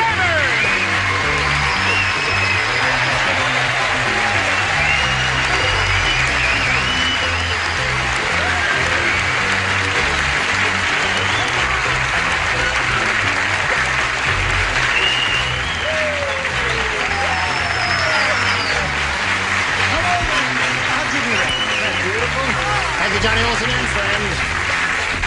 Well, we must save the confetti for another occasion. Yeah. Because it's a low-budget show. Is everybody all right up here? Yeah. You're a beautiful bunch. I'll keep You know, this. we have something very unusual in this show. It's never happened before. 2 of our celebrities have a child named Max. This is true. Orson has a child named Max, and Yes. you just had a child named Max. Yes. Yours is a very young child. Yes, he's 7 weeks. He's 7 weeks, yes. I And can I see have a he's boyfriend very named 7 Max. weeks, and he's... Kid must be hungry as heck now. You keep away from that. All right, then. Are you all ready? Uh-huh. Nice to have you with us. Huh? You know the audience thought you You're was Max. Fanny Flag? My Max is not short for anything. Maximilian or Maxwell or anything. Just plain Max. Max Bean. Yes. Yes. Figure with a name like that, he either has to be an astrophysicist or a Jewish cab driver. Now, what do you say we say hello to our 2 players here, Skip Robinson and Annette Vistica? Who's whistling? Hello, Skip. Fine, Gene. Good. Annette? Now, we're going to ask each of them in turn to tell us a little bit about themselves. Annette, we'll begin with you, where you're from and all that. Okay, well, I'm a native Californian, and I'm now living in San Pedro with my husband, Dan, and our 1.5-year-old son, Scott. And he can't be here today. Dan just left for a business trip in Illinois. But I have a lot of friends with me. Good. All right, good luck to Annette. And you, Skip, where are you from? Gene, I'm originally from Los Angeles, and now I live in Provo, Utah. I work at the Department of Music at Brigham Young University. And I have a beautiful wife and an 8-week-old son named Kelly Mack. And do you play a musical instrument? No. No? You're fired. Thank you. Well, good luck to both of you. I remind you that you're going to try to match as many of our celebrities as you can. The winner goes on to play the Big Money Super Match, which can pay off over $10,000. Annette, I will ask you. Somebody's I'll ask you at to get the an door. electrician and fix this machine. And I'll ask you to do that. Now, wait a minute. Now, don't nobody panic now. This is going to work. There it is. All right. Now, Annette, what do you have, A or B here? I'll take B, please. You want B? All right, here we go. Are you ready? Oh, yes, are we Everyone ready? listen carefully now. Sergeant Preston of the Yukon had been alone for so long that he got desperate and married a blank. Did you hear all that, Annette? All right, you think about that. Sergeant Preston of the Yukon had been alone for so long that he got desperate and married a blank. Blank. Was he in the Yukon? Where is the Yukon? The Yukon is that cold region in Canada. You know, a cold area. It's cold up there. You know Sergeant Preston of... Sure, of the Yukon. Right. He was a member of those guys who wear the gay-colored clothes. You're too crazy about that question. always I don't get know their a lot man? about that. Yes, that's the one. I remember. All right, everybody's all set. We come over here to Annette. Sergeant Preston of the Yukon had been alone for so long that he got desperate and married a... Polar bear? A polar bear. Well. And they lived happily ever after. Isn't that a lovely story, Orson? Yes. What do you say? In the spring, it got a little close in the igloo, but aside from that, it wasn't bad. He married a polar bear. Polar bear. Very good. All right, Brett. We come to you. Well, now, imagine that. I don't know a lot about that area. Now, wait a minute. Didn't you know that Sergeant Preston was a member of the Royal Mounted Canadian thing and all that, didn't you? Good gravy. I guess I knew that, but I forgot I had so much on my mind. What mind? Show your answer. I said, well, she looked just like her. She had these enormous blanks. He married an iceberg. Oh, that ain't rotten. Back on me. All right, we'll give you another chance later. Charles? You have the feeling you're not really playing with the other kids. Polar bear, of Polar course. bear it is. Okay. That's two for you, Annette. Now, Linda, what do you say? Sergeant Preston of Yukon had been alone for so long that he got desperate and married a polar bear. He did? That's what she said. What do you say? Oh, yeah. Well, see, he was always with his, that king. Oh, the horse. Dog. Yeah. A dog. Oh, I'm sorry. Oh, you don't know any more about Sergeant Preston than I do. And all See that? that? And I said he married a husky. He married a husky. Thank you very much. Okay, married the dog. All right. So what do we got? 2 polar bears, and what do you say? When you speak to him again, will you see if I could get the pick of the litter? Press on. I happen to know he married a bear. A bear. There's another match. That's 3 for Annette. She's doing very well at this. Oh, yes. What did you say? On the other hand, he did have a brief encounter with a sled dogette. A sled dogette. Okay, Annette. 3 for you now. Skip, your first round question reads as follows. Now listen. The Johnson family was shocked. How shocked were they? I'll tell you. And they were shocked because Ewell Gibbons came to the Johnson family reunion and Ewell ate the blank. That's what he done. Ewell Gibbons came to the Johnson family reunion and he ate the blank. I have a wonderful Johnson answer. Oh, don't. Give us your second choice. Johnson family? Is that some The kind Johnson of family? special family? No, it could have been the Smiths or the Jones or whoever. But they were all shocked because Ewell Gibbons came to the Johnson family reunion. Ewell ate the blank. It didn't help anymore to have you read it again. All right. This girl is a southpaw. All right. Okay. Now, we all ready? Come on, Brad. Don't hold up the parade here. I got it. All right. Now, she's ready. All right, Skip, this is for you. The Johnson family was shocked because Ewell Gibbons came to the Johnson family reunion and Ewell ate the blank. Family tree. Family tree is not bad. Now, wait a minute. That's a very creative answer. And don't boo him. He's a college professor. Thank you.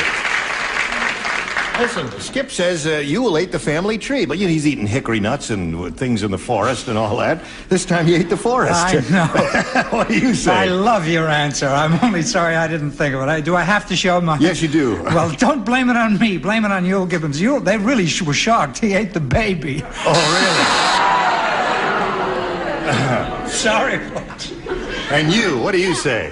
Don't tell Betty White, is what I say. Okay, this is a Whatever little you secret do, between us. Shh, cool it. He ate the dog. He ate the dog. This is... are we going to go downhill or uphill from here? If you're calling on me naturally, Gene, being the nighttime show, it is, of course, the correct answer. Family tree. So that's one for you, Skip. All right. Now, Linda Day, what do you say? Everybody's shocked to the Johnson family reunion. Ewell ate the blank, and he said family tree. Yeah, well, see, because he's one of those healthy nuts. Yes, he eats hickory nuts and all that. stuff, and I figure, well, if he ate something really bad, then it would be sausage. Sausage. That's so normal that it would be terrible. Oh, well. I'm sorry. It's all right, too go to late. the corner. Go to your room. All right, Richard. I've thought it over. I'll take bachelor number 3. No. I've taken him already. Well, naturally, a very sophisticated answer deserves a family tree. Yeah. 3-2. All right. Patty George, what did Yule Gibbons eat? Well, he'll eat anything. Right. This goes without saying. So after the baby, he ate the family retainer. The family retainer. That's not the family tree, so the score is 3-2 at this moment at the end of round one in favor of Annette, and we'll go to round two in a moment or so. But right now, pay attention. In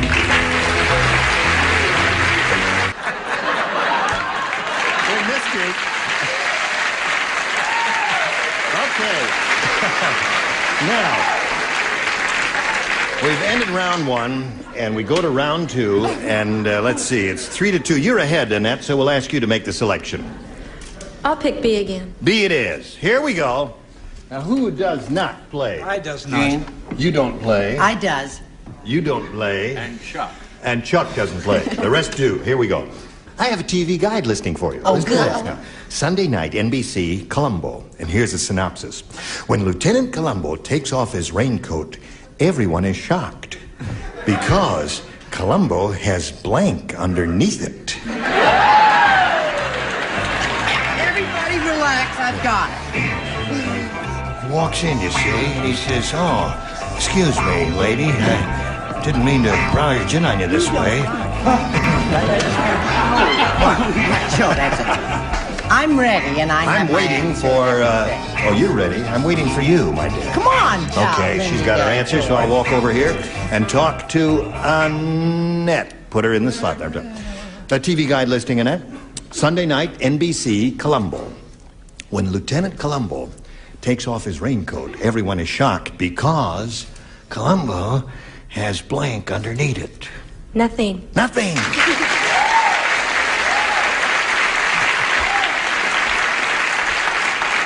Well, what Annette is telling us is that Columbo was a flasher. I was a flasher for the FBI. Yeah. What do you say about Columbo? I say I've known Peter Falk for 20 years, and I wish he'd come over and flash for me once. You know what I mean, huh? Yes, he's a very attractive, handsome fellow. Yes, he's Yeah. adorable, and I said nothing. Nothing. I'm catching on. Okay, Annette, we're up to 4 now. All right, everyone is shocked because Columbo has blank underneath it. She said nothing. What do you say? Well, you know how he is. Like, I mean, his Lady, clothes are you trying to make fun of the way I talk? No. What do you say, lady? Well, I mean, he wouldn't change very often, right? No. So they would eventually just sort of rot away, right? Yes, right. So he didn't have anything on, nothing. He had nothing. 5 for you. Okay. Columbo has nothing underneath it, according to her. What according to you, Patty Deutsch? According to me, what was so shocking is that he had Kojak underneath. He had Kojak! Well. Undercover agent. Yes, he's an undercover agent. All right, now, Skip. You've got to match 3 to stay in the game. If you match 4, you're going to win, okay? All right. Who, let's see, you matched 2 in the first round. Charles and I will not play. All right, 2 men lay out How there. long in for? The young bride said, Yes. my 102-year-old groom won't go on a honeymoon. He says his blank won't let him. That's what the young bride said. Think about that, Skip. My 102-year-old groom won't go on a honeymoon. He says his blank won't let him. Okay. 102-year-old groom, you see. I can't go on the honeymoon. My blank won't let me. Okay, that's all right. Just put it in the slot. 102-year-old guy goes to the doctor. Yeah, 102-year-old guy goes to the doctor. Says, I'm losing my potency. The doctor says, when did you notice this? The old man says, last night and again this morning. I guess everybody's ready, and we come over here to Skip. The young bride said, my 102-year-old groom won't go on a honeymoon. He says his blank won't let him. I have to say mother. His mother. Very good. Okay. Skip says mother. What do you say? I say that his mother wouldn't let him His either. mother wouldn't let him either. Okay. 5 for 3 now. Skip is creeping up there. Brett? You see, I wasn't so smart at the beginning. Right. But I'm picking up speed. Mother! 5 to 4 in the score. All right, Linda, it's up to you. Do we get a tie score? How about ask Patty first. No, we always do it in this order because the cameras would get mixed up. Because I said doctor. Doctor. My doctor won't let me. All right, Skip, you got to match Patty to achieve a tie and stay in the game. Let's see what happens. Go. Oh, hello. Hello. Yeah, I said his personal physician. His personal physician, so Annette Vistica wins the game. Come on down, Annette. Congratulations to you, my dear. You stand by for a moment or so here while we say goodbye to Skip Robinson. Skip, we wish you the very best of luck in your career at the University in Utah there, at Provo, Utah, right? And we've got a gift for you, together with our thanks for being here on Match Game PM. Skip Robinson. While we're spinning him off, we're going to give you this message or two.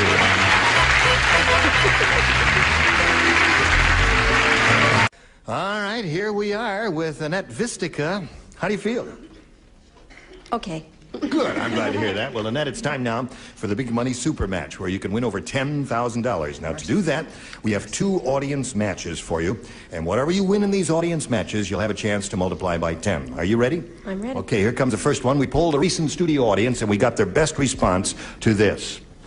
Crab blank. Now, the answer they gave most often is worth $500 if you match it. If you match the next one, you get $250, and the bottom one brings you $100. 3 celebrities are permitted to help. Whom do you call on? Richard, please. What do you say, Richard, please? Crab meat. Crab meat. All right, there's one. Charles. Charles. Crab apple. Crab apple. All right, there are 2. Brett. Brett, have you got one? Well, what about how about crab grass? Crab grass. Okay. Surgeons with crab grass, crab meat, and crab apple. Do you want one of those, or do you want to give us one of your own? I think I'll take crab apple. We'll take crab apple. All right, that's what she's looking for. She hoped it's under the $500 response, but we're going to begin down at the bottom and reveal, if you would please, the $100 response.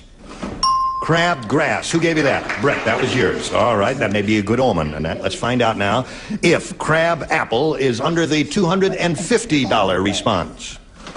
Crab meat. Well, you got 2 out of the 3 that the celebrities gave you. This might be it. Who knows? All right, are you ready in there, Earl? Okay, Earl. Earl, speak up a little more. Ready. Attaboy. Sounds ready to me. Doesn't he sound ready to you? All right, Earl, slide the $500 number. There it is. Congratulations, you got it. Sure, go ahead.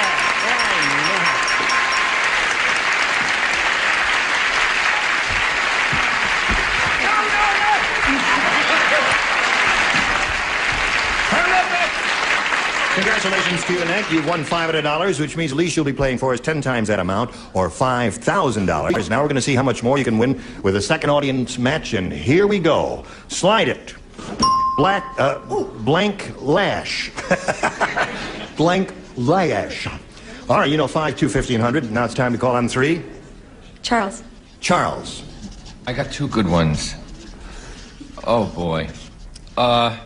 Whip. Whiplash. There's one. Orson. That was an old book I used to bring home from Paris. Wisdom of the Lash. No, that's too long. How about, What did Charlie say? Whip. He said Then how whiplash. about backlash? Backlash. Okay, one more. And Richard. Eyelash. Eyelash. So you got eyelash, whiplash, and backlash. Do you want one of those, Annette? Eyelash, whiplash, backlash. I think I'll take whiplash. You'll take whiplash? Okay. I'm going to give you a little whiplash. All right, that's the one she's looking for. She hopes it's under the $500 response, but we'll begin at the bottom again and reveal the $100 response. Backlash. That's the one that Orson gave you. We are still looking for whiplash. Let's see if it's under the $250 response. Eyelash. This is the same procedure we had last time. You got the 2 out of 3, and then the whiplash was on top. We all hope it's on top for her sake. Are you ready? Let's see if it's under the $500 response. Whiplash. We save time that Did he scare you? Okay. So, you won another $500. We multiply that by 10, which gives you $5,000. Add that to the previous $5,000, gives you a pot of $10,000 to shoot for. Yeah. Okay, to collect, you've got to match one celebrity head-to-head. It's time to choose one, Annette. Who will it be? I've got to go with Charles. Charles. Okay, Charles, you get ready to write. Annette will face me. I hate this part. No. You're wonderful at it, sweetheart. This is very very dramatic. I reach for the $10,000 question. Look at the shape of that beautiful artistic hand there. All right, are you ready? Here we go. I'm giving Charles heart failure. Blank poker. Blank poker. P-O-K-E-R.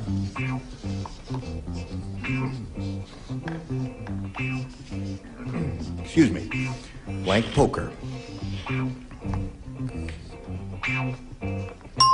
Charles is finished. Now, Annette, it's up to you to give us an answer which you think will match his. And how would you do that? Blank poker. Strip poker. Really? Okay. Charles, she says, watch it now, Charles. She says, for $10,000 strip poker!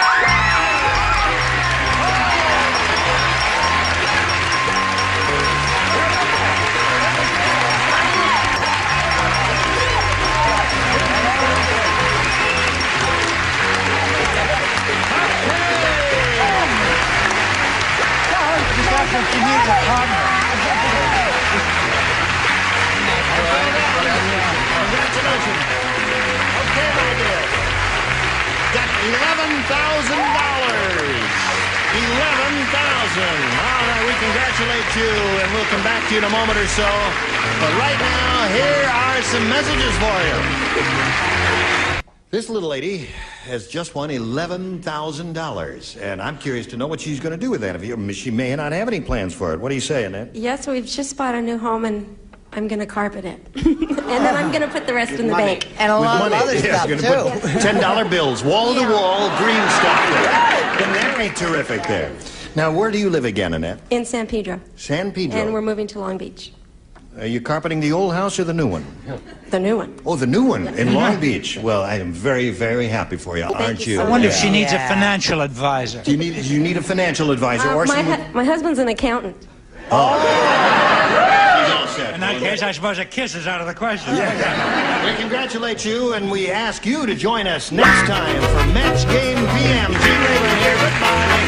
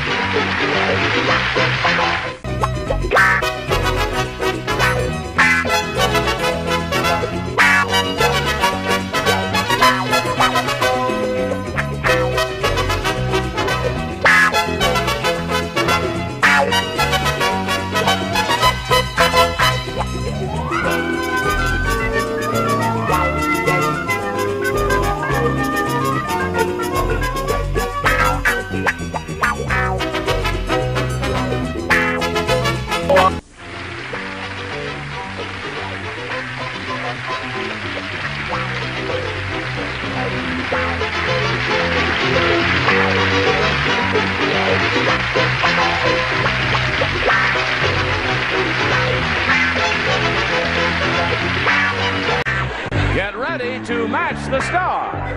Edward Asner, Brett Somers, Charles Nelson Riley, Julie London, Richard Dawson, and Fannie Flagg as we play the star-studded Big Money Match Game 75. And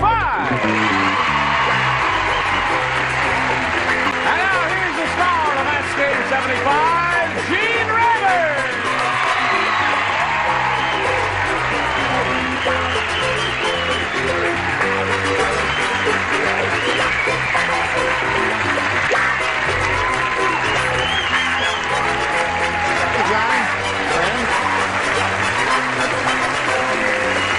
Nice to see all of your beautiful bodies.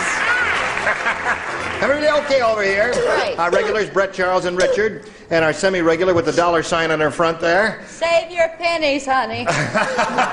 Okay, what do I get? No, don't answer that. Well, listen, old bean, we've worked together before, but you've never been here. No, so I've never we been have a little here. tradition here. Thanks for having me. That when we have new people, we give them a special welcome.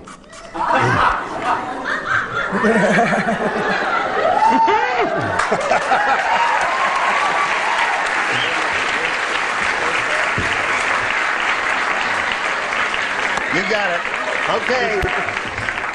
Now, what do you say? Did you do no, the I'm same sorry. thing to him? No, she did it for him. She carries it, takes care of the upstairs. Remember when we talked about New York versus London, and I said I preferred London? Yes.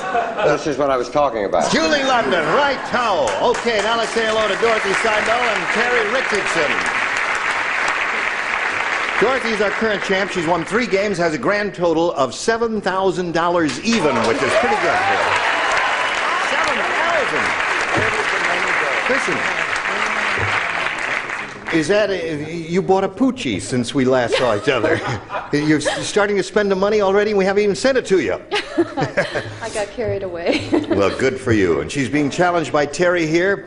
We've had our first round questions, and actually this is kind of a tight game here. It's 4-3 in Terry's favor. We'll go to the second and final round in a moment or so, but right now we want you to pay strict attention to this. Still sitting in. Now, I push this button here and reveal our second round questions. Final round. Terry, it's up to you to make your decision here, A or B. I'll try B this time. B it is. 2 people play only. Only 2. Richard and Fanny are the only 2 who will participate in this because he matched 4 of the celebrities during the first round. Well, who matched here when I wasn't Well, whoever here? was sitting there played the first round. Betty White. Well, ain't she a smart one? She is smart, yes. Here it is. The doctor said to Fat Phil, I've got a surefire way for you to lose 20 pounds of ugly fat. I'm going to cut off your blank.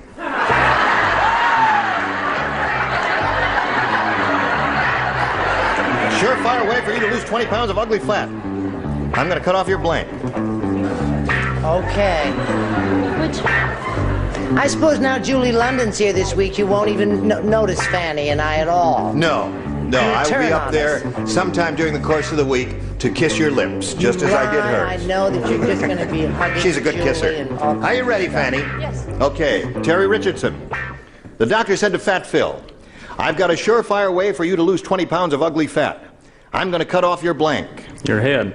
Your head.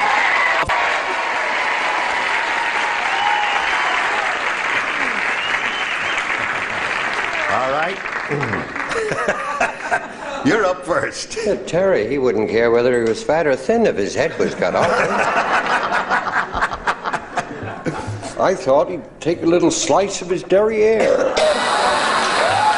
It's the other end. Get a little behind in his work. Yes. All right. Now, what did you say, Fanny? I knew Fat Phil. You did know Fat Phil. He was awfully cute, but I thought that he should have his wife's head cut off.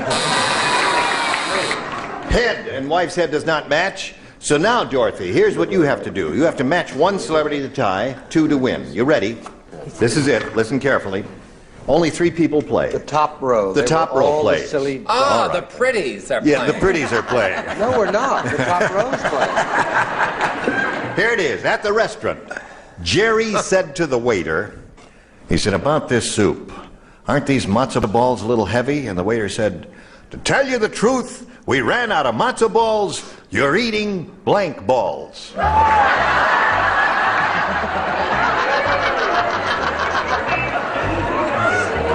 Golly, you have white teeth. Thank you.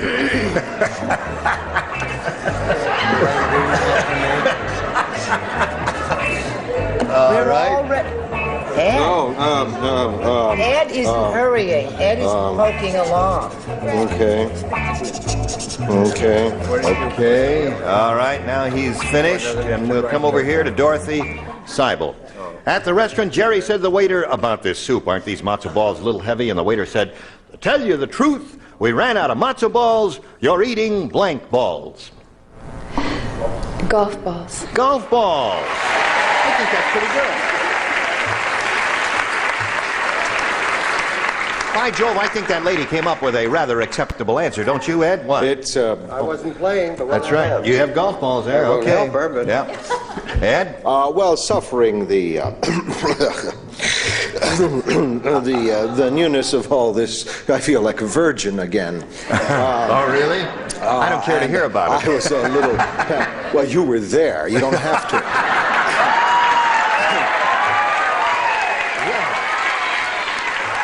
It's not true. No, I'm much younger than anyway, I suffered from panic, and I put Just down wrote an an inane answer.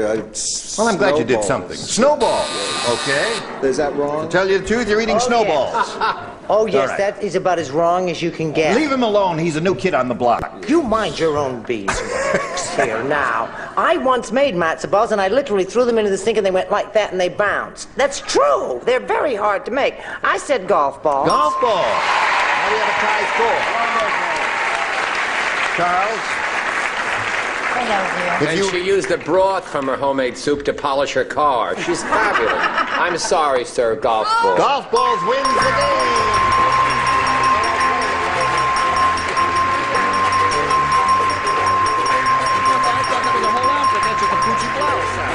Cute anyway. All right, you stand by for a moment. You've done it again. Terry, we're going to say goodbye to you, but we've got gifts for you. Together with our thanks for being with us here on Match Game 75. Terry Richardson, ladies. Now, while he's spinning off, we'll spin this message for you, and then you hurry back and see how she does with the big money here. Once again, we are up here with Dorothy. This is your fourth time, right? I don't remember. Yes, it is. Your fourth time, Dorothy. You have $7,100. Once again, you're going to try for over $10,000, and I guess we ought to begin. Stand on that hunk of adhesive tape there, and everything will be okay. We polled a recent studio audience, and we got their best response to this. Blank breath. Now, the answer they gave most often is worth $500 if you match it. If you match the next one, you get $250. The bottom one gets you $100. And whom do you call on for an assist over here? Charles? What do you say, Charles? I got a couple, but I think bad breath. Okay.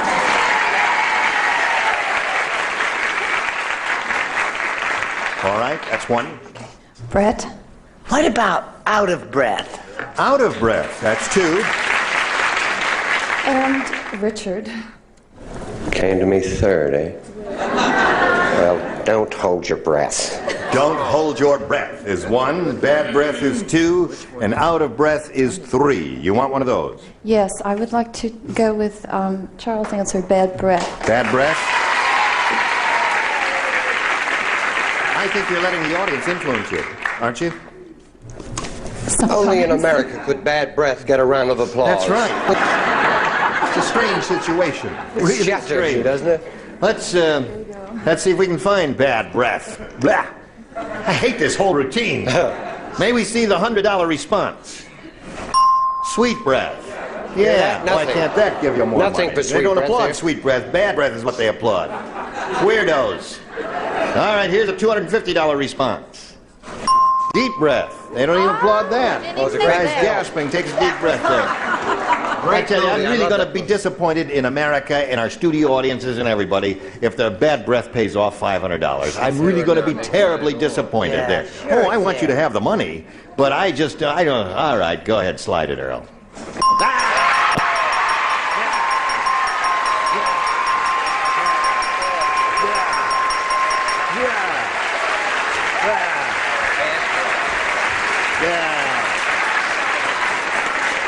Well, all right, so you won the money. Congratulations. Now you got $7,600 there. Okay, now you're gonna play for $5,000. Get the Kleenex out. This girl is a weeper. First weeper we've had. She wins the money and she starts bawling like a baby, but we're very happy for her. She got $7,600. Now to collect the $5,000, which will give you over $12,000, you got to match one of the celebrities exactly. Which one will it be? Richard. Richard. All right. I've been through all her tears with her. In anticipation of winning the money, she's already crying there. All right. You stand on the adhesive She's having a tape. nervous breakdown? No. Just face me if you would, please, Dorothy. Richard, here it is. It's worth $5,000. Nervous blank.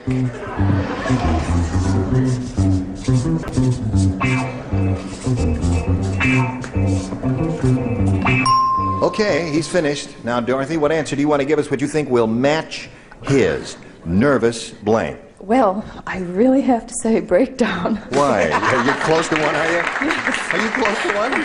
This poor girl thinks she's ready to have a nervous breakdown. You're not going to have a nervous breakdown on camera. Wouldn't that be a first, friend? Saying, all right, she says nervous breakdown will match it for $5,000. What do you say, Richard?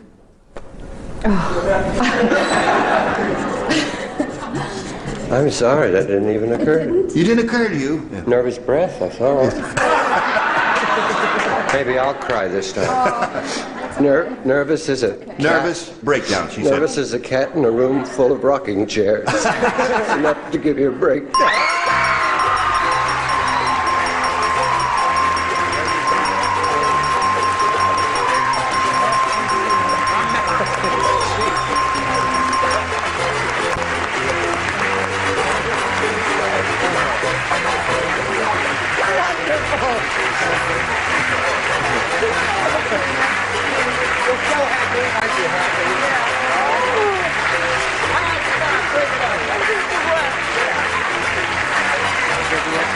You have a grand total of $12,600, and we're all very happy for you. Now let's meet Edith Sprinkle. Here comes Edith Sprinkle. Wait a minute. All right, Edith, let's bring Edith Sprinkle in. I'll get to you in a second there, Joe. What do you have to say, Joe? I just have to say I think it's shocking. What? Because when she came on this show about a year and a half ago, yes, as a poor woman, she said her nieces and nephews were staying home to watch her. Yes. They have now all failed out of class. Yes. But they don't care because they go around the city saying, our aunt's a very rich lady. Let's say hello to Edith Sprinkle. Hello, Edith.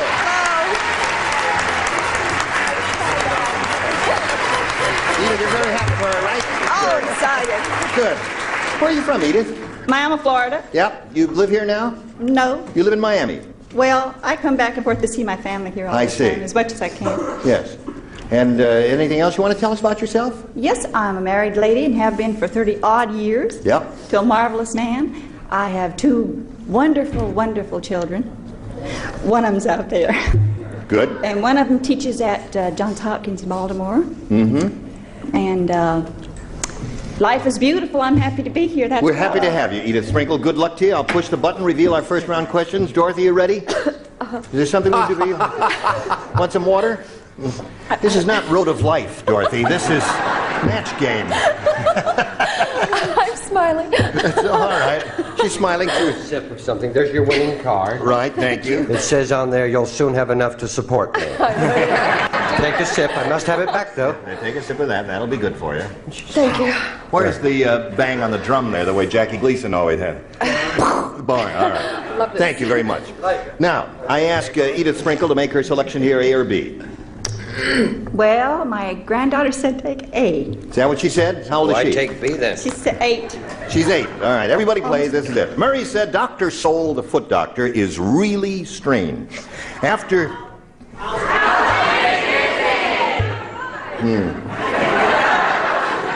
Stay out of show business.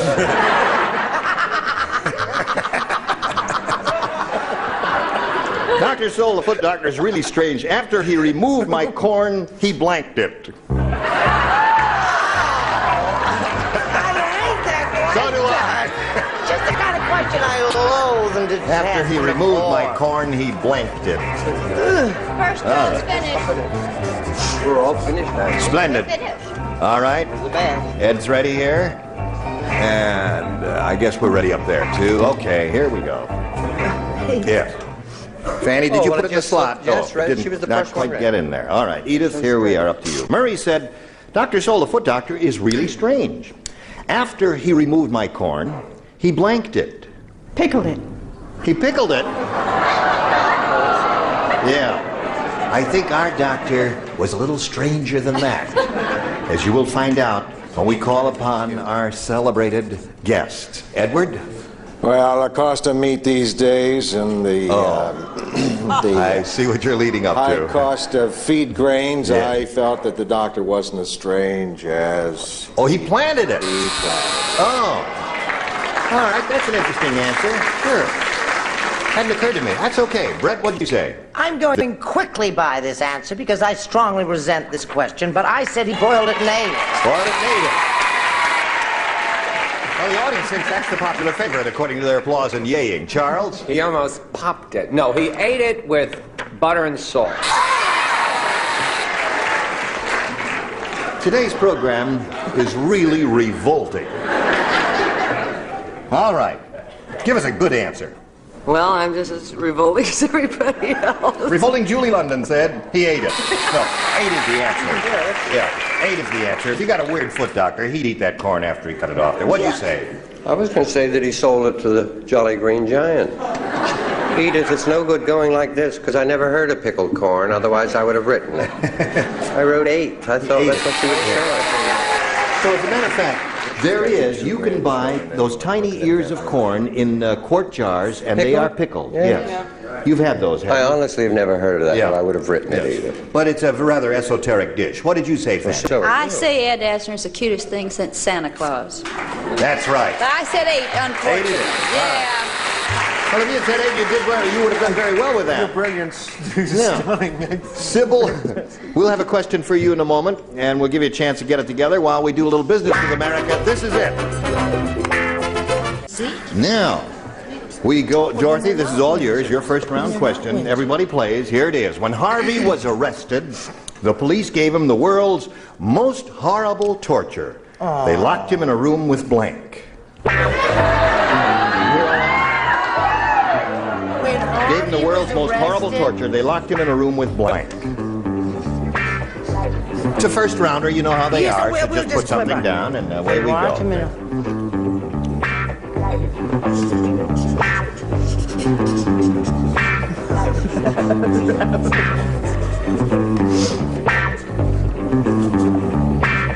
Nothing there I'm yet. doing a complete blank. That's the name of the game. Complete blank. Listen, if I haven't said it before, I want to say it right now. The official, I think you're absolutely marvelous on the Mary Tyler Moore Show. Isn't he? Yeah. You are some actor. He's so shy, isn't he? Yeah. You know why he's happy? Why? He's just got the oil drilling rights to Jack Lord's hair. I'd like to get the rights to Jack Lord's hair, period. Okay. Dorothy, we're ready for you. When Harvey was arrested, the police gave him the world's most horrible torture. They locked him in a room with blank.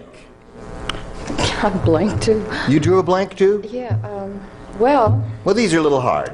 it's She had a hard one, you've got a hard one. We try and give you each ones of equal degree of difficulty. What do you say? with, oh, this is terrible. With Yes. Nixon? With who? Nixon. With Nixon.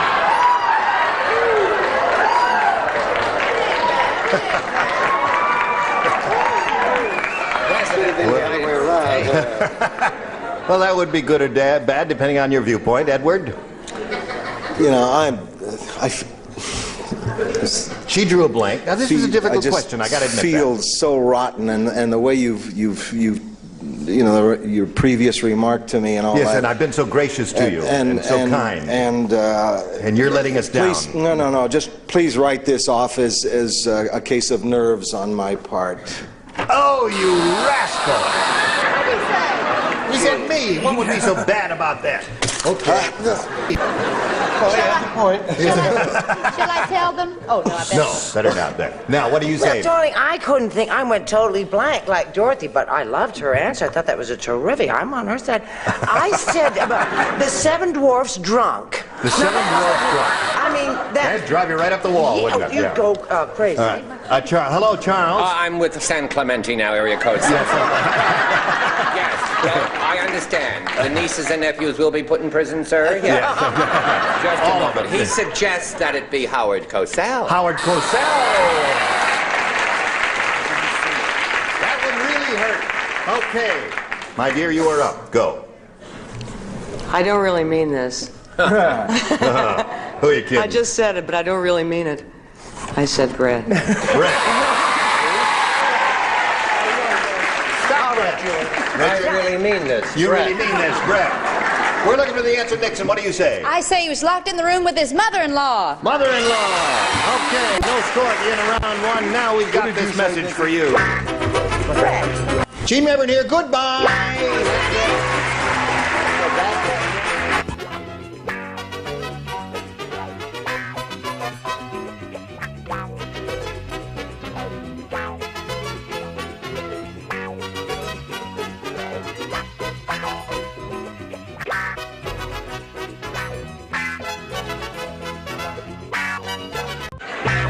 Get ready to match the stars. Tom Poston, Brett Summers, Charles Nelson Riley, Barbara Sharma, Richard Dawson, and Patty Deutsch as we play the star-studded Big Money Match Game 76. And now here's the star of Match Game 76, Gene Rivers.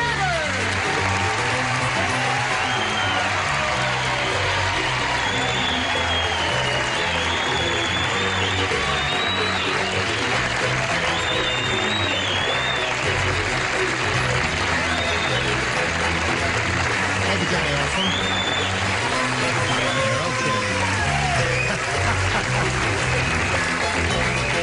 Welcome, one and all. And we got 2 new kids on the block, or 1? 2. That's what I thought. Charles and Brett. No. Tom has never been with us, and we will give. He's an old friend and a dear buddy, and we're delighted to kiss him. No, I'm not going to kiss him. You keep your mouth shut, Tom. Come on up here, Gene. Brisker, no. We're not afraid, are we? Let's say what we are, Gene. I'm already spoken for. The world's That's why he was hollering. A brisk round of applause for our old friend, the new kid on the block, Tom Poston.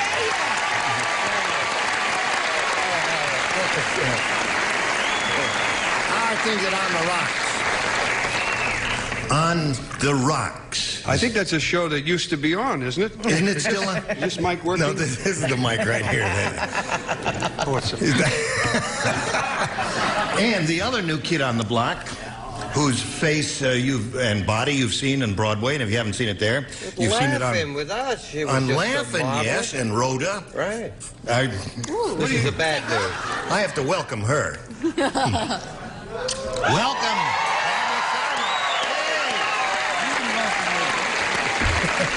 Now would you like to say hello to Carol Biddick and Gwen Fury? Hello, ladies. This little lady here, if you haven't watched the last couple of days, she has won a mountain of money. She has $15,100.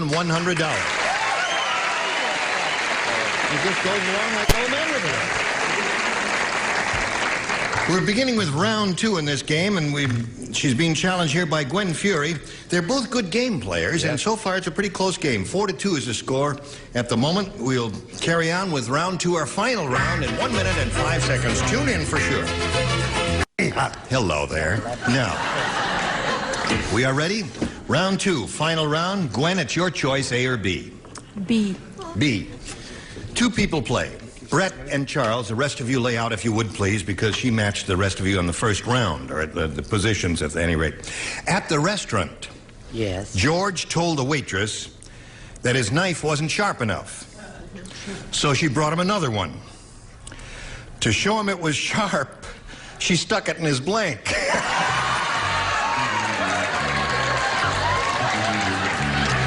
I've got the perfect answer for that. That's what it says there. To show him it was sharp, she stuck it in his blank. In his blankety, blankety, blankety. All right. blue. I got a great answer. Well, then write it down there. Let me see. I've already finished mine. Terrific. Well, thank you. Yeah. If he has such a terrific answer, how come he's not writing it? Well, he's cogitating, or he's figuring out how to spell it, I suppose. I don't know. Oh! All right, here we go. Gwen Fury, at the restaurant, George told the waitress that his knife wasn't sharp enough. So she brought him another one. To show him it was sharp, she stuck it in his blank. She stuck it in his leg. In his leg? May I ask why she would do that, Gwen? It's meat. It's meat?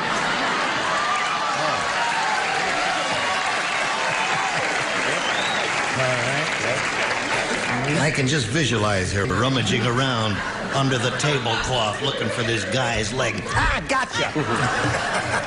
Hello, Tom. What do you say? She said leg. He's not playing. No, let me say. No, you can't. Just you and you. You're the only two who play. What do you say? What did she say, honey? She said he stuck it in his leg. You know what? Charles said he had a wonderful, marvelous, terrific answer. Leave him alone. No, she was as mean as a snake. She stuck it in his heart where it belonged. Stuck it in his heart? That was a hostile gesture if I've ever heard of one. What do you say? Well, I was going to put another answer, but I didn't think that I would be able to match her, and I try to match. Yes. But what waiters have is tips. She stuck it in his tip. But heart. Said heart. Okay. So, Gwen, you remain at 4, and now Carol, with her question, she must match 2 to tie. Yes. However, 3 will win her 7th game. Now, she matched 2 people in the first round. She matched this position, Richard's, and yours, Tom, so you lay out again. Now, why don't you go in the dressing room? We'll call you when we need you. I was one of the best players you ever had on here when I wasn't That's here. right. I never miss. Here we go. Gunga Dingy said, instead of a watchdog, I have a watch elephant. If a burglar comes into my house, my elephant will blank on him.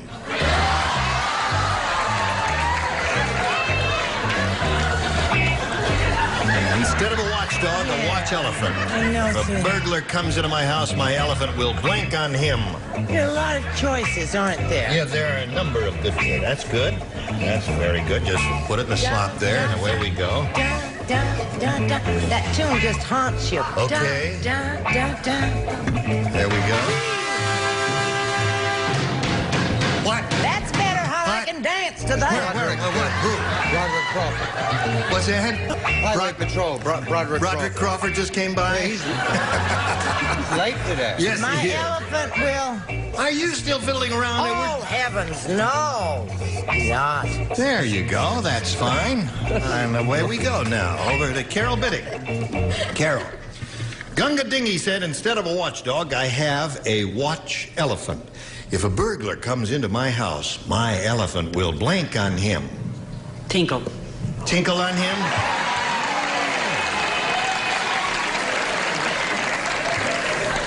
That would be terribly distressing. Chase him away. To me, at any rate. Now, let's see. Who did not? Now, just go. Forget he's even on the show. Okay. Could I borrow your jacket for my round? For his round. What do you say? She said tinkle, is it? She said tinkle. What did you say? Ring your bell and stomp is what I said. Stomp on him. If a burglar comes into my house, my elephant will stomp on him. That's very good. Thank you, Yes. darling. Just a moment or so. We'll be ready there. Don't sweat it all up for him now. Any credit card? If a burglar comes into my house, my elephant will... You're under arrest. Oh, yes. I said stomp. Elephant stomp. Elephant stomp. Listen, Carol... It's like you know the hustle. What? I thought that second. You thought stomp was your second choice. Right. And tinkle was your first. Now, you must match Barbara and Patty to stay in the game. If a burglar comes into my house, my elephant will tinkle on him, according to her. What according to you? Oh, well, my elephant sits. Sit. So that means Gwen Fury wins the game. Look at Patty.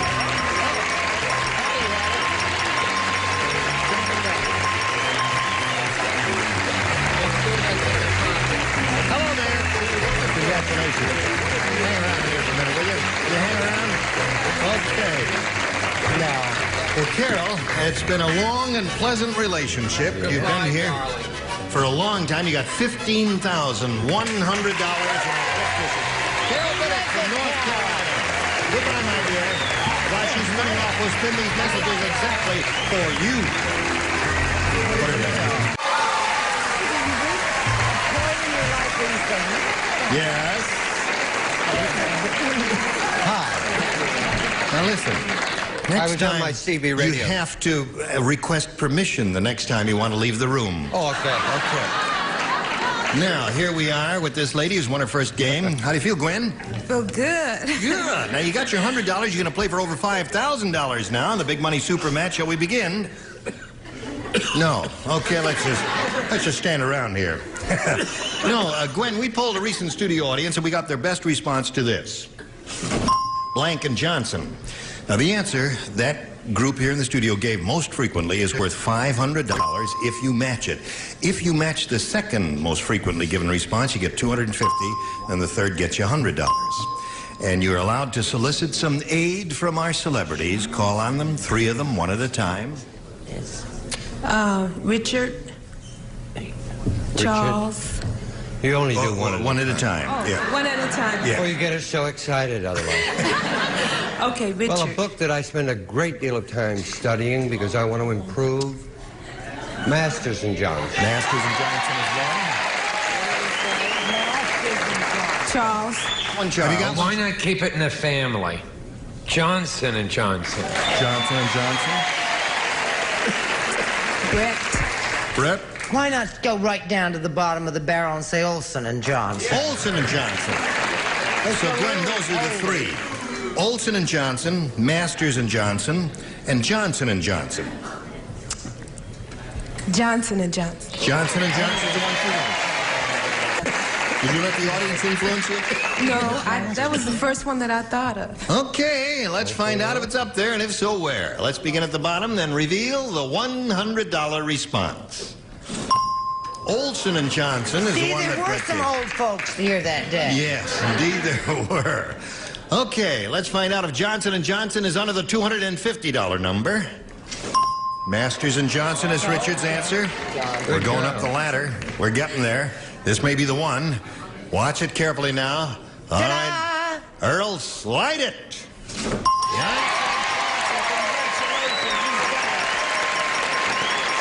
and Johnson. Very good.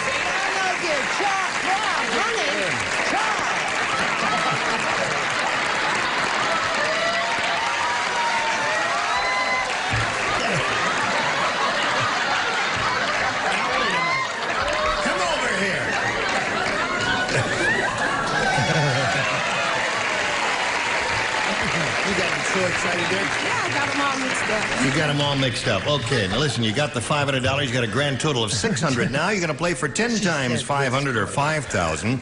In order to collect that amount of money, you must match one of them exactly. This has to be an exact match. Choose one if you would, please, Gwen. Charles. Okay, Charles, get ready to write. And you swing around here, if you would, and face me. His hair. Yeah. Good luck, everybody. All right, here we go. It's worth $5,000 now. Sentimental blank. Sentimental blank.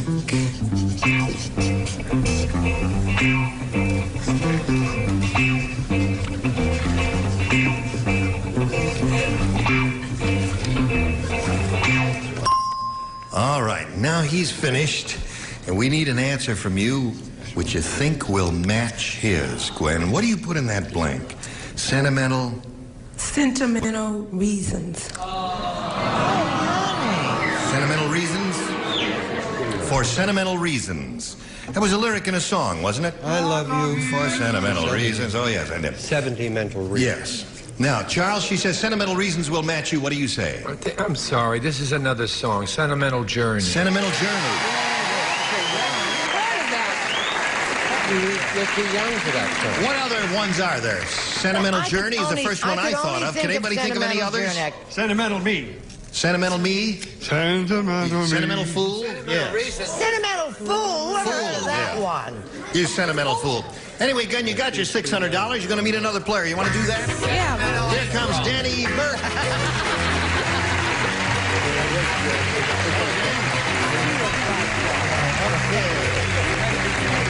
Get to know each other. Now, Danny, we welcome you, and we'd like to find out a little bit about you. Well, I'm an airline pilot. Yeah. And, currently flying domestic versus international. Mm-hmm. I have a beautiful family. And boy, am I ready to play this game. You ready to play? Well, let's get right to it and ask you to make a selection, A or B, Dan. A, please. A it is. Here we go. New game everybody plays, including you, Tom. Tom finally gets to play? Old man Periwinkle said...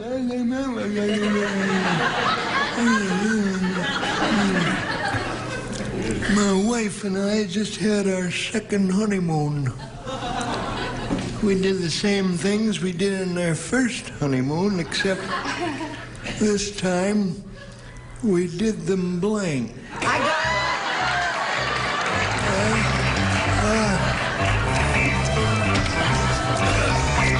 right. Your lips are moving.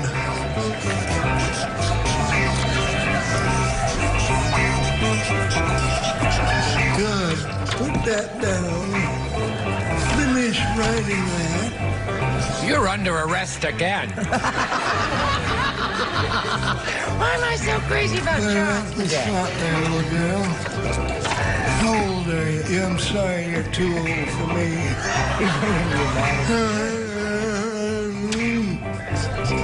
Hey, do we have someone who's going to be slower than Charles on this tier? Good grief. No. Okay, old Tom's ready now. Danny.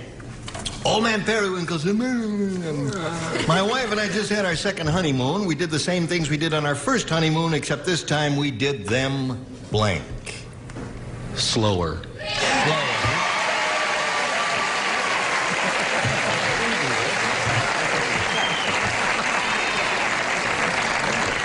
The audience loved his answer. They're gonna love yours? Only this time I went in the bathroom and cried. They love her.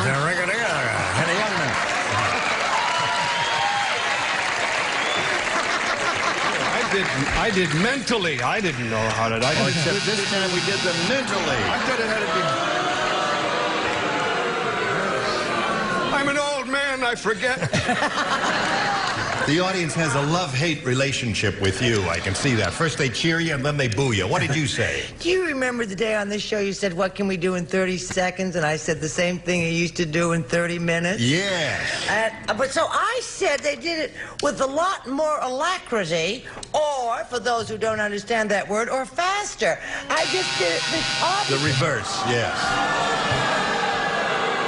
You were thinking slower and you wrote faster. What the hell do you know about it? How old are you?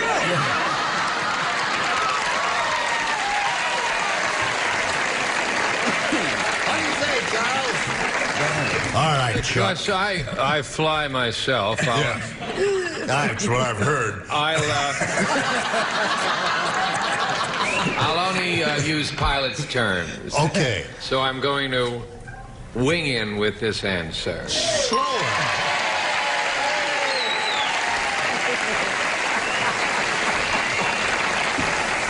Okay, Danny, that's one for you. Good. We did our did the same things we did on our first honeymoon, except this time we did them slower. According to Danny. What do you say, Barbara? Oh, we did them less. Did them less? What a sweet answer, Yes. Barbara. So hostile. They really are a hostile bunch, John. You're going to have to throw them some candy or something. Sweeten them up a little there. All right, Richard. Except this time we did them slower. I don't fly, although I do have a cousin in Coventry we're very worried about, so I said slower.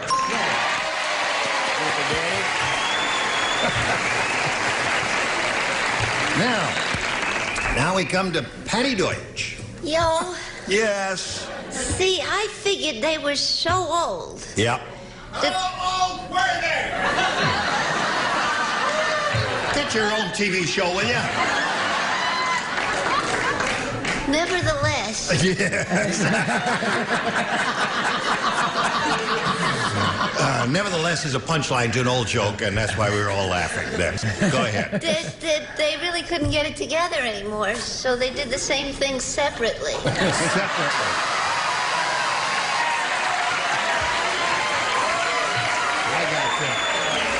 Okay, Tom, that's two for you. Your question will be long in a moment or so, but right now we've got this especially for you.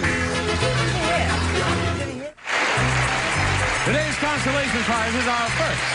From Amity, a ladies' three-piece ensemble featuring the ultra-French purse feels easily removed from hidden compartments through the change purse. Amity. And Hoover's Tri-Pan, the top blows, the middle fries, the bottom warms, like having three appliances in one Tri-Pan from Hoover.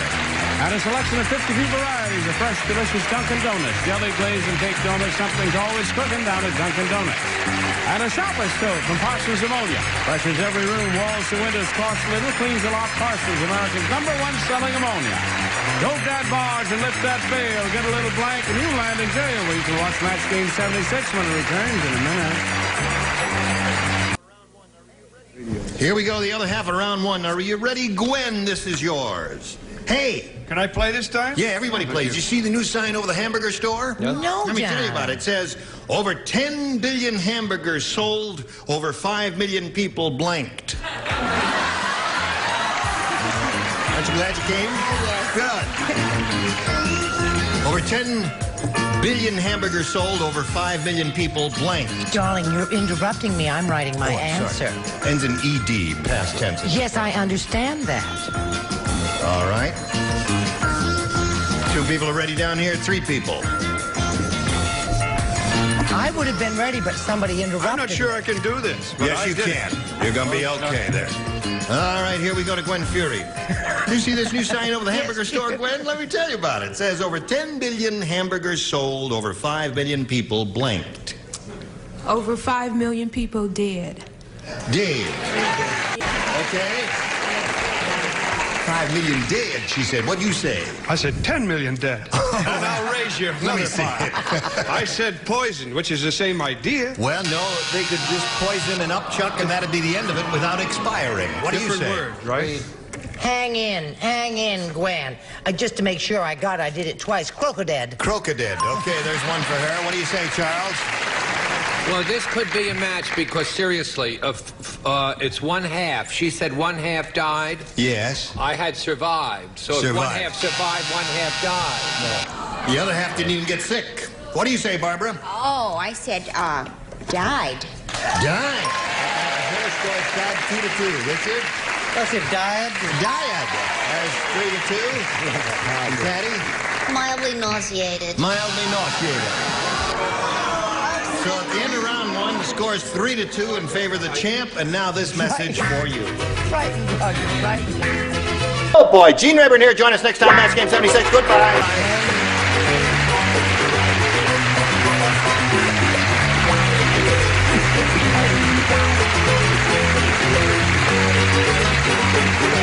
This is Johnny Olson speaking for Match Game 76, a Mark Goodson, Bill Todman production.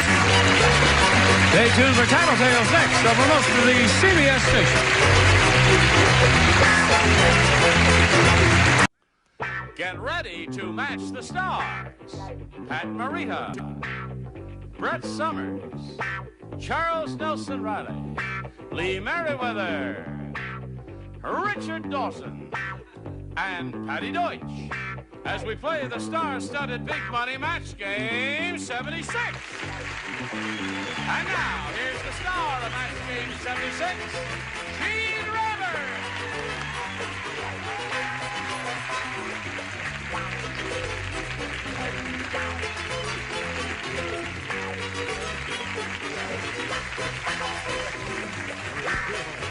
Thank you, Johnny Olson and friends. Playing games with me, are you? I'll untie your... and your blank will fall off. My navel? Yes. I said Barnaby Jones yesterday. You did. And I Yes, you said did. Mr. T and Tina, but I neglected to say Family Feud. Richard Dawson's nifty, terrific, exciting show. So, isn't that exciting? You cried? He cried when you didn't you, He Richard? cried when I didn't mention it. Just upstairs in the dressing room. No one saw that. Now, let's say hello to our 2 players, Charles Strickland and Kate Nagy. Now, Charles is the current champ, as you well know. He has a total of $6,200, and he's being challenged by Kate. She's had her first-round question, matched 1 celebrity. First-round questions are tough, Kate. Do not be disheartened. And yours will be long in a moment, but right now, this is coming your way. Pay attention. There. Now, shall we carry on? Charles, are you ready? I'm ready. This is your first-round question. Remember, they're a little tougher, so think carefully before you respond. The delicatessen owner said, "The next time a burglar tries to break into my delicatessen, he's going to get a real surprise. I put blank on all the doorknobs." The next time a burglar tries to break into my delicatessen, he's going to get a real surprise. I put blank on all the doorknobs. That's what the delicatessen owner said. I don't like that question. Well, there's, now first round questions are there. You're not Kind of wide open. Oh, some good choices here. Oh, if you have a fertile imagination. Oh, yeah? Oh, you could really. And you do. Yes, I'm I do. attached to that. I'm glad that'll be enough of that. Okay. All right. Ready. ready? Okay. All right. Now, Charles, the delicatessen owner said, the next time a burglar tries to break into my delicatessen, he's going to get a real surprise. I put blank on all the doorknobs. Locks. Locks. L-O-X.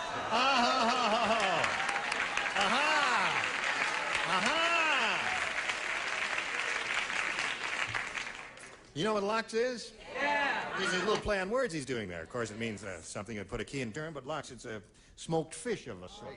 Yes, marvelous answer. What'd you say, Pat? Well, I said... What did you say? Tell us already. No, that's... Wait a minute, that's his answer. That's my answer. Come on, you're going to give him a ding or a buzz there now.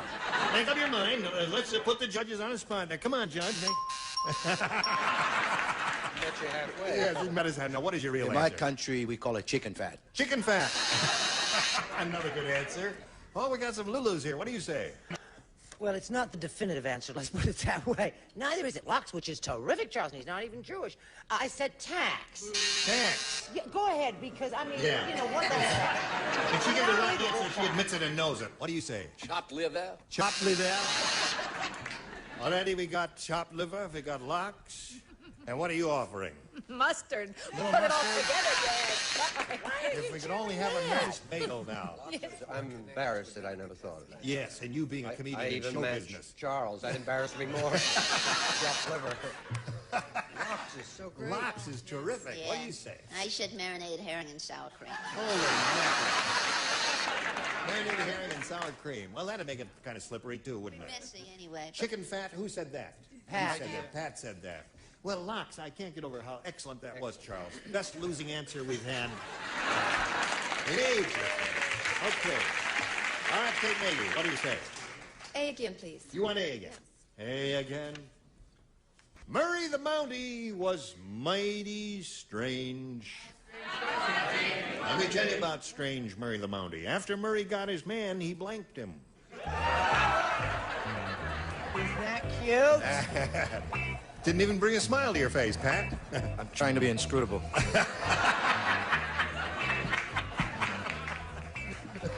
He's clever, isn't he? Yeah. What is that? He says he's trying to be inscrutable. Charles, you finished. Don't Charles play. is finished? No, I find that hard to in the believe. first round. Okay. Pat. Don't be too inscrutable, Pat. Okay, he's finished, and we'll come over here to Kate Nagy. Murray the Mountie was mighty strange. After Murray got his man, he blanked him. He kissed him. Okay. He kissed him. He kissed him. La da da da da da da da. What do you say? I figured if you could do it, they could do it too. I should kiss. Okay. Kissed him. And you, my dear. I figure in 1976 you don't hang around with a lot of kissing. You go straight down the aisle. He married him. Married him? Sure, Lon. Oh. Didn't you see Dog Day Afternoon? Charles? My lights are on. Oh, yeah. You wish. I wish we could make brighter lights so I don't make that mistake. It makes me look like a fool. These lights are so dim, I don't know who's playing and who's not playing. Are you playing? Yes, I am. Okay. Kiss. Kiss. Okay, Kate, you're up to 3. Murray the Mountie was mighty strange. After Murray got his man, he kissed him. He kissed him. He put him in the jail. And then he kissed him. So, Kate, you're up to 4 now. Let's see if you get another kiss from Patty Deutsch. No, I went with all the alliteration of Murray the Mountie married him. Murray the Mountie married him. MMM. Murray the Mountie married. Okay. So, Kate, you've got 4. Charles, when we come back from this commercial, 4 to tie, 5 to win. Now, this message for you. Okay, we are ready. Last, final round. Charles, it's up to you. 4 to tie, 5 to win. This is very important to Charles. Who plays? Everyone. Marge said, my new husband is not very romantic. On our honeymoon, we went to Niagara Falls. But when he saw the falls, all he wanted to do was blank. When he saw the falls, Niagara Falls, when he saw the falls, all he wanted to do was blank. So he was not very romantic. Wait a minute, sweetheart. I think they got this wrong. On our honeymoon. Read it out loud. Marge said, my husband's not very romantic. On our honeymoon, we went to Niagara Falls, but when he saw the falls, all he wanted to do was... Even when I acted well, I don't. Yes. I'm ready. Thank you, Charles, for being so proud. Thank you, yes, Pat. after 3 years. I would Okay, think. you got it. That's it. Everybody ready? We're coming back here to Charles and ask him to respond. Marge said, my new husband is not very romantic. On our honeymoon, we went to Niagara Falls. But when he saw the falls, all he wanted to do was... Tinkle.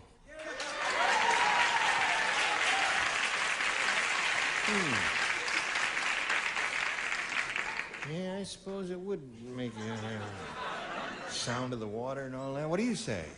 It has no relationship, but Japanese logic is weird. I said stand up. Stand up. Okay. Falls. Oh, I see. Falls. Wow. You're Japanese. You're very inscrutable. Yes, sometimes. You're very strange, too. What do you And say? sometimes Japanese boy gives really rotten answer. Yeah. Listen, Tinkle, I thought he had done that back at the hotel. Well, I said all he wanted to do was go over an old barrel. That's a good answer. Go over the falls in a barrel. Now, They Charles, seem you got to to be- match the remaining ones to stay in the game. And we're up to Mr. Nelson. Martin. Bob Martin. Bob Martin, what do you say? I said make wet. Make wet. That's one for Charles Strickland. Need 3 more to tie. Lee? I feel terrible, Charles, because I had that, and I changed it, and now I want to do this jump. Jump. So that means Kate wins the game. Swim. Here we go.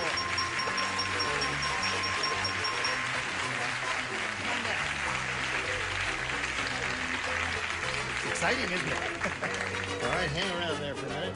Charles, let me shake your hand. You're a good man. You've got $6,200 and our best wishes. Thank you very much. Charles Strickland. Okay. Now, if you're ready, we'll just press right on. You see this big thing turning around here means we're ready for the big money super match where you could win over $5,000. Wonderful. Wonderful. Oh, wait till you win it. Oh, Wait till you win it. okay. Yeah. What are you going to do with that money? You need it. Put it in a baby fund. Oh, that's nice. You, What is she going to do I'm with planning on. I'm working on it now. Oh, all right. Yes. Okay. Time to go to work. Yes. We have polled a recent studio audience, and we got their best response to this. Buster Blank. Now, the answer that group gave most frequently is worth $500 to you if you match it. Got to match it, you see. Now, if you match that middle one, you get $250, and the bottom one gets you $100. And we'll give you a little assist from 3 of our 6 celebrities. I'd like Brett, please. Oh, those nice little sweet shoes. Buster Brown's. Buster Brown, actually. Buster Brown shoes, right. And Lee? Lee? Oh, the favorite swimmer of all time, Buster Crabbe. Buster Crabbe. And Charles. Charles? Buster? She's looking at Richard. But she's saying your She name. said your name, Charles. Oh. I have something nice there for... well, that's good. Don't strain yourself, Charles. No, I have several. I bet you do. Buster in the mouth is one. I'm not going to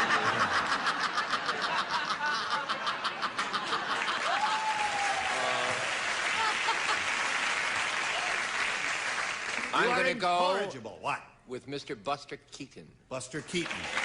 So those are the 3. Okay. Buster Keaton, Buster Crabbe, and Buster Brown. I'll pick Buster Brown. Really? Buster Brown shoes. Yeah. Are they big where you were a girl growing Yes, up? they were. Are they still in the neighborhood? No. You think she's right? Yeah. All right. Well, I hope you're all right. Let's find out if Buster Brown is up there. Let's begin at the bottom and reveal the $100 number. Buster Crabbe. Okay, that was Lee's answer. Let's see if Buster Brown is hiding under the $250 number. Buster Keaton. Charles, hey, this may be a good omen. You got 2 out of the 3 that the celebrities gave you so far. Shush. Last chance. If it ain't Buster Brown, what is it? Slide it, Earl. Brown! I thought you were going to be wrong. Very good. didn't think you were going to make it with that one. Congratulations to you. I really thought it was going to be one of the others. Buster Keaton would have been my first choice, but we congratulate you, Kate. You got $600 now. You're going to play for 10 times the $500 you won a moment ago, or $5,000, and you have to choose one celebrity now to team up with. I'll pick Brett again. All right, Brett. Okay, you stand on the adhesive tape there, which we took off somebody's wounds. And face me, if you would, please. All right? And get ready now. Here we go. Are you thinking Brett thoughts here? Yeah. Thinking, got your... ESP. Yeah, ESP. Electricity, you know. Thought waves are electricity. Get them going over there. Are you AC or D? Well, never mind. Blank. T. T-E-A. Blank T. T-E-A.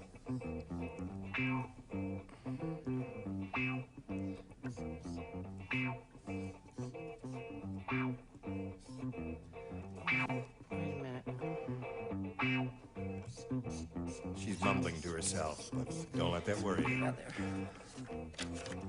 All right, she's finished. Now, Kate, we ask you to give us an answer which you think will match hers. If her thought waves were strong, perhaps you'll come up with the same one, collect the 5,000. Blank T. Black tea. Black tea. Well, all right, Brett. She says black tea will match you for 5,000. What do you say? I'm sorry, I said ice. Iced tea. Oh. I missed an obvious one. I'm sorry. I thought sure you were going to say iced tea. I couldn't think of anything else but iced tea. What else is there? Nest tea, Lipton tea. Nest tea. Yellow tea. Blue tea, yellow tea. Pat, what else, Pat? Yellow tea. Yellow tea, yes. Right. TNT. TNT, tea and sympathy. All right, English listen, breakfast. Kate, you've got your 600. You're going to meet another player after we do a little business with America. Shall we all say hello to Ralph Goldsmith? Hello, Ralph. Nice to see you. Very patriotic. Right. You got everything on but white. Red, white, Well, and I blue. told the gals backstage where my white was, but they didn't want to Where say is your it. white? I'm not going Oh, to you're tell wearing you. white shorts, right? I told the gals. Yeah. Oh, I see. He's wearing very bright red trousers and a blue tie. And, okay, Ralph, where are you from? I'm from Duarte, California. I'm a school teacher. I have 3 great boys. Yeah. Great athletes. Good. Good boys. What do you teach? I have, well, I've done other things other than teach. I've run zoos, golf courses. And we run a zoo here, too, don't we? And a cemetery. Yeah. And a You run a cemetery? Mhm, yeah. Really? Right. Yeah, kind of quiet, isn't Lost a body one time. it? No. Really?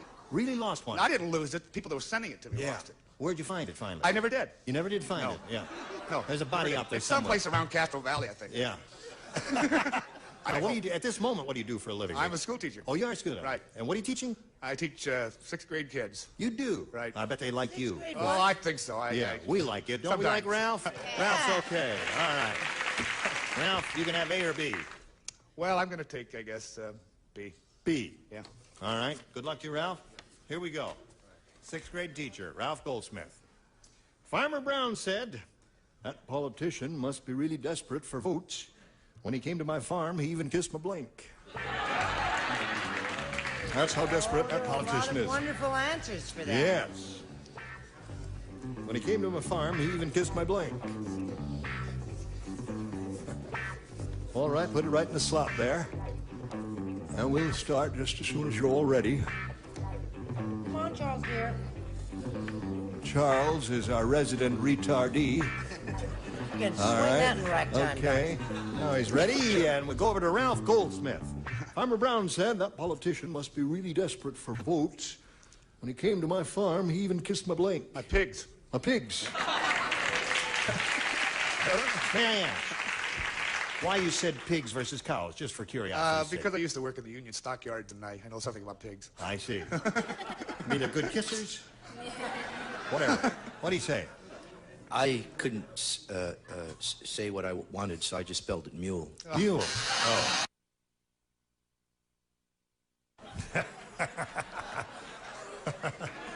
Okay, Brett.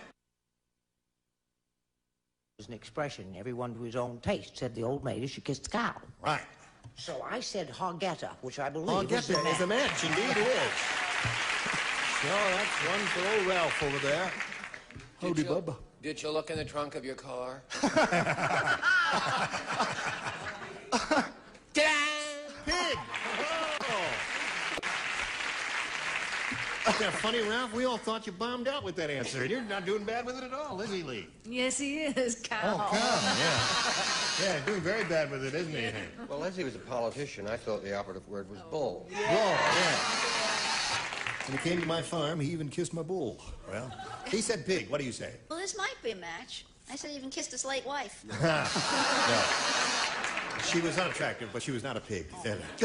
All right, now here we go with Kate. Your first rounder, Kate, reads as follows. The Godfather said, Godfather said, when I went to school, I never brought an apple for the teacher. The only thing I ever put on the teacher's desk was a blank. Godfather said, when I went to school, I never brought an apple to the teacher. The only thing I ever put on the teacher's desk was a blank. Sweetheart, I didn't even, but I already know the answer to that. Okay. All right, good. You got it? Everybody ready up there? Ready down here. Good. Put them in the slot, and away we go. All right, Kate. Godfather said, when I went to school, I never brought an apple for the teacher. The only thing I ever put on the teacher's desk was A bomb. a bomb. She said a bomb. That's not bad, Pat. What do you say? It's a little bomb. A bullet. It's not a bomb, a hand grenade, or anything like that. What? I'm sorry, it was the principal, a body. The body. Charles, what about this? I said a meatball. A meatball. One meatball. The only thing I ever put on the teacher's desk was a bomb, Lee. I am so embarrassed that I wrote this, but this was so vivid in the picture, a horse's head. A horse's head. That was in the movie and in the book, too, Richard. It was in the book. Pat would say, head of horse. A head of horse. Right. What do you say, Patty? A clam marinara. Clam marinara. So at the end of round 1, 2-0 in favor of Ralph the challenger. Round 2 follows round 1, but first, this for you. Gene Urbaner, join us next time, Match Game 76. Goodbye. Don't ask.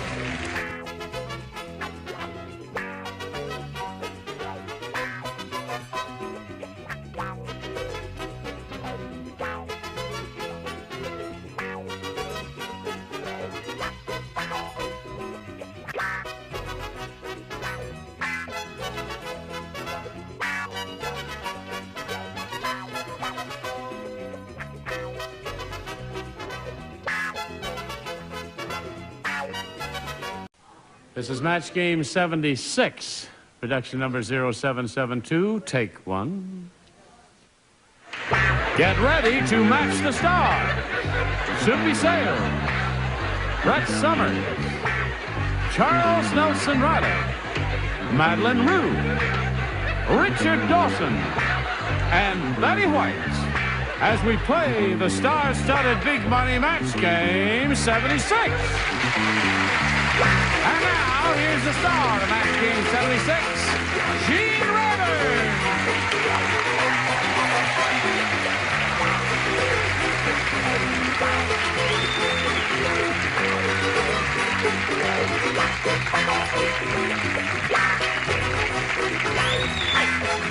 Thank you, Jenny Olson.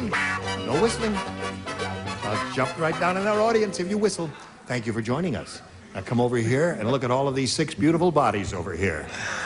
Would you please tell Charles Nelson Riley that if he wants to bring large glasses of water with large chunks of ice in them, not to kick them over and terrify me? My whole foot is covered with ice. Upper tier. It was over here, and I tipped it over, and it got over. Stop that now, children. You must quiet down. No, she said my hat looked cheap. No? And you know what I said to her? Anyone that would wear those rubies shouldn't throw that word around. Let's get out of here. Let's say hello to Helen Dillon and Luis Alonso. How are you? Now that you've had a chance to think about it, how do you feel about the $6,050, which is irrevocably yours? Absolutely great. I feel fantastic. Money makes you feel good. Sure does. Okay. Now, Luis, you met last time we were together. He's from Puerto Rico, and he's a private investigator. And He did extremely well with his first round question, which is unusual. You know, those first rounders are kind of tough. We'll see how she does with hers in a moment or so, her first rounder, right after we see about this. We are ready to carry on here. I'll push this button, reveal the other first round question, which is Helen Dillon's question. It reads as follows. Betty White said... Oh, boy. She said, my husband, Alan Ludden, is really out of touch with things. Just yesterday, he discovered that blank was over. Just yesterday, he discovered... Just yesterday, he discovered that blank was over. My husband, Alan Ludden, is really out of touch with things. Just yesterday, he discovered that blank was over. Oh, out of touch with things. Right. Well, just he's out of touch with things. It's a phrase that could mean 1,000 means that, things. you know, Couldn't you're it, out of touch sweetheart? with things. His hat does look cheap, doesn't it? Trashy. It's small to me. Well, you all look so it fits that little... Yes, he did. Yes, we are. Oh, I'm red, white, and blue. I'm red, white, and with a little yellow in there. Oh, that's right. You are Bison. Yes, red, white, and blue. Boy, I'll say you are red, white, and blue. Mostly red. This was overblown. I was going This was a white sweater, but I washed it with a tomato in the pocket. How she ever got my pocket? Come on, Charles. We're waiting for you. Is he doing something, Brett? Just put it in the slot, and away we go. Helen Dillon. Betty White said, my husband, Alan Ludden, is really out of touch with things. Just yesterday, he discovered that blank was over. Christmas. Christmas was over. That's not a bad answer now. Wait a minute. That's one of the possibilities. There are others, but let's see if hers comes up. Christmas is what she's looking for. Really? We're all looking for Yes, aren't we? But it never comes, but once a year. Well, I said World War II. World War II is a good response. Isn't that a good one? That is a good one. What do you say? I said World War II. Yeah. Oh, also. I guess that's the definitive answer, Yes, isn't it? What do you say, sir? Oh. I chose World War II. You did. So we got World War II. Established the top row cheats. Now let's get on with Here's the definitive answer. No, it is the definitive answer. no, it's it very isn't. possible. No. It is not the definitive answer? No. Read the question really? again. My husband, Alan Ludden, is really out of touch with things, said Betty White. Just yesterday discovered that blank was over. Password. Password. All right. She's not It is, smiling. since it's my show, it's my prerogative to change my mind. I say password is the definitive answer. That's what I say. Now, not to make your mind look silly, I wrote password as well. Attaboy. Thank you. Now. It can't be Christmas because he's still waiting in the chimney in his red and white suit. But now that we've established the fact that the lower tier cheats, I also...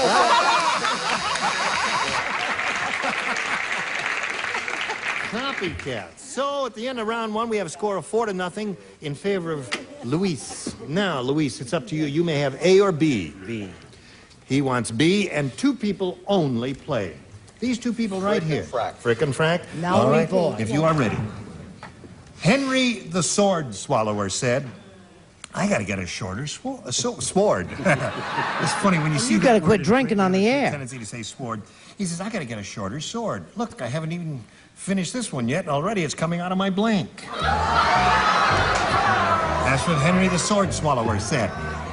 He said, look, What time is this show on? the show is on at 2:30 in the west and 3:30 in the east. It's 2:30 in the morning. It's no.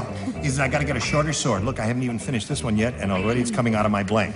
You're on your own, folks. I cannot help you beyond a clear reading of the question. Oh, I can't. No comments, if you please. Okay, I can. I think. Spelling doesn't count. Right.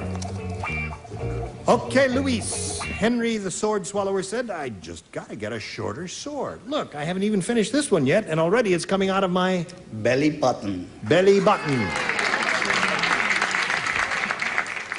He wants a belly button. He can have one. He can have one? Yeah. All right. I was thinking of something, so I throat. You put throat. Yeah, instead of okay. where we all thought of. Well, no, you could have said bottom. Is that what you wanted to say? Well, yeah, but I couldn't think of the word bottom. Oh, I see. Well, I'm glad you said throat. Now, he's looking for a belly button. I use the Puerto Rican word. Puerto Rican word. Neval. Neval.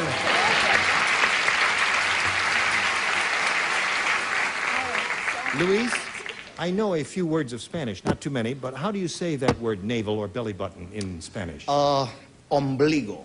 Ombligo. Oh, you asked me, Gene. Umbilical, yes. Ask me. How do you say that word belly button in Spanish? Neval. Neval. Okay, so there we go. He's got 5, and you got your work cut out for you. But before we do anything, we want to do this.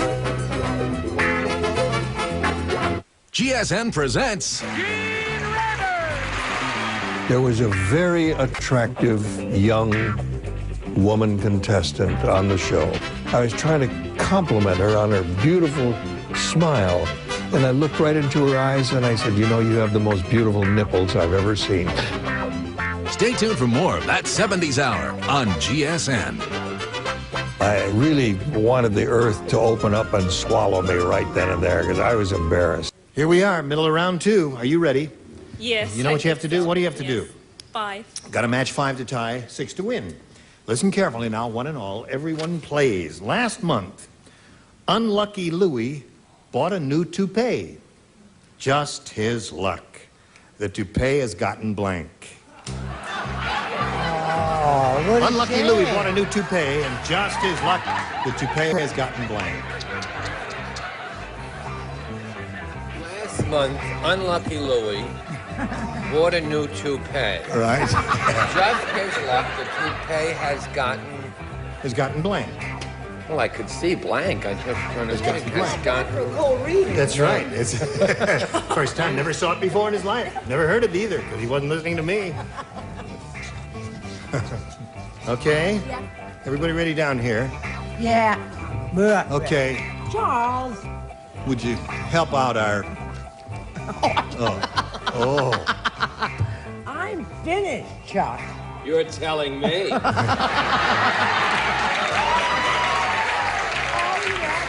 for it, didn't you? All right, Helen, have you thought about it? I'll give it to you one more time. Last month, Unlucky Louie bought a new toupee. Just his luck, the toupee has gotten blank. Bald. Bald. 6 baldies is what we're looking for. 5 baldies to tie, 6 baldies to win. What do you say? Hey, Soup, what do you say there, Soup? I said dandruff. Dandruff is another good one. Bald and dandruff are the 2 really good answers to this question. So let's see what we've got. We've got to match the rest of them to stay in business there. Let's have that woman arrested. Too? Is that what you're laughing at? What do you say? Helen, I feel terrible. I said lice or nip.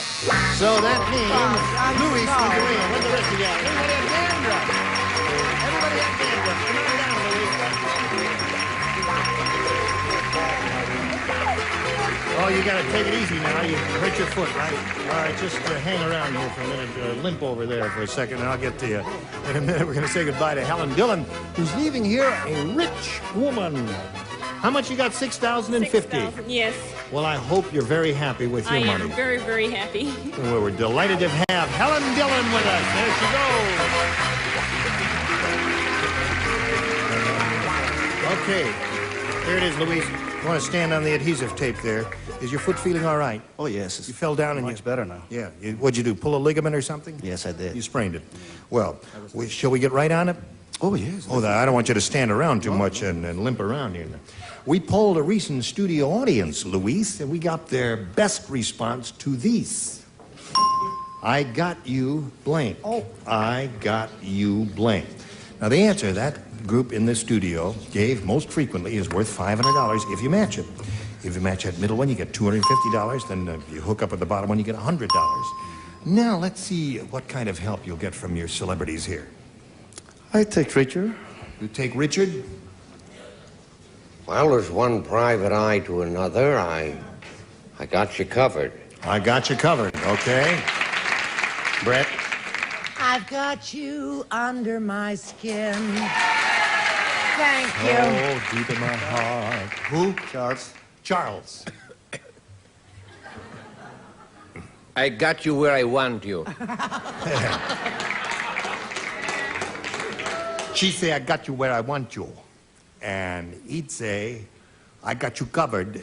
And cheats, eh? I've got that under my skin. Got you under my skin. What do you want there?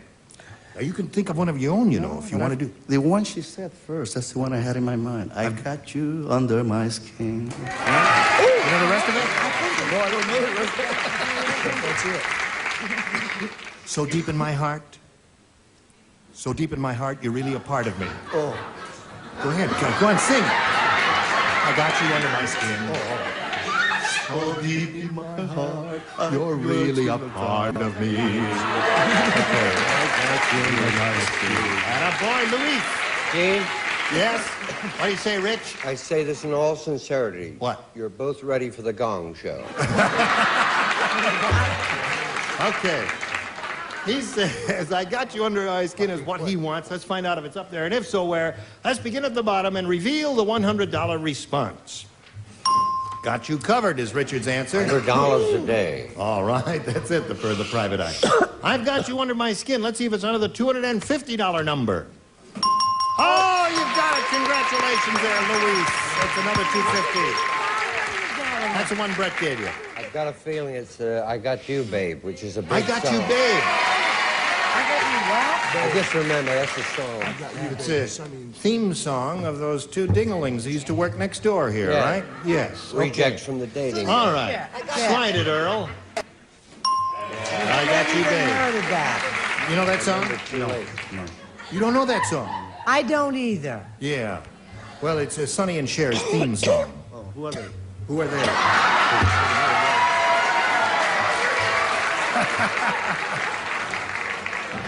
I don't remember, really.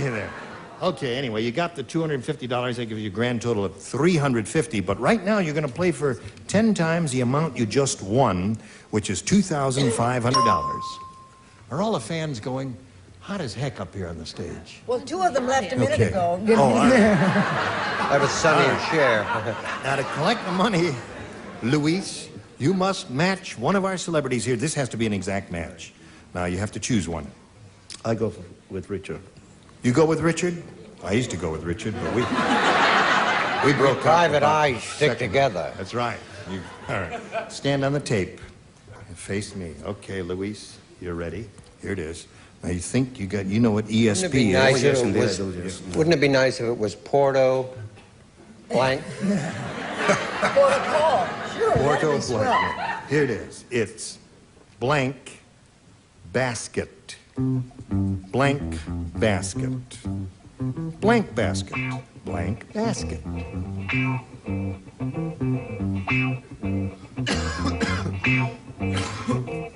He's thinking.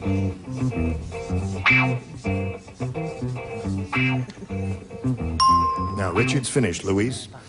We need an answer from you which you think will match his. And if your ESP was really reaching out toward him, it'll work. Here we go. Blank basket. What do you say? Gift basket. Gift basket. That's one possibility. The audience seems to disagree with you. All right. That's the first thought that came to your head, though. No, I had another one, but... what was your other one? Easter basket. Easter basket. All right, Richard, he says gift basket There will were a match. lot. We're in there's laundry basket, wicker basket. I said bread basket. Bread basket. You know, that was my first thought. Yeah. The first thought I had was bread basket. Yes. So it shouldn't be a total loss. This is the new album of Luis Alonso, which can be gotten at your store. Yes. His greatest hits in Puerto Rican. Yes. Can you get that in stereo? No. Only in mono. I go now. You go now. Yes. You really think the hat is too small? Yes, I do. Well, Luis, I'm sorry you didn't win the money, but you still got your $350. You still have a sore toe, and you're still a champ, and you'll meet another player later. Right now, we got to meet this commercial. Hello there. Hello there. Let's welcome Brenda Maher. How's the say her name? Maher? Okay. Where are you from, Brenda? I'm from Simi Valley. What valley? Simi Valley? Simi Valley. Right. Yes. And I see you have a ring on your finger. What does that mean? That means I'm married. Okay. And I have 2 little boys, 2 and 3 years old. What are their names? Larry and Tommy. Okay. Anything else you want to tell us? Don't do much else. I just stay home all day. You ever watch this program? All the time. Now, we don't have to tell you about the rules, do we? No, you don't. We'll just push the button and begin. Okay. Now, you know when I push this button, you know what happens. What happens? I take B. You take B. See, she knows all about it. I push a button, she says, I take a B. All right, here we go. Hey, did you hear about the new TV game show? No. Oh, let me tell you about this. The winner gets 1 week in Paris. The loser gets 6 weeks in blank. Got it.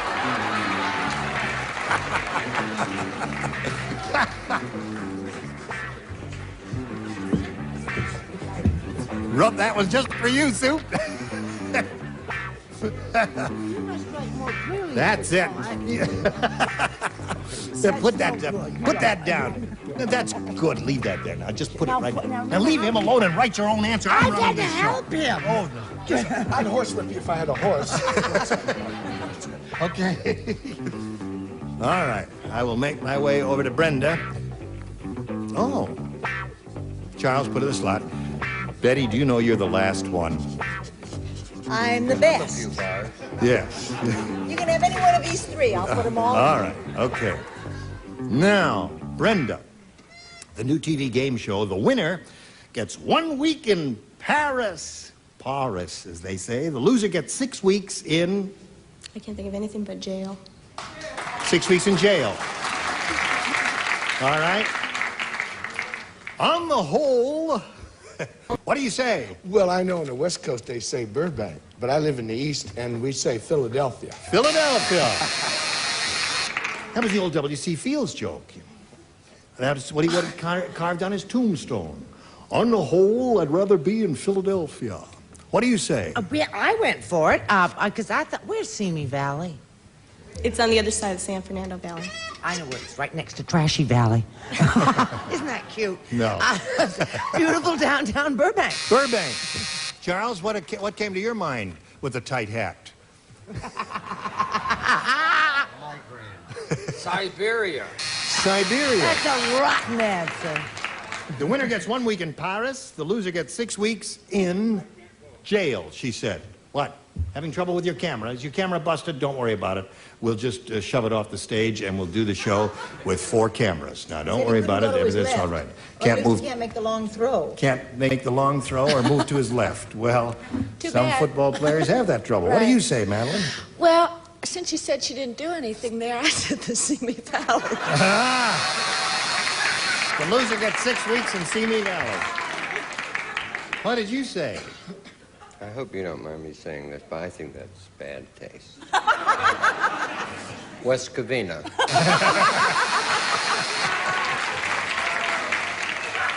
That was Bob Hope's old line, wasn't that? Wasn't he always doing jokes about West Covina? What did you say? Well, I tried Burbank and I tried Traction, but I wound up with Pasadena because it was alliterative. Pasadena. Paris The loser gets 6 weeks in Paris and Pasadena. I see. Well, it was a wide open question, and the first round questions, Brenda, are very difficult. His will be long in a moment, as you'll see, but right now, this is coming your way. Okay, got to put you in cold storage. You know what that means? Yes. What? The refrigerator. Okay. So you go in the refrigerator until we call you out of here, all right? Look forward to seeing both of you next time, and look forward to seeing all of you next time. It's all over again already. Time flies and having fun. You were all splendid. We should say this lady is on going to appear September 20th on Executive Suite on the CBS television network. Exciting new series, right? I look forward to seeing you, my dear. Look forward to seeing all of you next time here on Match Game 76. Gene Rayburn here. Goodbye.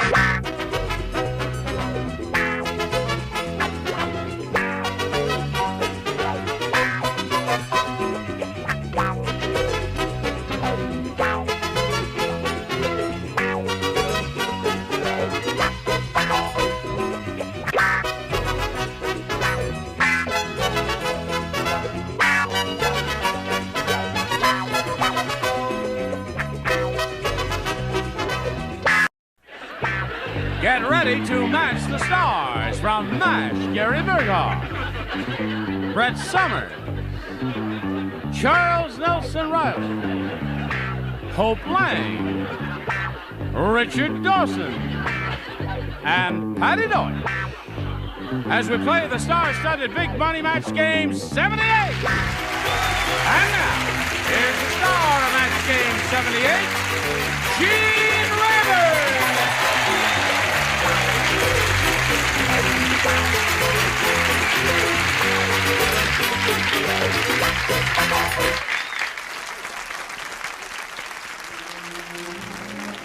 Thank you very much. That's my microphone. Is this your mommy? No? Is this your mommy? No. By the way, these are the two new owners of CBS. Is this your daddy? Am I your daddy? Thanks. Is this your daddy? Yeah. I fooled him again. Is this your mommy? Yeah. No, Yes? you don't belong to me. Is this your mommy? Oh, hello. That's your mommy. That's young Max. Max Ross, Patty's beautiful child. Now, Don't pick your nose on television. is this your daddy? Yeah. That's not your daddy. Is this your mommy? No. No? Is that your grandmommy?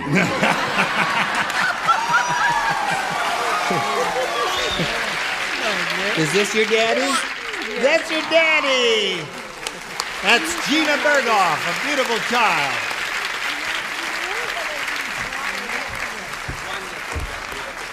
Well, let him hang around for a little while and give at least, I mean, it'll be safe until the first commercial, I assure you. You don't have to ask a question. He's writing the answer already. Terrific. Terrific. Max How is dare you? he's a good speller and he's a clever kid. Let's say hello to Diana Lebowski and Jane Kelly. Now, Diana here is the current champion. She's won 2 games. She has $450 to her credit. How do you feel about that? Great. Good.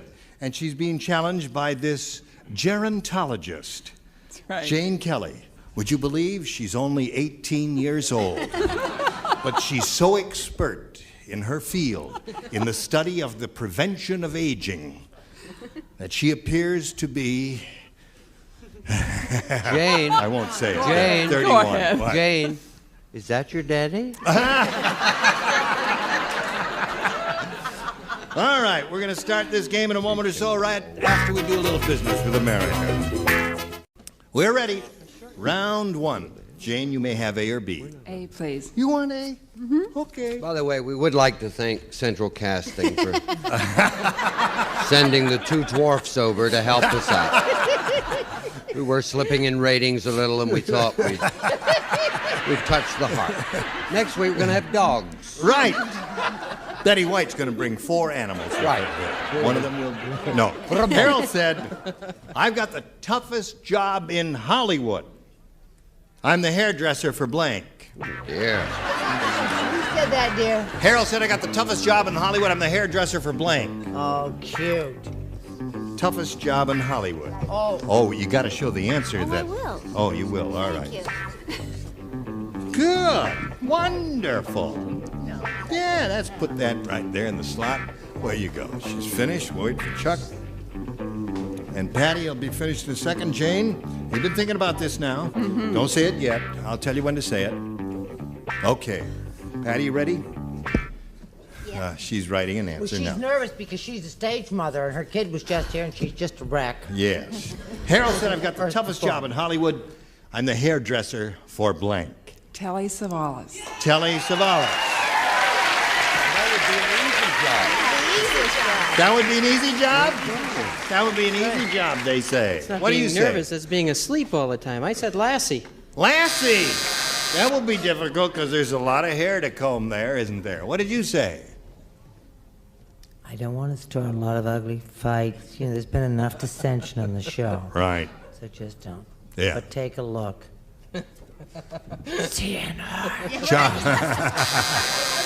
Yeah. Hello, Charles. Is that your daddy? 10 years I try to get out.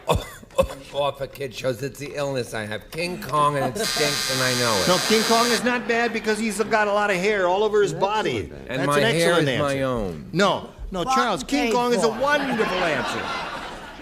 All right, Hope. I've got the toughest job in Hollywood. I'm the hairdresser for... Next to Charles. Lassie is good because that's a hairy animal. Richard? I am Charles, a hairdresser, and it is not a tough job at all. It's easy. Nothing How do you to do it. Just throw it in the washer. Oh, yes. King Kong. King Kong it is. You got the ID now, right, Jane? That's right. Okay, Patty Deutsch. Max helped me with this answer. He did? Yes. So get a close-up of it. It says Lassie. Oh, yeah. Oh, and he drew Lassie. That very good. That was Before his flea bath. quite He even knew the question. Yes, amazing all that the child knew in advance what the question would be.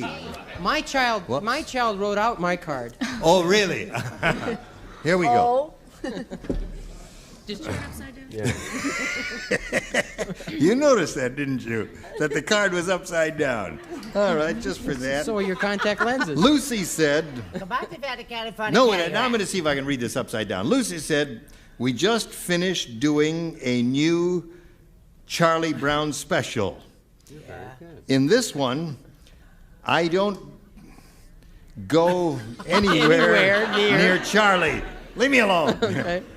He starred on Broadway in Charlie Brown. I don't go anywhere near Charlie. It's called You've Got Blank, Charlie Brown. Lucy said we just finished doing a new Charlie Brown special, and this one I don't go anywhere near Charlie. It's called You've Got Blank, Charlie Brown. All right. Brown Charlie. Very good. Blank Very good. got your You're okay. called it Thank you. Right. Charlie near. No, you brought somebody. You're my daddy? No, I'm not your daddy. What Lucy said, we just finished doing a new Charlie Brown special. And this one, I don't go anywhere near Charlie. It's called You've Got Blank, Charlie Brown. B.O. Body B.O. odor. All right.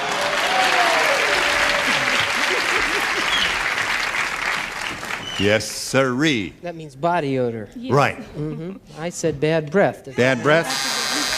No. But those are the two good choices, B.O. and B.B. What do you say? You are my daddy. No, I'm not. Only in That's what you told me in Encino. You That's said, Little girl, you're gonna hurt. I'm your daddy. Cool it! Der Kinder is schlafen backstage. What the hell does that mean? B.O. Okay, one for Diana. Yep. Bad breath, some songs. All right. Well, no, that was one of the two good possibilities. B.B. or B.O. So at this moment, score is 1-0. Favor Diana. Hope. It's called You've Got Blank, Charlie Brown. Well, I went for bad breath, too. All right. And you, sir, what did you go for? Oh, yeah. That garlic will get you every time. You. Psoriasis. Oh! No heartbreak. Yep.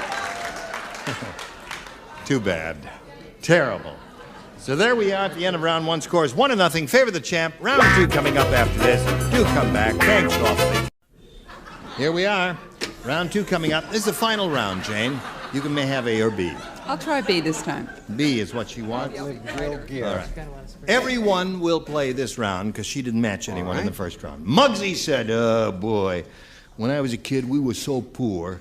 Every day my father used to go blanking in an open manhole. That's how poor we was when I was a kid. Every day my father used to go blanking in an open manhole. You understand, lady? I mean, that was poor. Yeah. I know you was never poor, but try and understand how it is to be poor. How do you spell that? Every day I used to go blanking in an open manhole. That's how poor we was when I was a kid. You know how it was when you were in Hartford, Connecticut. You were very poor, too. May I ask a question? Does that question make sense? Monty said, when I was a kid, we were so poor, every father... Oh, I got it! Oh, it took a minute. Oh, you know, I have to read stuff, because I'm a reader, don't you know? Finally got it. And here, she's All right, Jane. Here we go. Muggsy said, when I was a kid, we were so poor. Every day, my father used to go blanking in an open manhole. Searching. Searching. For quarters that drop through the grates. I see. I don't think it's going to make it for you. Isn't it terrible? They don't leave you alone. At Right. home, They I'm hound brilliant. you, these people. You say searching, and If you... these people paid to get in here, they would come in here to go, oh! Yeah. That gives them a certain pleasure. Actually, if I paid to come in here, I also would go, oh. But you see, it gets rid of their unresolved hostilities, and they don't go home and That's beat right. their wives. So it's good for them to The come rest here. of us, of course, are very resolved. I Yes. said golfing.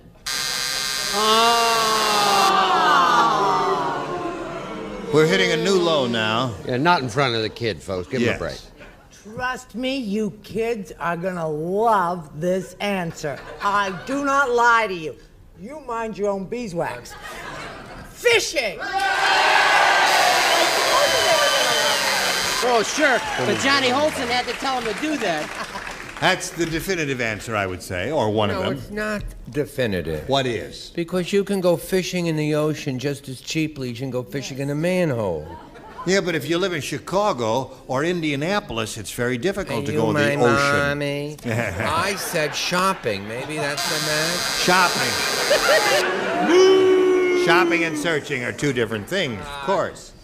Isn't this a jolly bunch, Hope? It is. I like this hospital very much. Yes. The inmates. Aren't you glad you showed up today? The food was right good into and all therapy that? right after. Right. All right. Every day my father used to go blanking in an open manhole. How do you respond to that? Since Brenda and I share the same hospital room, I said fishing. Excellent. Yeah. Okay, Richard, here we go. Similari of Fishing. fishing. Now, Jane, you must match Patty to stay in the game and achieve a tie. What have you got there, Patty? Fishing. Fishing. That means Diana wins another game. Okay.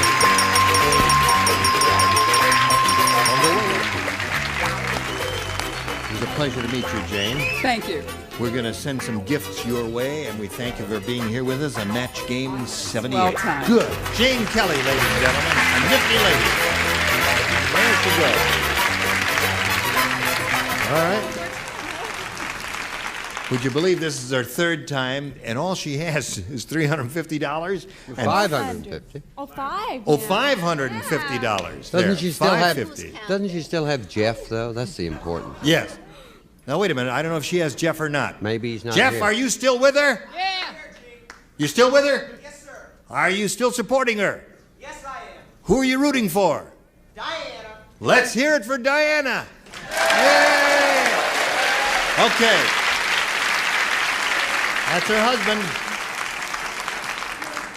Did he just finish medical school, or is he a full-fledged doctor? He's a full-fledged doctor. Oh, he is. Oh, well, in December he did that. Well, congratulations to him. That's terrific.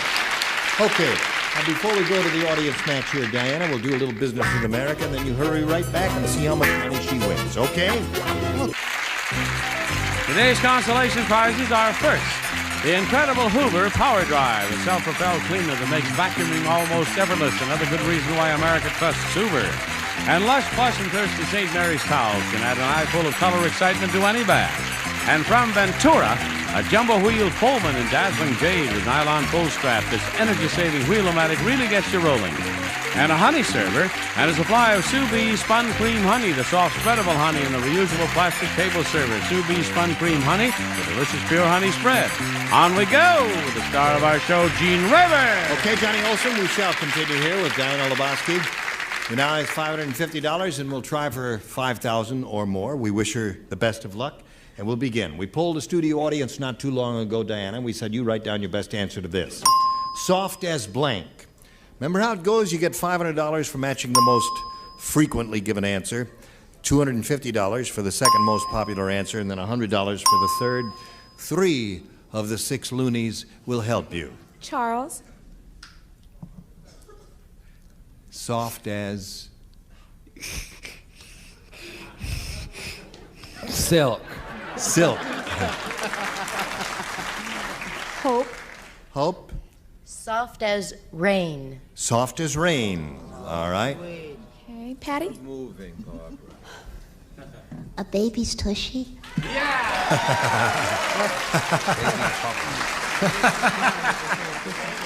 Soft as a baby's bottom, she said, or tushy, or however you want to say it. Soft as rain and soft as silk are the three. Remember the option now. Choose one of those or give us one of your own. Silk. Soft as silk is the one that Charles gave you. All right.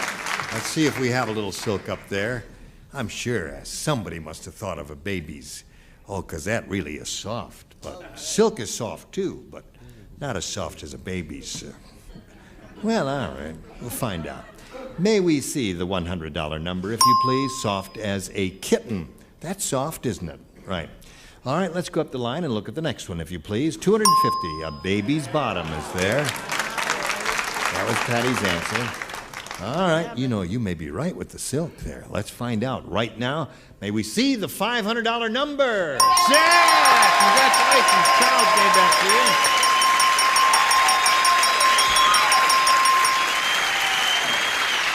Now, well, Diana, you made a giant leap forward with that because you picked up another $500 and you're over $1,000 now, and you're going to play for $5,000, and you will collect the money if you match one celebrity exactly. Richard. Okay, Richard, here we go. Ready? Mm-hmm. Good luck to you. Thank you. Worth $5,000, and it says, grocery blank.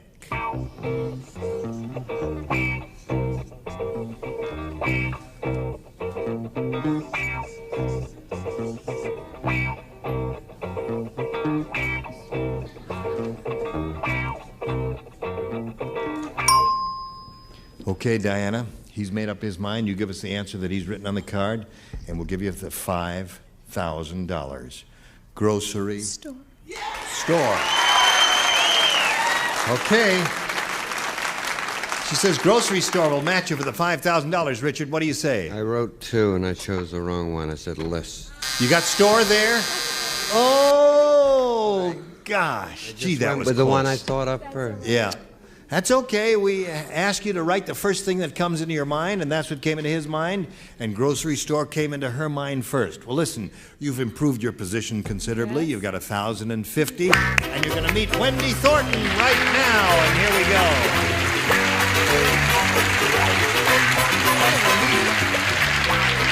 All right, there you go.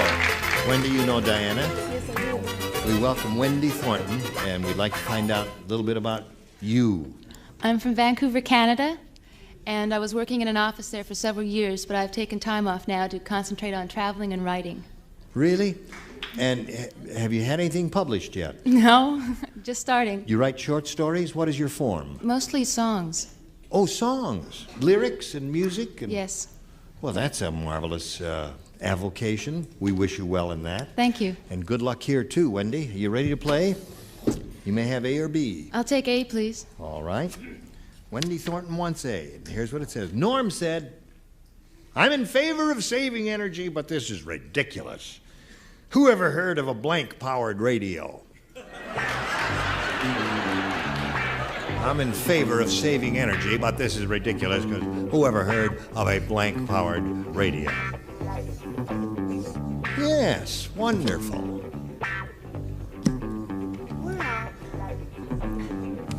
Well, you know what we're after here. Alternative means of energy, right? Okay.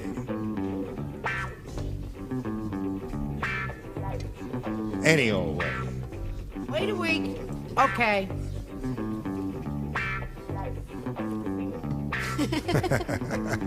Hey, you want to see my kid again?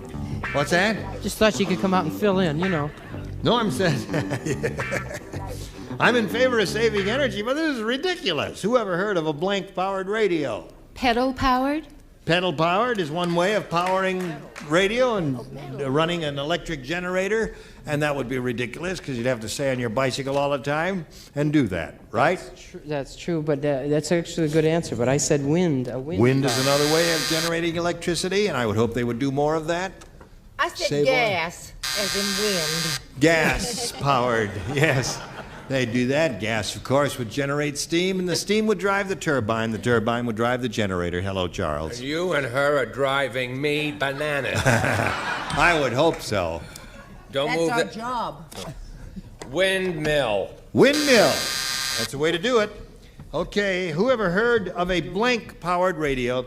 And she said pedal-powered. Whoever heard of this dumb answer? I said batteryless, and I couldn't spell it at all. Batteryless powered radio. Right. Well, that's what we were after, something like that. No cigar. Blowing in the wind. Wind power. That's, you know, a windmill. Now, this is going to be a nifty answer, Wendy. Watch this. Because Well, the operative word was whoever heard of. whoever heard of, yeah, of course. A hamster with wheel. A hamster with wheels. Runs around that thing and it keeps it going around. You attach a little generator to it. Oh, wonderful. Okay. See how it goes? Now we've got this for America, and then we'll see what happens after that. Here we go. And goodbye. Thank you all for joining us here at Match Game 78. I'm Gene Rager. Goodbye.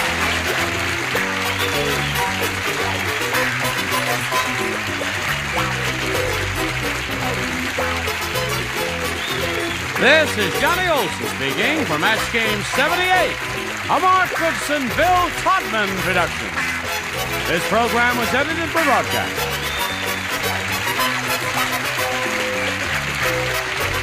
Get ready to match the stars from In the Beginning, McLean Stevenson, Brett Summers, Charles Nelson Riley, from Sugar Time, D.D. Carr, Richard Dawson, and Betty White, as we play the star-studded Big Money Match Game 78. And now, here's the star of Match Game 78, Gene Rager.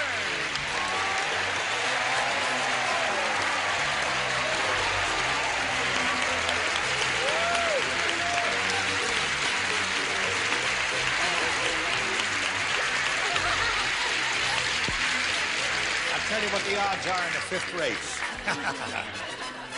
I was in mainland China recently. I know the rest of you heard this, but McLean didn't hear it. My wife bought this piece of silk brocade in Peking, China, and a wonderful fellow here at CBS made a vest out of it for me. Uh-huh. Okay, I see you're pretty thrilled about it. Let's say hello to Mary McCaig and Madeline LaMonica. Wake up, Richard! Oh, I had a terrible dream. I dreamt you were wearing that lousy vest. What do you mean that lousy vest? Hold this microphone, would you please? Here. This vest is so terrific, I think I'm going to do the first act in my shirt sleeve. No, I'm not. As far as I go. I just...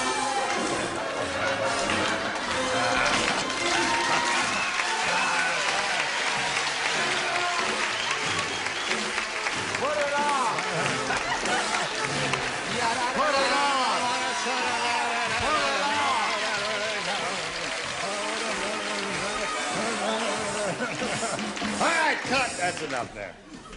Dignity. It's a very serious show. We have a new player here. We've got to impress her properly. And with a name like Madeline, too. LaMonica. Right. Are you a saint? No, I don't think so. Saint Madeline? No, I don't think Where are you from, Madeline? From Stillwater, Oklahoma. Stillwater, Oklahoma. Right. I'm not going to say it, but Okay. what do you do there, if anything? Well, my husband was a student going to Oklahoma State University, and he just graduated, and we're getting ready to move to Texas. We're out here on vacation. Okay. We wish you ladies both well here. We'll start this game right after we do a little business with America. America, here it is. All right, let's carry on here. Round one coming up. You may have A or B, Madeline. I'll take A. You wait till I button my vest here, and you can have anything you want.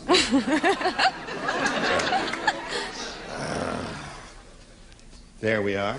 A it is for Madeline LaMonica. Bill said, our new neighbors are a little strange. They don't have a dog, but they do have a kid that blinks. Our new neighbors, a little strange. Yes. They don't have a dog, but they do have a kid that blinks. Oh, I have that. Yes, I won't. Just... All right? You ready, Madeline? Ready? Okay. Bill said our new neighbors are a little strange. They don't have a dog, but they do have a kid that blanks. Barks. Barks? A kid that barks? Ever seen that, a kid who barks? No, I've been one that growled and would do. Yeah. Fetch. Right. Kid next door, I taught it to fetch. No kidding. Smart kid. But I said, you know, a lot of guys can't wear an outfit like that, Peter. No, I'm sorry. Okay, now you know why you haven't been back for 4 years. Should have my tongue cut out. Hey, you look like a Las Vegas undertaker in that. Really? No, I'm just... I thought it had a little it's touch very of class nice. to No, it there. Really? Yes. Okay. I said barks. Oh, Barks. One for Madeline. Barking kids? I said, all of mine do. I said barks and then tinkles on the front lawn. Right. Good for you, son. What do you say? I said barks, and they also have a sign outside of the house by the garage that says, beware of kid. Beware of kid, of course. If you have a kid who barks, obviously he must bite also. Right? Right. By the way, have you noticed that Madeline has absolutely beautiful dimples? Yes. Wonderful dimples. Yes. I know how much you like Some of us, dimples. I love dimples. Some of us are blessed Yes. with beautiful dimples. You Yes. have a beaut, too. I just have one on my face. Yes. I said barks. Okay. We'll make further inquiries later. Yes, Richard? It will be a body search. Bark. Okay. Madeline is moving to Texas, and it's going to be easy for her. She speaks the language fluently right now. Right. Beautiful. Barks? Bark. She did what you did in the last game. Matched all 6 in the first round. Most unusual, Mary. Here we go. Rick said, I have a case of the Eskimo flu. I know it's the Eskimo flu because I have an uncontrollable urge to blank. That's what I got there. Eskimos. Go ahead. You're on your own. I'm going to start without you. Okay. All right. Mary McCabe, Rick said. Momento, please. Pardon. Oh. Dodo's not ready. Yes, sir. Thanks a lot. Dodo is now ready. Thank you, Dodo. Rick said I have a case of the Eskimo flu. I know it's the Eskimo flu because I have an uncontrollable urge to blank. Rub noses. Rub noses is something Eskimos do, so that's okay. Now here, anything Eskimos do would have been all right, right? Right. Right. I'm so embarrassed because I called you Peter. Well, don't worry about that. Well, I shouldn't have done that. That's perfectly all right. Did you have a face No. job? No. You look great. You know that? Well, you had think- your whole body cap, didn't you? Yeah, that's right. You looked sensational. No, I but when the said time rub comes, I noses. will have it. You had rub noses. And that matches Madeline and Monica. Did you say anything that an Eskimo might do or be or Right. go or have Anything or connected anything with like Eskimos. that? Yeah. Right, correct. I said go live in an igloo. Go live in an igloo. That's something nothing they that would an do. Eskimo would Right. do or an What is that? What are you reading there, I Charles? never had a chance to tell Laurie about the trip. By the time I had got back, she had already left for New York. You're a quick study. This is all the daytime soap operas. They leave all the cards around so you can practice while you're doing it. Yes, wonderful. So if you tell her, if you see Laurie, tell her that she's already left for New York. I said rub my nose instead of blowing it. It's a match, Rub I my think. nose instead of blowing it. Right, I want to rub All your right, nose. have an uncontrollable rub nose. The rub nose. Okay. That's 2 for you. What do you got, Dee Dee? Read it. Yeah, hold on. Well, I'll give you a little proper setup here. Oh. I have a case of the Eskimo flu. I know it's the Eskimo flu because I have an uncontrollable urge to Blubber. blubber. Very good. Wasn't that I think it's an excellent answer. You get a cold, you just want to cry. You Yeah. just feel so Blubbering terrible. away. Son of 2 blubber. blubbers. She cheated. Blubbering is crying. You know, your eyes water and all that. What do you say? That's right. Okay. Blubber, come back to me. 6-2 the score. Round 2 coming up. But now this. All right. Here we go to round 2. This is the final round. Now, Madeline has matched all 6, so that means you have a choice now of A or B. A it is. Two people lay out. McLean and Charles. Yo. The rest of you, please respond to this. Okay. Ugly Edna is so ugly. Not only is she knock-kneed, she's knock-blanked. She's not. Yeah. Ugly Edna is so ugly, not only is she knock-kneed, she's knock-blanked. Knock-blanked. That ends in an ED, just for your information. Past tense. Right. Well, just, knock-kneed and knock-blanked. Now, you must match everybody here, Mary, to stay in the game and achieve a tie. That's the best you could do. Okay. Ugly Edna is so ugly, not only is she knock-kneed, she's knock-blanked. I don't know. Knocked. Well, knock-kneed, that Knock-kneed, would mean she'd be standing there like this. Yes. Yes. It's when your knees go like that. Yes. Now, what else? Stand up, honey, and show 'em. What? Knocked out. Knock. Is it knock? No, it's... Or knock? It's knock, you see. Knock. That's why I wanted you to read it yourself. Anyway, Okay. she said knocked out. We have to accept that as an answer because it's the first thing she said. What do you say? I said not boobited. Not boobed. There. All right, so that means Madeline wins the game. What the rest of you have?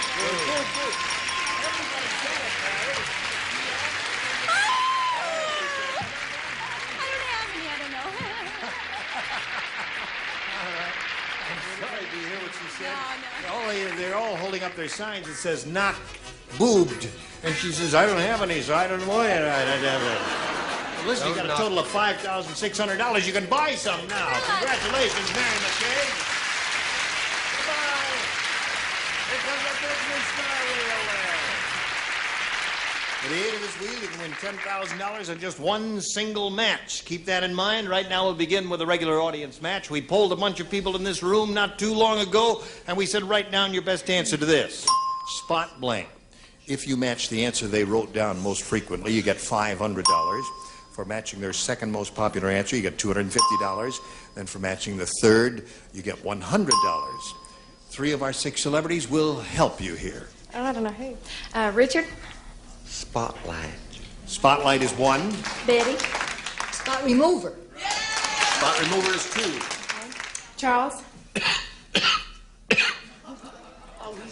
He's constant pleas for sympathy. Give us your answer, Camille. Why don't you tell the audience those are the only glasses you got left because you can't find the other pair of white glasses? I know what I'm saying. Spot. Check. Spot check. Spot check. What do you want? A song with it? Spot check. Spot check, spotlight, spot remover are the 3 they've given you. You may choose one of those or give us one of your own. Oh, gosh. I think I'm going to go with Spotlight. Spotlight is Richard's answer. What would you say? Remover. Spotlight. It's about half and half, isn't it? Got it. All right, we'll find out if Spotlight is up there, and if so, where. May we see the $100 number? Spotlight it is, right off the bat. Congratulations. You've got something. Let's see what $250 says. Spot check was Charles' answer. See? Very good. Remover? Yeah. Yeah, now you say it. Where were you when she needed you? Okay, slide it. Remover it is. Okay. Now listen, you've got $100 here, which means the least you can be playing for is $1,000. But you can double that $1,000 here if you give a lucky spin to the star wheel. Every celebrity's name is on there. You're going to give it a spin and see which player you'll be playing with it. If it stops in one of the starred areas here, you will double the money. You'll be playing for $2,000 instead of $1,000. Grab it up here. It must make one rotation completely. And give it a good spin now. Go. There it is. Let's see if you can play for $1,000 or for $2,000. $1,000 with Richard Dawson, and good luck to you, Madeline. Here it is. Blank Lawrence. Blank Lawrence. Lawrence.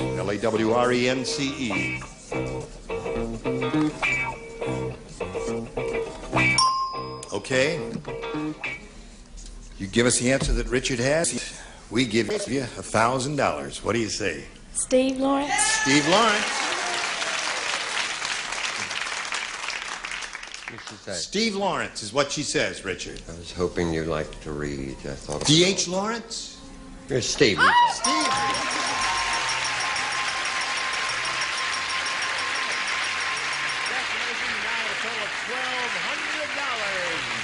Here comes your new challenger, Lieutenant Commander Roger Cougar.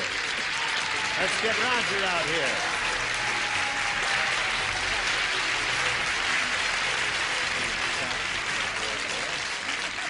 How do you do, sir?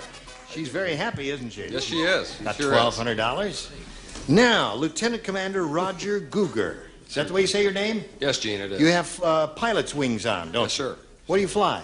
I fly SH-3 Alpha Delta Gulfs and hotels. It's 4 different types of the same helicopter. Helicopter? Yes, sir.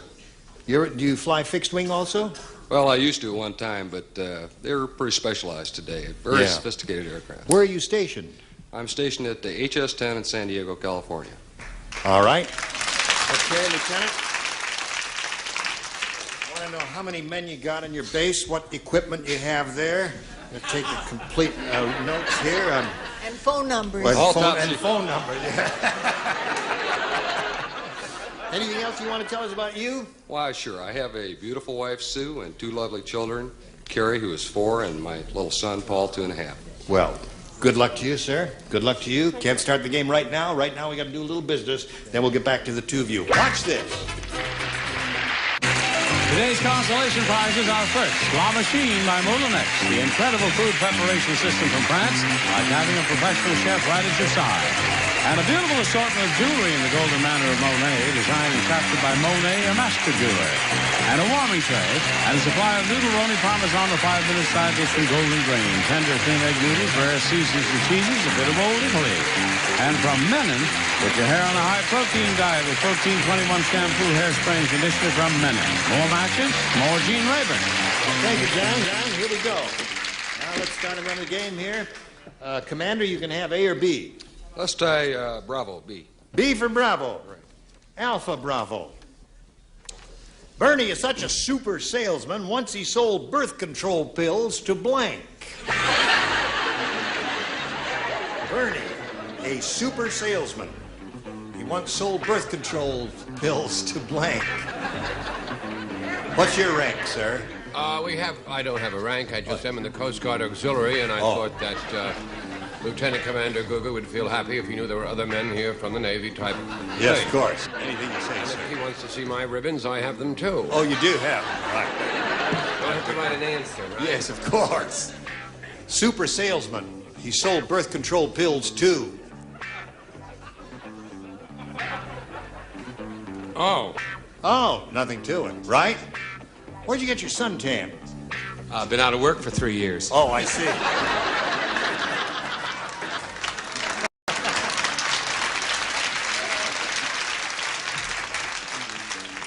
Okay, Commander, we're about ready for you. As soon as Charles finishes up there, here it is. Bernie is such a super salesman. Once he sold birth control pills to... His girlfriend. Now, you see, it would be logical if he was fooling around for his girlfriend to take the birth control pills, because nobody knows they're fooling around, you see. Well, if he was selling them, he could give them to her for free. Oh, I see. Well, we didn't have that in mind when we wrote the question there, did we? No, he sure didn't. Googer, sit up when I'm talking to you. Yes, sir, Colonel. No, that's, I'm very proud of. He's a marvelous person to be in the service of our country and defending the shores of our peace-loving nation. I said men. Sold birth control pills to men. That would be a difficult thing to do. Well, I thought he was a super salesman. That's right. No, that's okay. I'm not criticizing. I think it's an excellent answer. You like me as a person, don't you? Yes. Oh, I love you as a person. Yes. He's awful cute, but he's not too smart, but I bet he's a wonderful Well, no, fly. he's smart. He just didn't get He the didn't understand the full question. Yeah. thing. But no, and not a moment too soon, gentlemen. I think it's a wonderful idea. Yes. I said guys, boys, Marines, Navy, Army, and of course the Coast Guard Auxiliary. Naturally, of course. That whole thing. Super salesman. So super salesman, he sold birth control pills to... This is the best answer. It is. Ready? Go. The Pope. The Pope!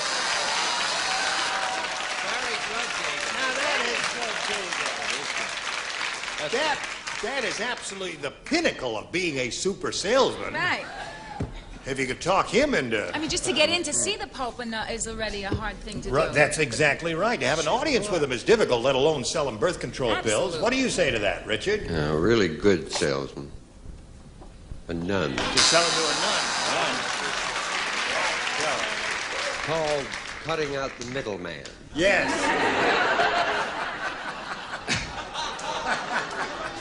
Gotcha. Hello, Mary. Listen, Victor, please don't write letters. We don't mean anything except it is a definitive answer. Pope Paul. Pope Paul. That would be the most difficult thing in the world to do. One would expect that his sales resistance to such an idea would be very high. Okay.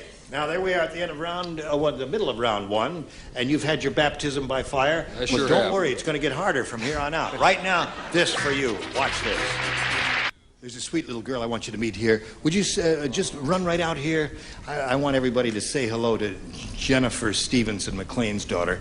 Come over here, you rascal.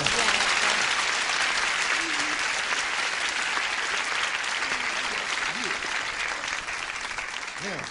Oh, I'm sorry, you're sitting on. What is the name of your father's new show? Do you know, or does he know?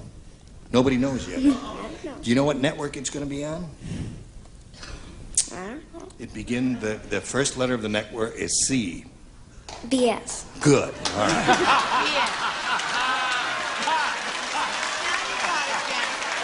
Okay. They're your father's daughter.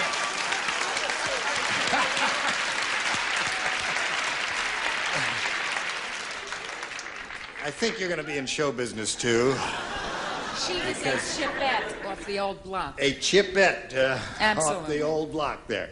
No, listen now. It starts in the regular fall season, right? And are you sure of the title? Well, no, there has been a question of the title. The working title of it is in the beginning. But by September, we're now in mid-July. What the heck? Who cares? And I got a job. You're playing this guy who sold these pills. I played a part of a priest. Oh, you do? Boy, when we get the cards and letters, I hope they send them to Richard's house. I'm getting the nun letter. Oh, he'll get the nun letter. Well, I've got Jennifer Stevenson here, and she's a darling little girl. Hope you'll join us next time for Match Game 78. Goodbye.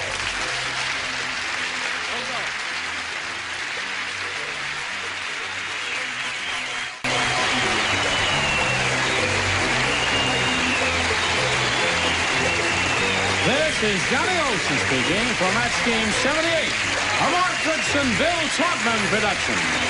This program was edited for broadcast. Get ready to match the stars from Chips, Robert Pine, Brett Summers, Charles Nelson Riley, WKRP in Cincinnati, Lonnie Anderson, from The Price is Right, Bob Barker, and Patty North, as we play the star-studded Big Money Match Game 78. And now, here's the star of Match Game 78, Gene Raver.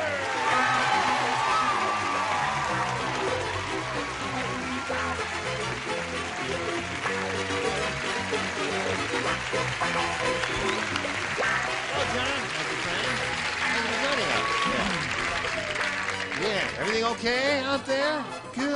I greet you one and all. Nice to have you. And I guess we all ought to welcome the new kid on the block, huh? I'm the new boy. Was it me again?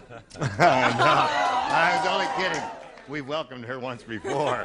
Well, what the heck? You're not going to do that to me, are you, Gene? No. Good. Why not? Oh. Now, wait a minute. Wait a minute. You're in show business and all that. They didn't tell me this was going to happen. Uh-huh. Just a little kiss. I'm ready now. You're sweet. Pull a little Lonnie's lipstick on you there. Listen, honey, your reputation is shaky enough, Gene Raver. No, my reputation What about is mine not now? shaky whatsoever. Let's all say hello to Connie Swinger. Hi, Connie. Now, Connie has $600. She's won that amount.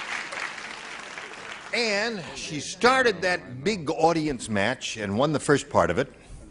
And she's going to spin the wheel to find out if she'll be playing for $5,000 or $10,000. It'll be one of the two. You ready for that? Yes. Okay, we'll do that right after we do this, especially for you. Let's go here with Connie Swinger and see how much money she'll win. Now, she's won the $500, and that means the least she'll play for is 10 times that amount, or $5,000. But she's going to step back here now to the star wheel and give it a spin. And if it lands anywhere in the star area there, it'll be double the money. It'll be $10,000. This will always determine which star she'll be playing with, and I hope she gets a double on it. All right.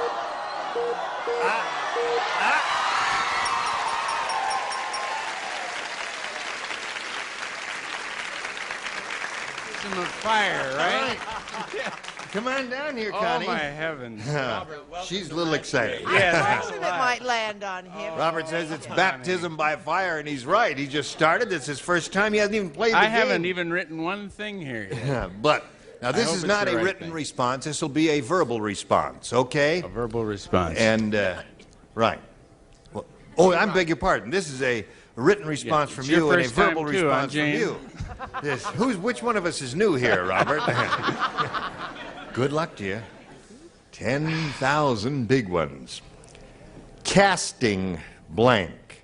That's C-A-S-T-I-N-G. Casting blank. Or casting blank. Casting blank. Casting blank. Casting blank. Not yet. I'll tell you when we want your answers. As soon as you hear the ding, that means he's put it in the slot there. Finished writing and put it in the slot. We're waiting for him to finish. Yes. Yeah. Are you confusing him? Yes. Oh, making sure he turns it down. Oh, This all right. toward him, so he Okay, doesn't. Connie, here we go. He's finished. Now, you give us the answer that matches his, and if you do that, we give you $10,000. Casting. Couch. Casting couch. Oh. Well, now that's a sophisticated answer that somebody like Robert Klein in show business would say. Let's find out if he did say it. I just get so depressed when other people win all the money.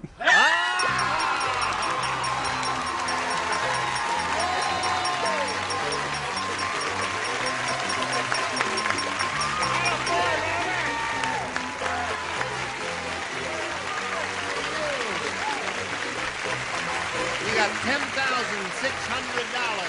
Congratulations to Connie Swinger. And now let's welcome Myrna May Meth.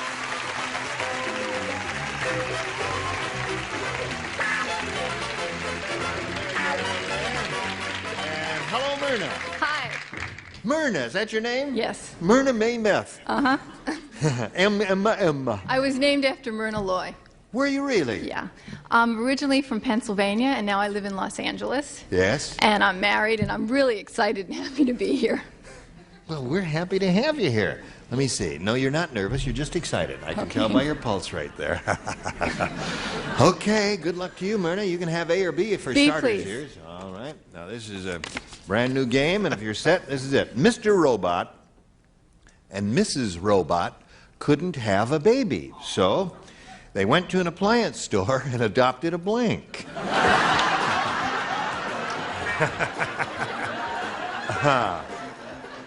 Okay. Myrna May. Vacuum cleaner. What? Vacuum cleaner. Oh, you don't even want me to read it or anything. Just say vacuum cleaner. All right, vacuum cleaner is what she said. That's good enough for me. Is it good enough for you, Robert? Oh, not quite. I said a toaster. Toaster? Well, now, you know, I think this is, one of those I'm wide sorry, open Myrna. first-round questions. It could be washing machine, dishwasher, toaster, anything. But they were very naive, and they thought they wanted a large family, so they got a 4-slice toaster. A 4-slicer, yeah. Vacuum cleaner is what we want here, An Chuck. avocado toastet. Oh, really? Yeah, they do come in avocado. I personally prefer all chrome, don't you, Lonnie? Oh, yes, but I said toaster. Toaster? That's coming up more than anything else. All right. Mr. and Mrs. Robot couldn't have a baby, so they went to an appliance store and adopted a vacuum cleaner. Right? Right. Before we talk about that, you remember the last time I was on the show, this irresistible urge you had to muss up my hair? Well, Fanny made me Fanny do it. Was here, and she Yeah. finally did it. Yes. Well, I came prepared. If you're overcome with that urge today, I want you to work on this. Oh, all right. Oh, Bob, it's wonderful running my fingers through your hair. Such a Send good those match. icy fingers and chills up and down my spine. Yeah. That's the one I wear on Price is Right. Now, my answer. That's Charles's hair. No, it isn't. No, that's Ed Asner's, I think. I thought that if they couldn't have a baby, perhaps they'd have something to do the work that the boy would have done, the lawnmower. A lawnmower. Dr. Lawnmower. Okay. One person liked that answer. Yes. Mothers here. You who are connected and have been associated with The Price is Right for so many years, yes, and are so familiar with appliance store, you think lawnmowers are sold in appliance stores? Now, and you're not going to pick on me again no, today, are you? No. How? How can I do that, fellow CBS? I cried for 2 nights after my last day with you. And not only that, when you started this kissing bit, you remember the thing you were trying with me? Right. I'm beginning to think, Robert, we'd better watch him. No. Yeah, I think we better watch him. Tell him the truth, Lonnie. I disagree. Yeah. Yes. How about you, Brett? You got a word to say? Okay. See, there it is. What about you? Do you want to play this game, or do you want to... Am I still here? I remember you. Whatever the question was, my answer is food processor. That's it. Okay. So now we'll go to Connie Swinger in a moment or so, but right now we want to go to this especially for you. One, hello there. Okay, here we the other round one question. Connie, this one's yours. Harvey said, let me give you some idea about the strange way I live. Uh-oh. The strange way I live. Those are the operative words. A Hollywood producer wanted to rent my blank for a Tarzan movie. I don't have to look at your rotten answer. Okay. Harvey said, let me give you some idea about the strange way I live. A Hollywood producer wanted to rent my blank for a Tarzan movie. Bedroom? Bedroom. Why would he want to do that? That's what came off the top of my head. Oh, all right. What she means is she ain't telling. Okay. Okay, Gene. Well, Connie, we won the big one, but this is, this could be it. You wouldn't find a bedroom without a body in it. A body? Yeah. Yeah. Nice try, Robert. Nice try, right. But no cigar. Sorry, Connie. Rent my body for a Tarzan movie. Well, that's what they You like do. that? I think it's a marvelous answer. You do? Sure. Oh, we ain't be crazy about this. Rent my vine. Vine. Thank you. Well, that would imply that the guy lives in a very strange way and has a bunch of vines growing around that, you know, one could swing from. Sure, baby. Charles? Now you got it. Yes. Loincloth. What does that imply? The guy walks around all day in a loincloth. No, he has a gray flannel loincloth Oh. that he wears to work. Oh, I Gonna see. dye it and At the William Morris office. Hello there, Lonnie. Hello. Are you ready for this? A Hollywood producer wanted to rent my blank for a Tarzan movie. Yeah, and I was thinking of a special Tarzan thing. Yell. Oh! Guy goes around apartment yelling all day and disturbing the neighbors and creating havoc. Yes, Please there. don't explain the answers. It only makes them more embarrassing than they already are. Okay, Curly. I'm so embarrassed with my answer. Why? Well, do I have to show it? Yes, you do. Those are the rules. What if I just tell you I didn't make a match and we go on? Well, no, we can't do that. Okay. I said living room. Oh. That stinks. You were so Terrible.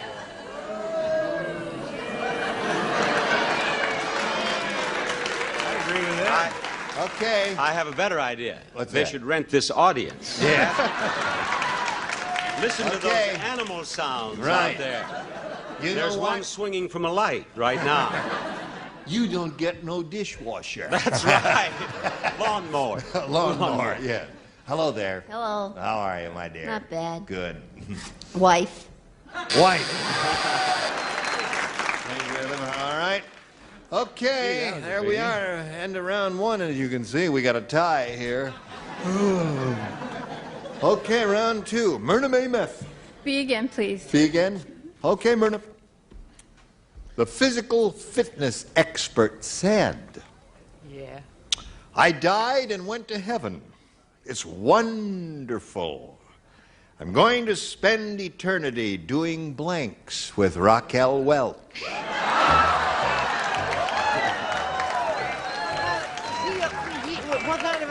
Now, wait a minute. The operative words are physical fitness expert. Right, He sweetheart. died, went to heaven, and he's going to spend eternity doing blanks with Raquel Welch. What's that for seven? You're making Ira very nervous. The physical fitness expert said, I died and went to heaven, and it's wonderful. I'm going to spend eternity doing blanks with Raquel Welch. Push-ups. Right.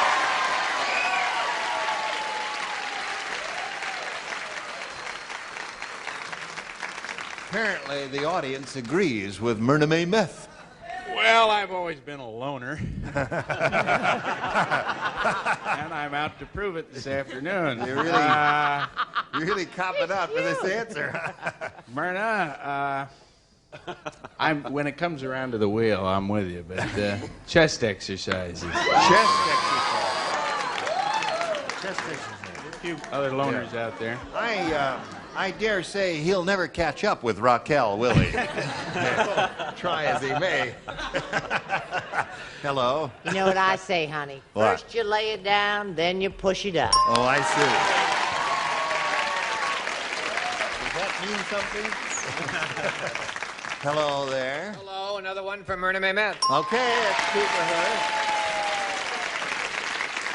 The physical fitness expert said, I'm going to spend eternity doing push-ups with Raquel Welch, according to Myrna May. That's exactly what he said. Really?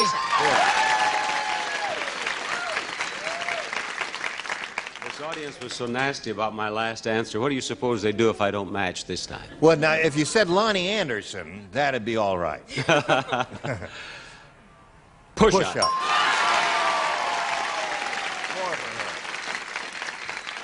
You make it 5 for Myrna? Me? Yeah, you? Well. Push-ups. Oh, you do? Okay. 5 for her. Yours will be along. Now this for America. Okay, Johnny Olsen, here we go. Now, Connie, here's the story. You need 5 to tie, 6 to win. It can be done. Mrs. Jacques Cousteau said, yeah, I think Jacques has spent too much time underwater. Today he brought home a blank skin rug. I think Jacques Cousteau spent too much time underwater. Today he brought home a blank skin rug. All right, Connie. Mrs. Jacques Cousteau said, I think Jacques has spent too much time underwater. Today he brought home a blank skin rug. The definitive answer is shark skin rug. Shark skin rug.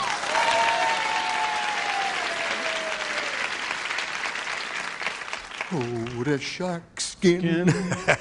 Oh, man. Connie, we've hit it again. Yeah. Connie, pick your head up. Shark skin rug. There it is. 5 to 1. Okay. What do you say? To match everybody, right? Has to match all remaining. No. 4 out of 5 could good, tie because it. Yeah. I didn't want to make it specific, so I said fish skin. I'm Fish sorry. skin. Now she has to match all the remaining ones to stay in the game. And How do you think I feel? Charles doesn't say shark. Sorry, seal. Seal skin, so that means Myrna May Meth wins the game. Well, the rest we have down here, yeah. Shark.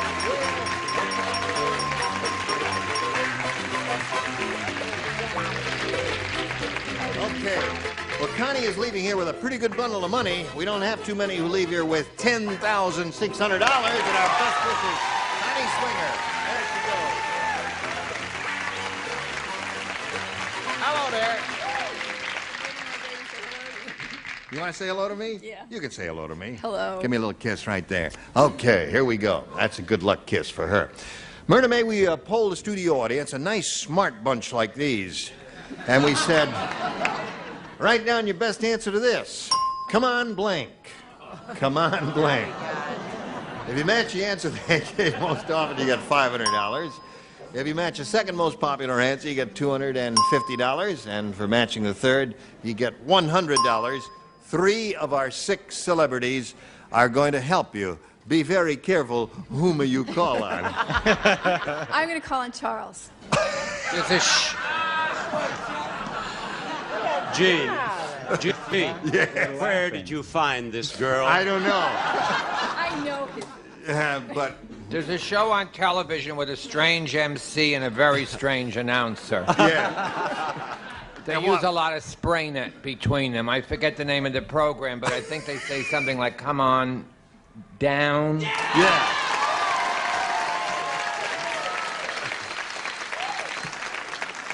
Yes, I think between the two, it's about a can of spray net a day per show. Yes. Brett? Come on in. Come on in. I guess a big hand. Yeah. Okay. And Bob? Yeah, now you call Now. When she could have called on me, Johnny, for come on down. Yeah. Or come on in. I have both those down as ideas here. Well, come on. Now. Now, wait a minute. An idea will come to you. Now. Something is going to float down hair. here. Look out for the hair. Something. There's an idea. With the hair. Hand me my wig. Something has occurred to me. What? Rosemary Clooney used to have a song called Come On to My House. Come on to my house. Come on to my house, come on to my house, come on to my house, come on to my house, come on to my house. I'm going to give you money and all that. All right, come on to my house, come on down, and come on in are the three that the celebrities have given you. Now you have the option of choosing one of those or giving us one of your own. Down. Down. Okay, here we go. All right, may we see the $100 number. Come on over. A familiar phrase. We are looking for the phrase, come on down. May we see the next one, please? Come on in.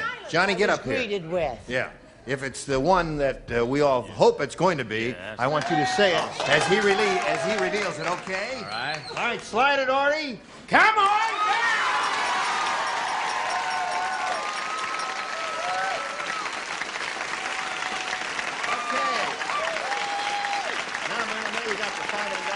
The least to play for is 10 times that amount, or $5,000. But you're going to have a chance to spin the wheel and see if you can double it and play for $10,000. Must make one revolution go.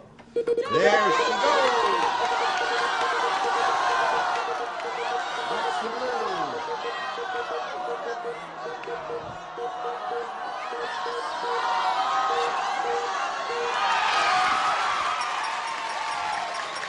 Okay, Patty Deutsch for $10,000. Are you ready? Stand there and face me if you would, please. There we go. Good luck to you, Myrna May Meth. Go on. This is it. It's only 10,000. Cider blank.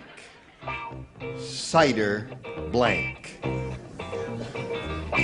Well, listen, in the audience, we appreciate your enthusiasm, but if you say an answer and they can hear it, it may be a good one, it may be a bad one. And if you give them a bad one and they lose the money, won't you feel bad? So we ask you to try and restrain yourselves at this time, or we'll just have to evacuate you from the building. Cider blank. Okay, Patty's finished. Myrna May, give us the answer that she's written on the card. If you do, you get $10,000. What do you say? Juice. Cider juice. Cider juice. What do you say, Patty? She says that'll match you. The only thing I could think of was cider barrel. Cider barrel. Cider vinegar would have been my first choice. Cider mill, another good one. Myrna, you got $600, and you're going to meet another player later after we do a little business with America. How much time do we have to say goodbye? Oh, no time. Well, I won't say goodbye until next time. This is Gene Rayburn, not saying goodbye.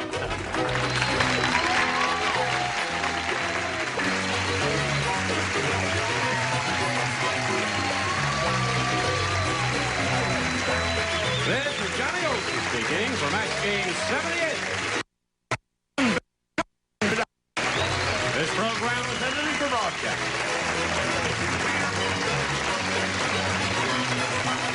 Get ready to match the stars. Bill Anderson, Red Summers, Charles Nelson Riley, Barbara Rose from Vegas, Bart Braverman, and George Bulemont as we play the star-studded Big Money Match Game.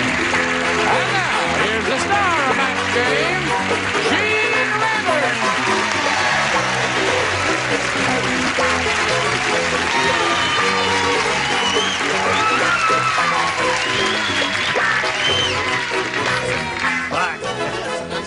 Thank you very much. It's kind of you to notice that. You dress good, boy. Yes. I'm telling you. Very nice. Little handkerchief. I haven't seen a man wear a handkerchief in a long time. That looks good. Takes a real man to wear a handkerchief Well, like that. exactly. But Flowers on his tie.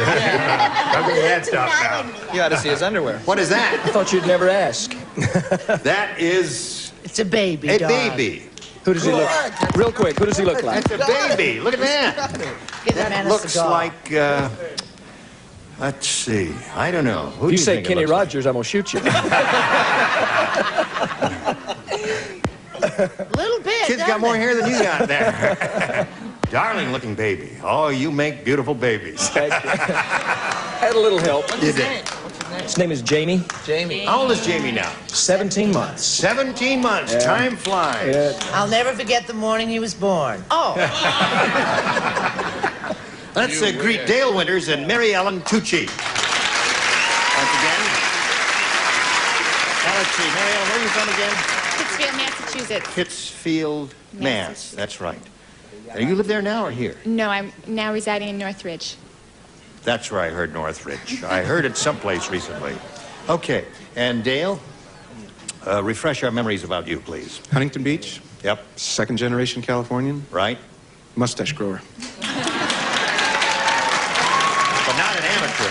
I'm professional. A professional mustache grower. From the famous mustache vineyards of Huntington Beach. The game ended yesterday. We ended even with game one. Now we start game two. This is your final game. Good luck to both of you. Mary Ellen, you may have A or B. B, please. B for her. Weird Willie is really weird. How weird is he? Instead of pitching horseshoes, he likes to pitch blanks. That wouldn't be so bad an answer itself. Mary Ellen, Weird Willie is really weird. Instead of pitching horseshoes, he likes to pitch blanks. Hair curlers. I see you're continuing your winning ways, aren't you? I thought this was a... She said hair curler. Where did you get your degree in domestic engineering? What do you got there for us, Bill? Why did you look at me when you said Weird Willie? No. Instead of pitching horseshoes, he likes to pitch the entire horse. Horses! Excellent. I think I have a cute, adorable, charming, delightful, old-fashioned answer. Instead of pitching horseshoes, he likes to pitch woo. Pitching woo. Isn't that sweet? It's sweet. Woo is a little Chinaman that lives down the street. Just picks it up, throws him right on the hook. He wasn't at all bad either. All right. Hello, darling. It takes a man to wear a handkerchief like this, too. That's right. You men could get away with it. I agree. Do I? I said horse duty. Horse duty. So much for the man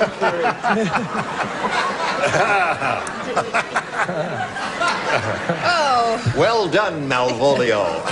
Yes. Well, I said he liked to pitch the old horse. Pitch the horse?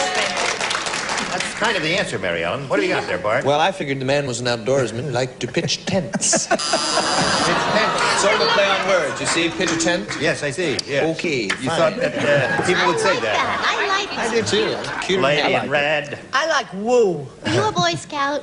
No, I was actually kicked out of the Cub Scouts eventually. I was kicked out of the Girl Scouts. Pitch horses. Kicked right out of the Cub Scouts. All right. I don't understand hair curlers. You must explain that to me sometime. No, I didn't understand it myself. Dale, this is yours. Gary said, I just played on the world's toughest golf course. It was amazing. The water hazards had blanks.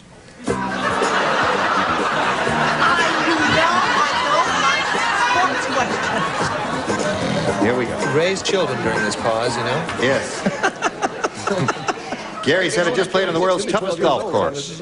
It was amazing. The water hazards had blanks. Sand traps.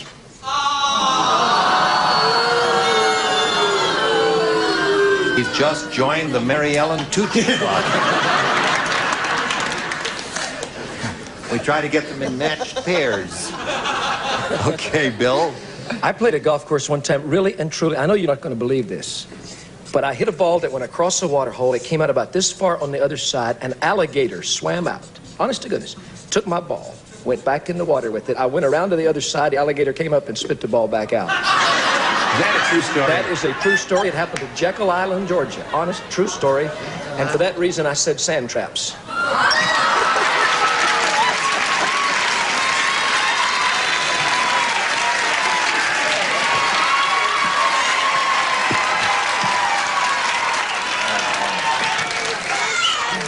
They're looking at me funny down there. Constantly amazes me. Gene, why are the country singers getting more laughs than the comics? 1980 First Award. I never... The by far most pathetic award ever. Let the audience be as usual over the years. Thank you, judges. Be the judge. Now, you must understand that I don't know anything about You're golf. on your own. You said I said the water had wings. Water hazards had wings. What is a water hazard? A water, well, see, she knows nothing about golf. I hate She doesn't know that sport. there are sand traps and You hazards hated and things. everything since you've been on this show. You particularly. Show us yours. This is very similar because when I was in Hibbing, Minnesota, and I was playing golf. Right? In the lake region. It was in the lakes region? I hit the ball into a sand trap. The Yeah. sand trap took it up, and then it spit it out on the other side, and that's why I said crocodile.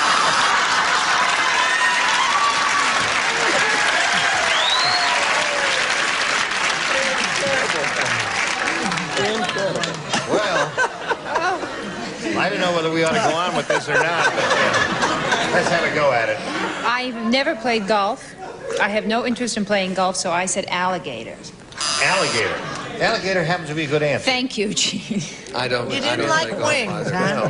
huh? No. I don't know from golf. I play tennis and racquetball, but I thought that a tough water trap would be one so big it would have waves. It was amazing. The water hazards had waves. That's an interesting answer.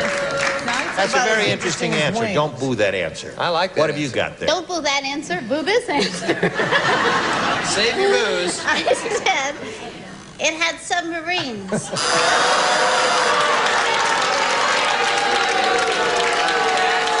I think it's pretty good myself. Oh, thank you. I don't Water even know hazards when I had have a good submarines. one That's quite anymore. good. Well, here we are, 1-0 in favor of Dale. It's really a bitter fight going on up here. Now we've got a little message or two for you. Hurry back. Now, it is the second and final round of this titanic struggle going on between the two players. Dale, since you're ahead, you will go first. I'll take B. B is the question he wants. It says, Bernie is the world's greatest salesman. He could sell a blank to Dracula. That's how good he is. You could tell him you don't play good. Here we go, Dale. Bernie is the world's greatest salesman. He could sell a blank to Dracula. Sun lamp.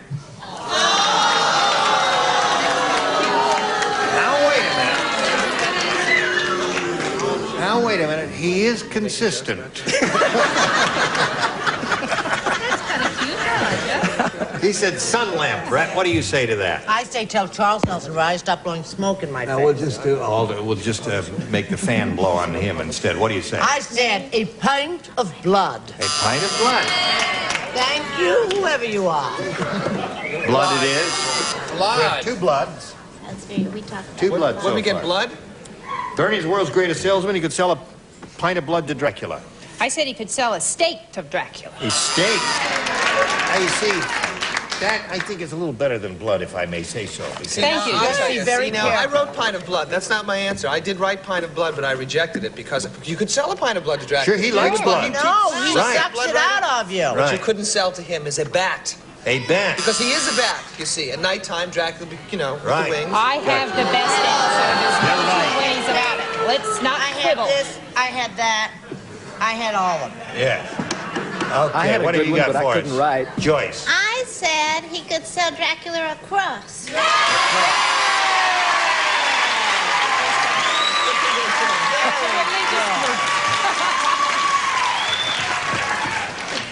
Cross and steak were the two definitive answers there.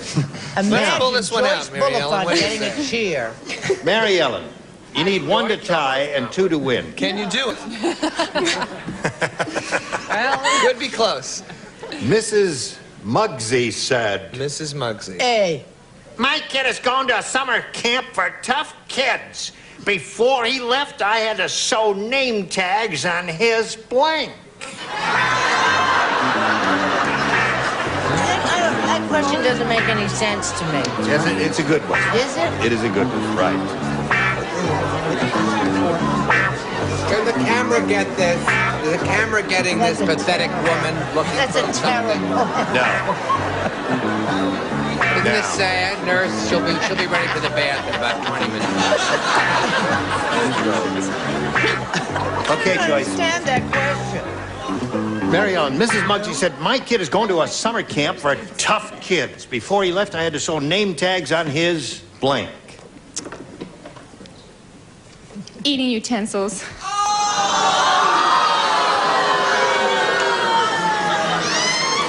I don't understand you. You're going to win by default. You're going to back into it. Eating utensils is her response. I'm with her. I ran into one of the writers for this show last night. I hope you punched him right in the mouth. No, it was a he. It was a she. He was a she. And I said to her, I said, tell me the answers for the show tomorrow. And she said, no matter what the question, answer boobs. But I didn't. I said rear end. All right, that's one response. And so name tags on his rear end. If I said rear end, you'd smack me with your microphone. 1980 second award for pathetic, most pathetic.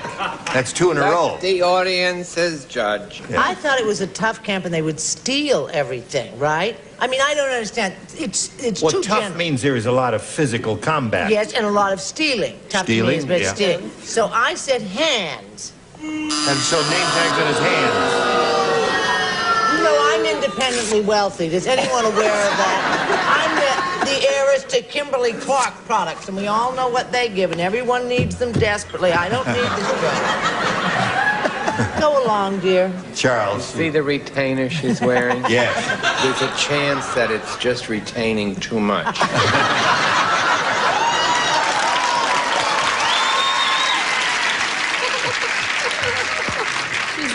I said, Gene, because I was brought up with these. Don't let this fool you. Brass knuckle. That's so name tags on his brass knuckles. Gotcha. And so name tags on his brass knuckles, according to Charles. But according to Mary Ellen, eating utensils. Well, I figured she would sew name tags on something that he may lose. Right? On his limbs. Limbs. Yeah. Isn't that hands? See, why don't they boo her? That's right. She's bigger. She's tougher. Yeah, she's bigger. This is a tough camp. A tough camp, Bart. Tough camp, a tough kid, and a tough mother. She sewed him on his lips. There it is. I got a match, Joyce, to keep a tie and stay in the game, Mary Ellen. What are you doing? Yeah. There was What do only you got? one good answer so far. My answer needs no explanation. Never does. On his straitjackets. On his straight back. Okay,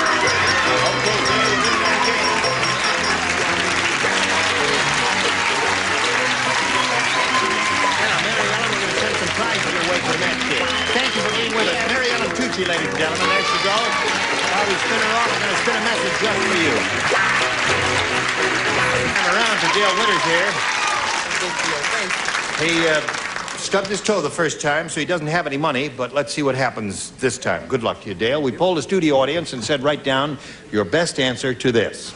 Blank tax. Oh. Remember, it's $500 for matching the most popular, $250 for the second most popular, and $100 for the third. Another Now subtle... remember, call on the ones only who are trying to establish eyeball contact with you. The others, they don't have an answer. Right. Thumbtacks. No, Bart. He looks right at you and he says, Brett. The man's sick. I can't help it. A big mustache that clogs his brain. Thumbtacks. I don't care what she says. Thumbtacks. Thumbtacks is his answer. Thank you. Bill. After Sand Trap, you're calling on me, huh? Brass tacks. Oh, Brass tacks. Be up there for sure. That's good. Or income tax. Joyce? Sorry. a choice between two. Should I say both of them? No, one would probably be doing it. Take the one Patty Deutsch wouldn't take. Carpet tax. Oh, good. Carpet tax, thumb tax, brass tax are the three. You want one of those or one of your own? Thumb tax. Thumb tax. Okay. Dale, we'll find out if there are any thumbtacks up there. May we see the $100 response?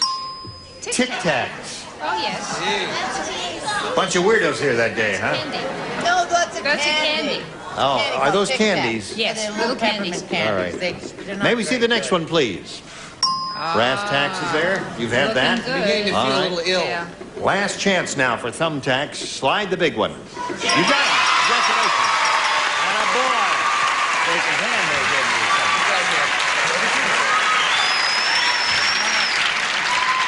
Now you've got the $500, Dale. That means at least you'll play for us 10 times that amount. However, we want you to spin the star wheel. If you do get a lucky spin, you'll double your money and play for $10,000. Step right up there, have a go at it. We'll all root for a double, right? All right.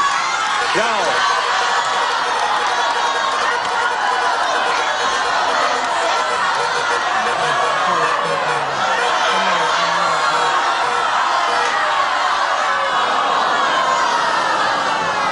$5,000 is what you are playing for with Ms. Brett Summers. Yes, darling. All right, face me if you would, please. Here it is. Good luck to you. Blank Core. That's C-O-R-P-S.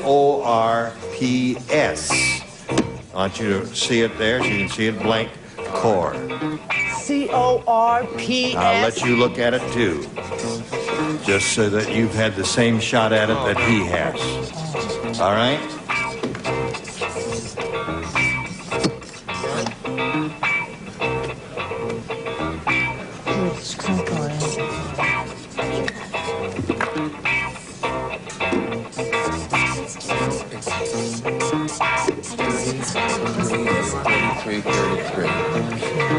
May, what did you feel for? I wish I knew something about his biography. No talking, Brett. Go. All right, she's got it. Now you give us the answer that she's got. You do that, we give you $5,000. What do you say? Marine. Marine Corps. I'm sorry, Bill. I said I'm so anti-war. I said peace. Peace Corps. Well, they say peace is our profession in the Marines. That's what they say. Is that what they say? Right before they get it to you in the throat. Yes. Marine Corps and Peace Corps and Drum and Bugle Corps, Army Air Corps, and all of those. Okay. Hardcore. Now, Dale Winters has a total of $500 and our best wishes. Thanks for being here with us. Dale Winters.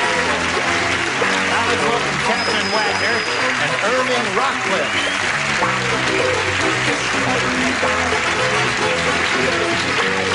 How do you do? Welcome to both of you.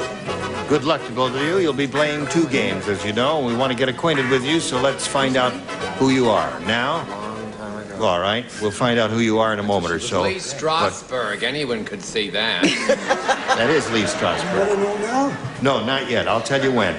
No, right now, I guess we want to do a little commercial message for America, right? Okay. No. Well, you've done it again. So we have. I don't know what it is, but there it is. You've done it again. Got a few seconds here if anyone has anything you want to get I'm going to do a love boat. You're going to do a love boat? Sure. Where will I'll look forward to seeing you. Who's in it with you? Phil Harris. Phil Harris. And the This guy says a ham hocks and turkey pounders. That's what I like about a the lot South. of new songs. Yes. I told her not to do it. Why? Because she's the first actress in the 4-year history of the program to get a one-way ticket.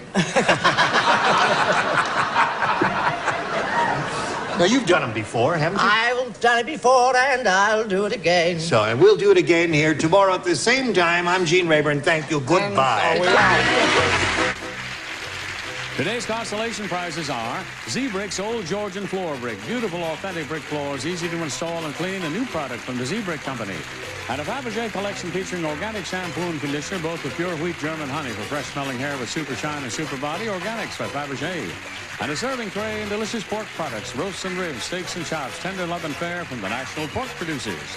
And like Madge the manicure says, try mild Palmolive dishwashing liquid. Palmolive softens hands while you do dishes, and it makes loads of thick, long-lasting suds. And Coil Magic, it cuts through buildup on air conditioner coils. Apply directly or use this garden sprayer. Coil Magic saves energy as it cleans. And new Cordaid Hydrocortisone from Upjohn for safe, effective relief of itching and skin irritations. Remember Cordaid Hydrocortisone from Upjohn. And Be Fresh makes every flush of deodorizing shower to automatically freshen and help fight bowl ring buildup, and 3 original scents plus new Powder Fresh. Put a shower in your bowl.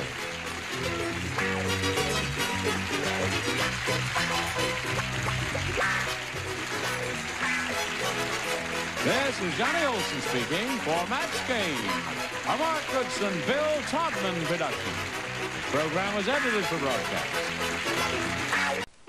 Get ready to match the stars from Charlie's Angels, David Doyle, Brett Summers, Charles Gilson Riley, from Ladies Man, Betty Kennedy, from Mork and Mindy, Robert Donner, and Marshall Wallace, as we play the star-studded Big Money Match Game. And now, here's the star of Match Game, Gene Rayburn.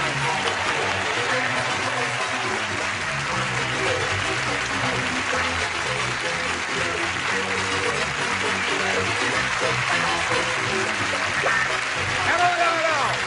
Hi, John. Hello there, friend. How do you do? Welcome to you. Haven't seen you in a while. Haven't seen you in a while. No. Haven't ever seen you before on the stage. You're probably just as well off. Attaboy, an especially hearty welcome and a nice kiss on the lips. Oh, he would. Hey, listen, it's time. We don't do this too often. To do a little fan mail. And this is a typical fan letter. Someone who wrote to me and said, "Dear Gene Rayburn, R-A-B-E-R, says, I watch your show Match Game on March 24, 1980. I would like to correct a statement you made about hogs don't live in barns. Take it from a 13-year-old farm kid who has been seen hogs being raised in a barn. I just thought maybe some of you city people should be better informed. I live on a farm in... That's a hog, yeah. The hogs. I live on a farm in Columbia City, Indiana. We raise and sell fat hogs. Here is a list of animals that live in barns. Pigs, cows, horses, and cats. In case you ever have such a question on your show, this list will help you. I bet some of you city people don't even know what a boar, sow, gilt, fat hog, or feeder pig are. I do, but I'm not at liberty to say. If you will read this on the live television, I will keep watching your show. Why don't you feed the animals before they die? Instead of watching TV. That's right. Well, anyways, that's it for the last 6 months there. Hello, Donna. How do you say your name? Dedicum. Donna Dedicum and Marion Duncan. Would you please welcome me to the first applause? Now, each of you will play 2 games. We want to welcome you and find out a little bit about you. Marion? I'm originally from Philadelphia, but I've been in L.A. for 11 years. I'm a teacher. Oh, wait a minute. You've been here 11 years? 11 years. All right. Okay. I am a teacher and a writer and a proud mother of a 15-year-old who thinks he's like Magic Johnson. Aha! Does he play that game? He plays well. Yes. Very well. Magic is really something else, isn't it? Terrific. Well, I hope he does have a great career there. Now, Donna, let's find out about you. Well, I'm originally from New York. We're almost neighbors. Yeah? And I've been living here for about 3 years, and I work for a major airline. All right. Good luck to both of you, ladies. Thank you. Let's begin by asking Marianne to make a decision about A or B. I'll pick A. A it is. Here we go. Did you hear? I'm so sorry. It's not that I'm not excited to be here, really. Yeah. That yawn was totally... Yawn, right? As I start to read the first question, you It yawn? was the sheer excitement. I'm worn out already. Sure. Remember the play I did in New York? She invested in it, and it lasted 4 days, and she looked at me in the hall like... I said, I'll give you the money back tonight. I mean, she's just, before they cashed the check. I know it. They booed, I heard. Oh, well. Did you hear that voluptuous Velma had her chest insured for $1 million? Did you hear about that? No. Well, now, what's strange is she had it insured against blank. I got it. I have a wonderful and strong skill. Here we go, Marion. Did you hear that voluptuous Velma had her chest insured for $1 million? What's strange is she had it insured against... Robbery. Robbery is good. Oh, it is good. Isn't that Didn't want anybody to steal them. No, that's Jewels. right. No, don't take them with you, please. Just use them here. We missed you, David. Oh, nice to meet you. I said deflation. Deflation. Good. Such a downer, isn't it? Yes, he is. No, you neglected to say who it was. Well, up to Thelma. Oh, I thought you said Twiggy. I said inflation. You must listen. That was the big, wonderful answer that you had? The correct answer, Gene. There it is.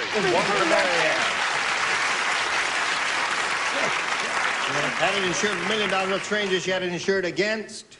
Deflating. Deflating. All right. Now, here's your first time at bat. Okay, Bob. I'm so proud of this answer. Good. A flat. Thank you. It's made me feel much better. I'll save this one. Very good. Well, how are you going to follow that act? His excuse is that it's his first time. Right, right. I've been here before, and I have no excuse. Floods. Floods. Well, that could happen. You could. You never Right. know. Now, let's see what we have for Donna. Ed said, you know you've had too much to drink when you go out into the street and try to teach a blank to fetch. Here we go. Donna. Ed said, you know you've had too much to drink when you go out into the street and try to teach a blank to fetch. A policeman. A policeman. Yes. That would be a confrontation. What'd you say to that? Oh, well, I didn't get off the curb. I had him stop and talk to a parking meter. A parking meter. He loves his answers, no matter how bad they are. Somebody has to. He's also speaking from personal experience. I knew him in the old days, before he went on the wagon. Remember what fun we used to have? Whee! Well, I said a member of the police dept. Aha! Look at that. I said a hydrant. A hydrant. All good responses. I was only kidding, David. I thought that was quite good. Excellent. Yes. Betty, what do you got here for us? Okay, I thought that you should teach a drunk to fetch, because they don't do much else, you know. They drink, so teach them to fetch. Right, okay. Right. We get it, Betty. Thank Yes. you. I've known Mr. Doyle when a curb was a definite threat.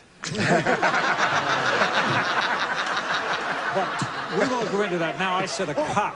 A cop? Look at that. That's two for her. Yay. Good. It turned out to be a good answer. I thought it was going to be a disaster, but she's doing well with it. What have you got for her? Well, then what do you know? Yes. I said what Charles said, my idol. Fire hydrant. Charles is your idol. Charles is my All idol. right. So at the end of round 1, 2-1 is the score. Your favor. Round 2 coming up in a moment. Now this for you.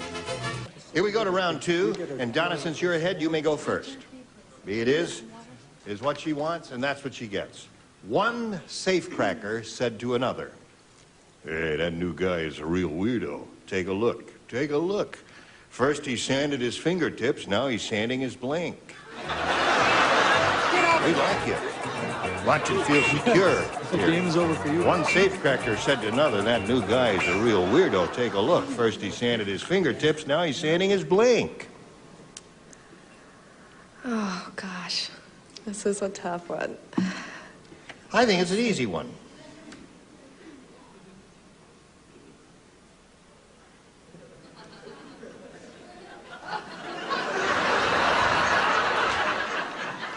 Onward, Christian soldiers.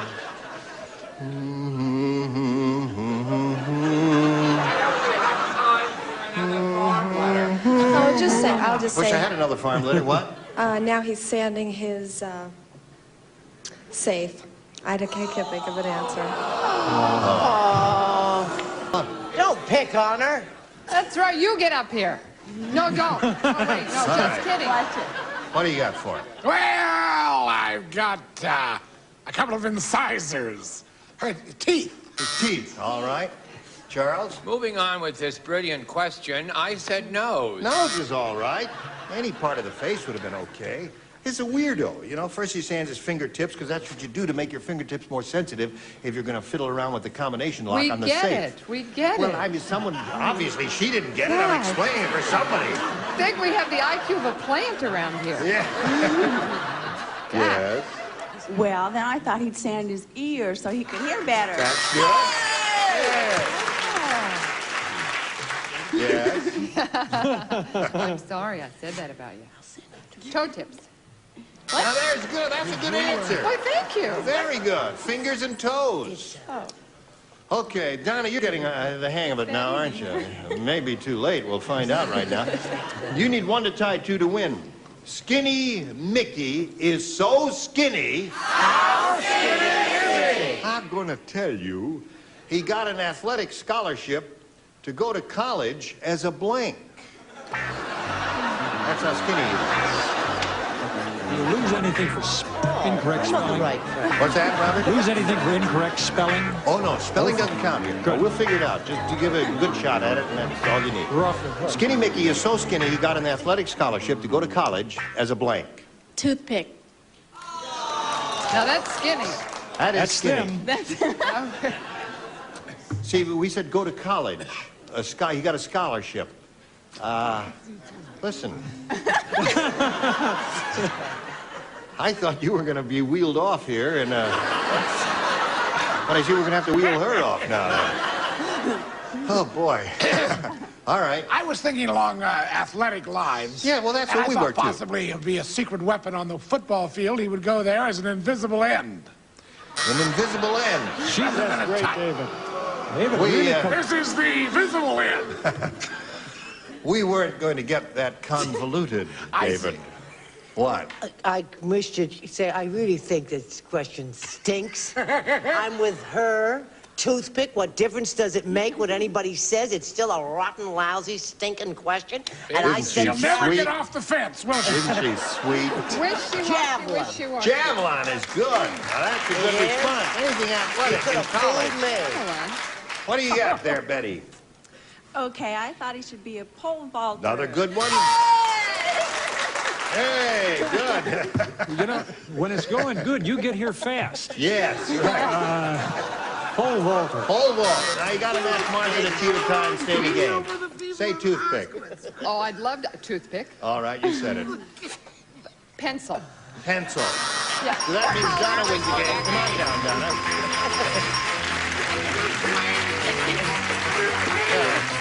Take your place there, if you would, please. We'll see you a little bit later. I'm going to wheel you off now, and you come back a little bit later for game number 2. But right now, we'll see how much money you're going to win here, because you could win a big bundle over $10,000. Let's see how it goes. We polled the studio audience not too long ago and said, write down your best answer to this. Blank the ship. $500 for you if you give us the answer they wrote down most often. $250 for the second most popular answer, and $100 for the third. Now, 3 of the 6 stars can help, but call on the ones who are establishing eyeball contact. The ones who are not looking at you don't have an answer. You see how simple it is? Oh, God. No. Charles, would you look down here, please? The Charles doesn't want it. He doesn't want to be called on. That's why he's not looking at you. Now, Betty Kennedy is looking at you. Okay, I want Charles first, though. You don't understand. I don't know how you got up here. I don't know how you won the game. She's winning, isn't she? Yeah, she walked right up. No, yeah, she is winning. All right, you want Charles. Abandon the ship. Abandon the ship. All right? Very good. No, Marcia, you don't understand what I'm saying. She keeps looking up over that thing. Oh, well, she's hiding her eyes, you see. She doesn't want... Sweet. All right, Marcia, she's called on you. Oh, what a treat for me. Sink the ship? Sink the ship? That's what Yeah. I thought. One more. Now I have one more. See, now nobody's looking at you. Yeah. Robert, please. Save the ship. So you have save the ship, abandon ship, and sink the ship. You want one of those or one of your own? I like Ship's in abandon, trouble. please. Abandon ship is what she wants. What would you say, audience? Don't give up the ship. Oh, don't give up. Oh, we're so Don't give All up right. the ship. Very good. All right, let's see what we have under the $100 number. Oh, no. Don't give up is the audience's answer. Big deal. All right, let's see if we have abandoned ship under the $250 response. Abandoned. There it is. What do you think now you're second guessing? What's under the big one? Save? Save or sink? All right, slide it. Sink. Okay. You'll be playing for a minimum of $2,500 and maybe $5,000. We'll tell you more about that right after this. That was nice. Donna's won the $250. That's hers. And multiplied by 10 is 2,500. That's the least you'll play for, Donna. However, we want you to spin the wheel. If you get a lucky spin of the wheel and it lands on one of the stars, names with the star on it, you double it to $5,000. Step right up there and have a go at it, and we'll all root for a double. And here we go. All right.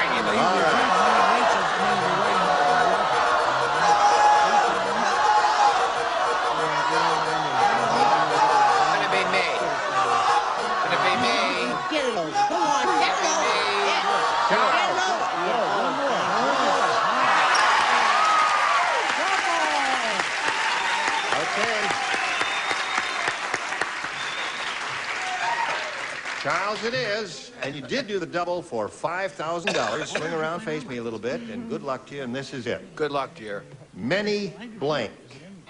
Many blank. Many blank. M-A-N-Y.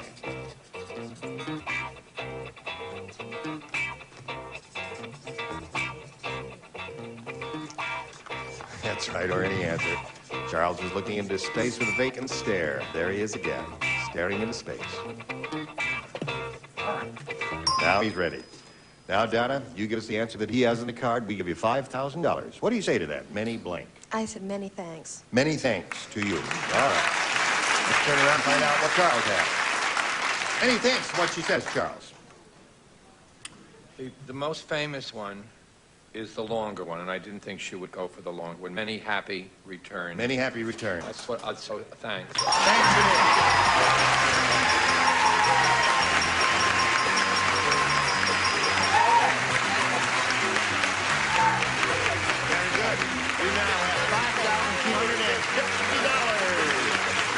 Congratulations. Let's bring your opponent back. Play game number 2. Here comes Marianne Duncan. All right, as soon as it stops, we can get aboard the merry-go-round. There you go. Welcome back, Marianne. All right. And now, if you're all set, she's very excited because she's got a bundle of money there. Well, there is a souvenir card. Thank you very much. My shoes are from Palm Beach.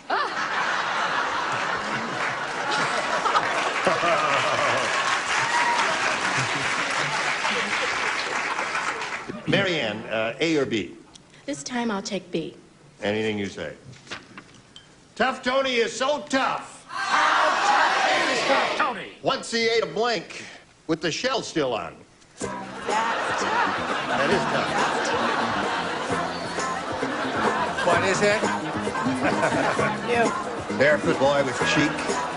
Just, if you could get him to put his shoes on, I'd be very grateful. I mean, I may faint over here. You may notice those tears are from the odor, not from sadness and Maybe it's a combination of your perfume and cheap pearls. Let's not talk about my jewelry, having been burgled. Oh, you imagine that? Here we go. Tough Tony is so tough. Once he ate a blank with the shell still on. That is tough.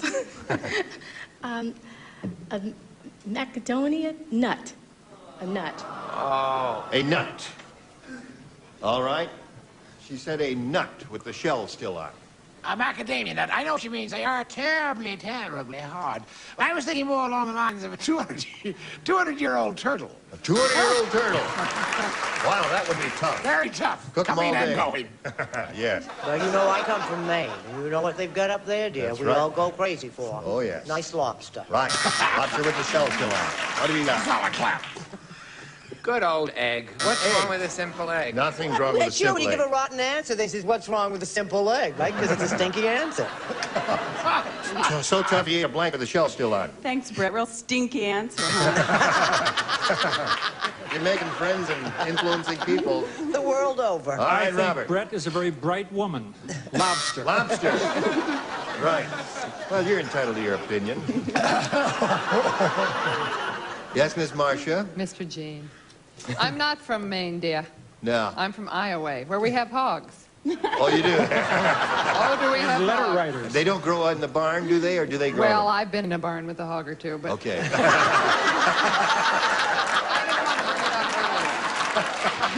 Oh, Mark, I love Very good. That's the best remark of the day, dear. It is? Gee, then I'll just shut up and say lobster. All right. Who set her up with the straight line, Chuck? Okay. This is the middle of round one, and we have no score. You'll have a question later. Now we have this for America. Thank you all. Join us for our match game. Goodbye. Some contestants will receive Baker's Secret from Echo. The silicone-coated non-stick bakeware is the easy way to better baking. Makes cleanup easy as pie. And an exciting assortment of Crayola art and activity kits with everything children need for hours of imaginative play. It's fun to create with Crayola. And a Betty Parker cookbook can bake someone happy with Super Moist. Pudding in the mixer makes it unbelievably moist. Other cakes may be moist, but they're not super moist. And a tray and chunky family-sized bars in 4 varieties. Each breaks into 24 thick bite-sized pieces. Chunky, thicker chocolate for real chocolate lovers. And Food Keepers and Uncle Ben's takes the time to make rice right. Uncle Ben's select brown rice, naturally high in bran, fiber, and nutrients. And a calculator and complete cleans and polishes all kinds of furniture without leaving a greasy film to streak or smear. From Johnson Wax. And Clear-Aid hydrocortisone for itching from insect bites, detergents, poison ivy, dermatitis. Now there's something better for itching than scratching. Clear-Aid from Squibb.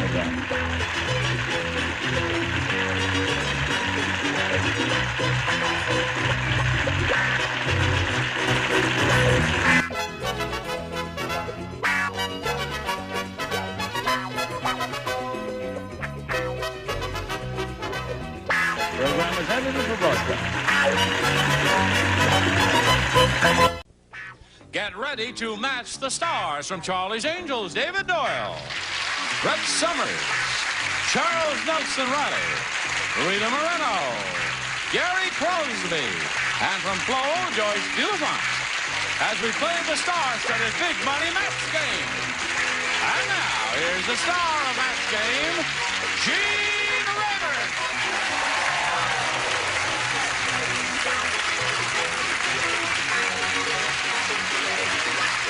How do you do? How do you do? How do you do? How do you do? All ready. What a swell suit. Ooh, I Thank love you. That. Is that what they call herringbone? That's a herringbone. Yeah, it's very sincere CIA stuff. Right. Very nice. Lovely. It's one of John White's cast-off that I'm wearing. What is it? This is a reunion between Gary and Now, wait a minute. Starring... one of the greatest motion pictures ever made. Give me a break, will you? There have been 3 movies made according to this Society of Movies. 1 is Casablanca, 2 is Gone with the Wind, and 3 is the 2 tickets to Paris. There's my name, see? Joey I'm D. giving this to Gary. Gary Crosby came after Lisa James. It was ahead of its time. I hate you. Oh, I was ahead of its time. It was a very good movie. That's you kissing the girl. But that's for his new house. It's a great movie. It's a great movie. Oh, they don't make them like that anymore. Thank God for that. Not only that, it was an original album. It was an original album. What's the worst thing he's ever done? That's the worst. That is so fun.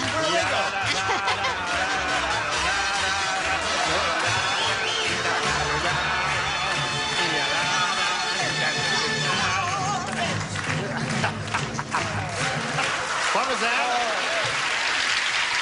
No, that's very sweet, but I can't go on. No, he's too choked to go on. that's very sweet, but they at least could have played something from the movie. Right. Right. That wasn't. What were some of the songs from the movie? I spent a large part of my life living that movie down. I'll tell you. I almost had it beautiful. beat. December of this last year passed. People weren't remembering that. You brought it back. Right. Right, so Ahead of its time, it's got a cult following. they made it. They made it without lighting. No lighting at all in this movie. That was it. I can say this because it has nothing to do with the reality and time. I hope so. But Roger over there just pointed out to me that tonight in Los Angeles at 11:30, they're showing the only movie that I was ever in. I had a scene about so big in with Jack Lemmon called It Happened to Jane, which is a pretty good picture. But This was- Wait a second. What? Wasn't it called The Out-of-Towners? No. No. No, that was later There's a few on. good names in this. No, in with this Jack typical- Lemmon and Doris Day, and hello there, Cindy Petrella. Applause, applause, applause. I guess you have to walk down here. Oh, okay. So we can spin the carousel around. Have to go ahead and spin it wherever you would, please. Now we'll spin this thing around here and see what happens. Now, how much money did she win? Would you light up the thing, please? 250. Thank you very much. That's it. A little late, better late than never, because my memory's a little short here. Now, you won the $250, which means the least you'll play for is 10 times that amount, or $2,500. However, if you get a lucky spin of the star wheel, and we all hope you do, we'll be rooting for a double, won't we? Yeah. Say yes. Thank you. Get David. You'll play for 5,000. So step up there, and can you reach this one right up there? You've got it. Well, give it a go, and let's see what happens.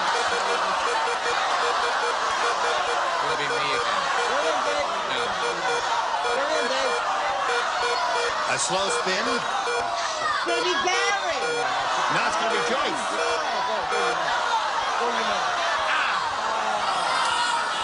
Joyce, are you ready? Oh, my goodness, good luck. Good luck to you. Right? It's all right. $2,500. Here it is. Flowering blank. You see it? Flowering blank. Just to make sure that we all understand one another there, take a look at the word. Flowering blank.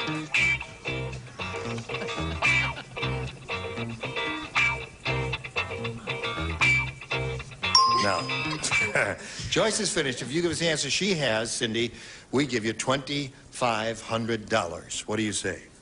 Flowering plant? Flowering plant. She's a little confused.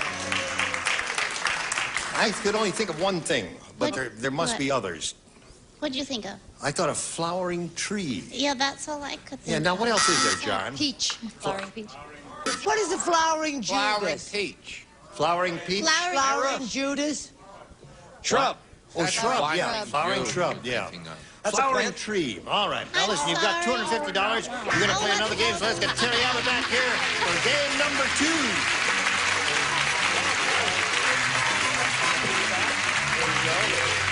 Welcome back. Thank you. Seems like a long time that you've been gone. No, not too long. But we welcome you back once again, and we'll start the second and final game with round 1, and you have a choice of A or B. I'll take A. All right, sir. Ready? Ready. Have you seen the new movie? Yeah. About the fight at the baseball game? No. I'll tell you what it's called, sir. I'm so glad you asked, because I had nowhere to go unless you had asked. I would have stood up here, nothing, yeah. New movie about the fight at the baseball game. It's called The Blank Strikes Back. Think about it very carefully now. I got it. I don't There know we go. anything about the sport. I'll tell you all about it later. All right. Have you seen the new movie about the fight at the baseball game? It's called The Blank Strikes Back. How about The Bat Strikes Back? Well, now listen. Sometimes they get them and sometimes they don't. You'll get it in a minute. I hope so. I don't know why, but I was. Show them, David. Did you get it? What? I got it. The umpire. The umpire strikes back. But here's what. Brad had this written down. I said, "Are you kidding?" She says, "That's what they call him, the umpire." She must never go to a ball game. She's never been to a ball game in her life. Well, she freely admits she knows nothing about sports. That's right. I fully admit Right. it, but I did. I thought it was spelled empire. And I'm sorry. But I fixed it right up and put down UM. The umpire strikes That's back. the first time I've ever known it was called umpire. Umpire. So that's 3 of those. How did he know? Terry, I guess you've gotten the point by now.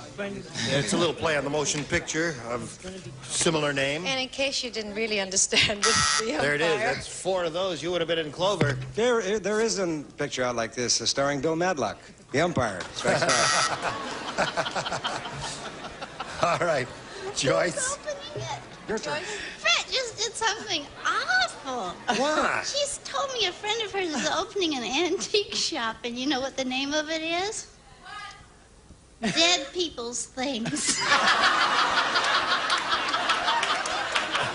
This is getting more and more like freshman year high school. It's like, I don't understand this group here. it's like a class full of bad kids. Loony time. Is it true? Dead people's You know my friend Marlene? Come on, Joyce. Show us your answer. Sorry, umpire. fire. All right, 6 of those. Now, you stand by for your question. In the meantime, we'll have this message for you. Here we go. The other round one question for Cindy. Okay, Cindy's turn. Now, listen to this. Okay. Oh, no. Loose Linda is really loose. She's had more hands on her than a blank. You know what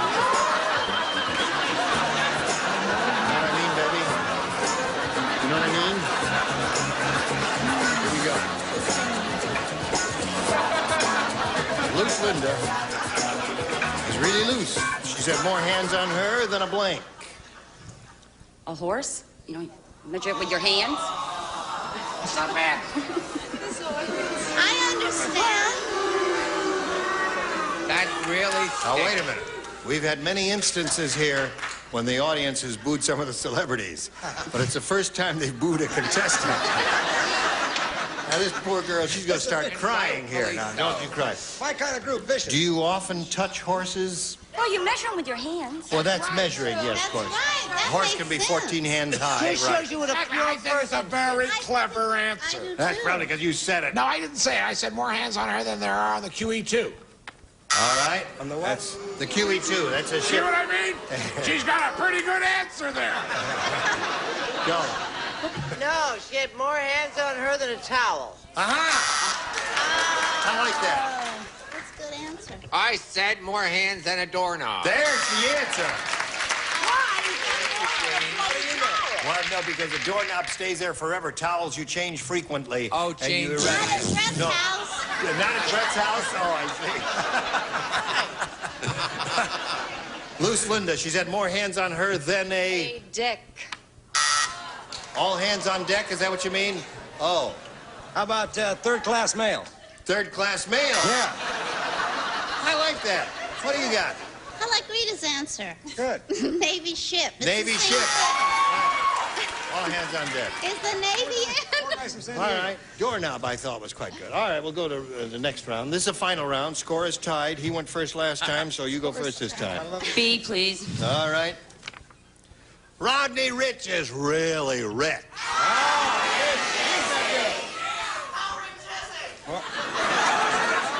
Everybody's out of step but Johnny, isn't he?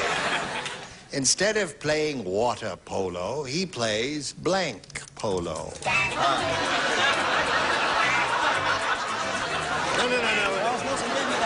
I know, but we have to display it more prominently. That goes to Washington right after the show. Thank you so much. Yes, to the Smithsonian Institution. There it is. See, we forgot to use lights with this picture. That's the only problem. Now, who's this girl? Is that Joey D? Huh? Joey D's a man. Joey D. Joey Don't you D's remember a Joey man. D and the Starlighters? No, The twist? All right, Cindy, you're first. Rodney Rich is really rich. Instead of playing water polo, he plays blank polo. Champagne? Champagne polo. Not bad. Not bad. Don't boo her. Very good. I almost went the champagne route, and then I thought I am dictated to come up with a fluid, right? Then I thought make it a rich fluid. Then I thought play on the word fluid. So I came up with bouillon. Bouillon. Gold, gold.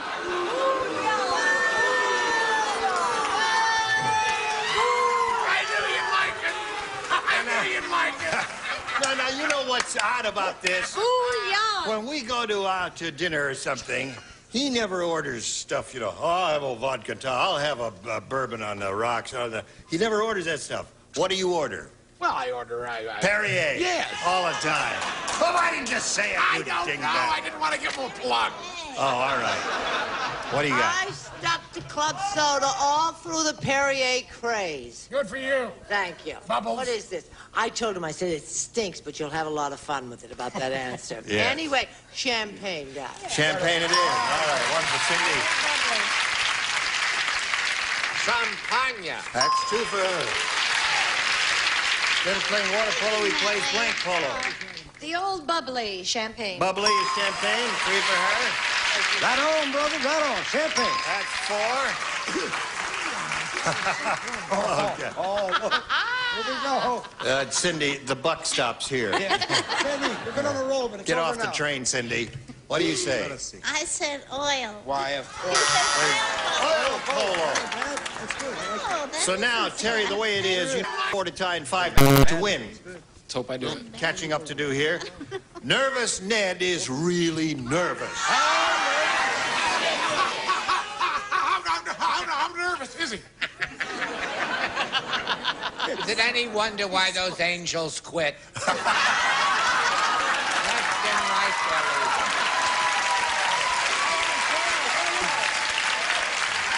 Very good. He's not that nervous, Don Knotts. Nervous Ned's really nervous. He's so afraid of thieves. Not only does he keep his money under his mattress, he keeps his blank under his mattress. Afraid of thieves. Money.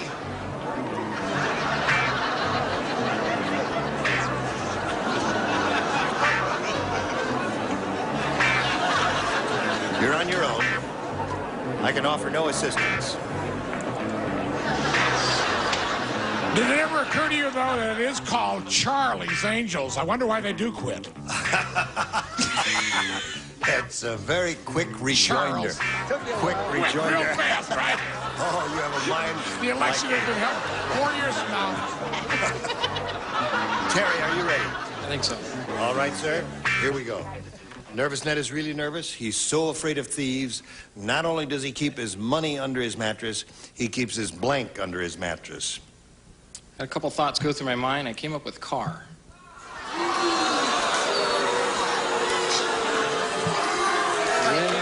Give me number 2. What was your other thought? Can I hear number 2?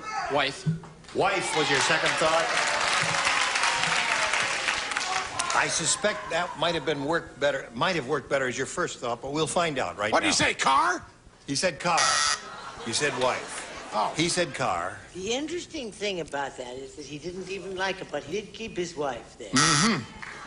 All right, I gotta said match. a boring answer, credit card. Credit cards. So that means Cindy wins the game. What the rest of you have down here? John, wife. Mercedes. Got one card. Come on now. Terry, what have we got for you? Oh, we've got some wonderful prizes that you're going to enjoy. Name one. Pantyhose. Thank you. They send you 4 dozen pairs of pantyhose. You look wonderful in them. Joe, name it. Where's them? Why shouldn't you? Well, listen, here's a little message for you. Hurry back, see how much money she wins.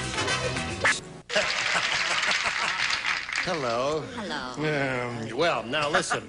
Cindy is up here for the second time. She's got $250, which she won in the first game, and now she could win a lot more. Let's see how you do. We polled a studio audience, Cindy, and said, write down your best answer to this. Barbecued blank. All right. 3 of Without our looking, 6 right? stars will give you a little assistance here. Barbecued spare ribs. Barbecued or ribs. spare rib. Brett, barbecued chicken. We got spare ribs and chicken. Charles. Barbecued beef. So you have barbecued beef, barbecued spare ribs, tell. and barbecued chicken. Food answers. Do you want one of those? I'll say chicken. Yeah. Chicken? I agree. You agree? I think ribs would have got it. Well, we'll find out. We'll see. Do we have any barbecued chicken up there under the $100 number? There it is, right the first one, I bet. Yes, we do. What do you think will be on top, Charles? Ribs. Ribs? Rib. I think ribs, barbecued. What's under the next one? Beef. It's gonna be You ribs. think it's going to be ribs? Yeah. It's gonna be ribs. Hold the sauce on my ribs. I like mine plain. Yeah. Okay, there it is. Well, now listen, you've got $100. That means the least you'll play for is $1,000. And if you get a lucky spin of the wheel, you'll play for $2,000. Right. So stand up there and grab that top peg there and give it a tug, and here we go.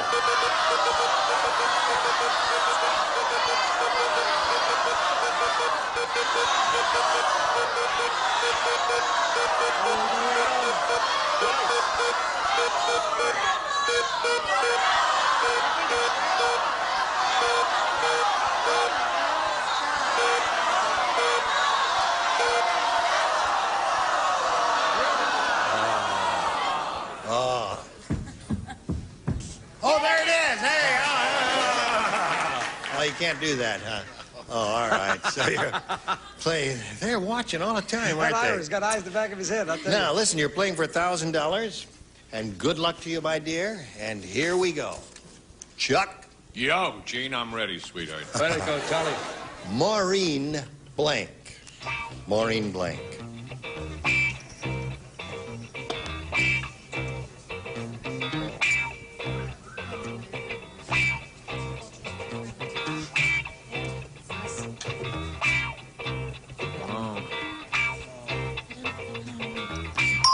Charles is finished. Now, you give us the answer that he has on the card. If you do that, we give you $1,000 just for giving us a surname there. Maureen. Sullivan? Well, her name is O'Sullivan. Oh. But Oh, well. he might have said that, although he's so knowledgeable in the theater sorry, people I said that... Maureen O'Hara. Maureen O'Hara. A very good choice. Maureen O'Sullivan. Right. Well, now listen, you've got a total of what? $350. That's more than I came That's with. pretty good. That's more than you came with. That's a good attitude. Congratulations to Cindy Petrola. Now this message for you. Well, it's time to go. We've had a wonderful week with all of you, and I thank you, one and all. Thank you so much for Hope you'll all come back again soon. Will you come back again soon? Whenever you Will you ask. come back again soon? You have only Listen, that. I want you to keep on turning out these pictures. Charles and I can do a sequel to this. Yeah. Oh, yes. Is it possible to get a copy of this? Because I'd like to run this at home. Kay Medford's got a copy at home in her attic. I'll tell you, yes, I know she will. If you ask her, she'll let you see. Joey Sure. D is still working in the club. She is. He's a man. Oh, he is. Yeah, Joey D. Joey D. You should have seen that. How do I know? Joey. Joey is a girl's name. From the Peppermint Twins. Listen, this is Gene Rayburn saying goodbye. So long, Joey. You've been wonderful. Today's consolation prizes are Bedsack. New ID and bed covering provides luxury upholstery for your old mattresses and box springs and protection for new from Bedsack. And Heatwave, powerful instant heater, heats and circulates room air without dangerous red-hot coils. Heatwave by Intermatic Incorporated. And Daisy Foot Saver relaxes tired, aching feet with hot, warm, cold to dry, vibrating massage. And an exciting assortment of Crayola art and activity kits with everything children need for hours of imaginative play. Fun to create with Crayola.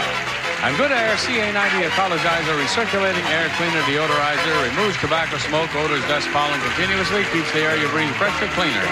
And a flat stand and guards when polished. Used by fine furniture manufacturers, rich in natural and organic oils, no silicones or wax buildup. And a bread tray, butter dish, and like Mads the manicure says, try mild Palmolive dishwashing liquid. Palmolive softens hands while you do dishes.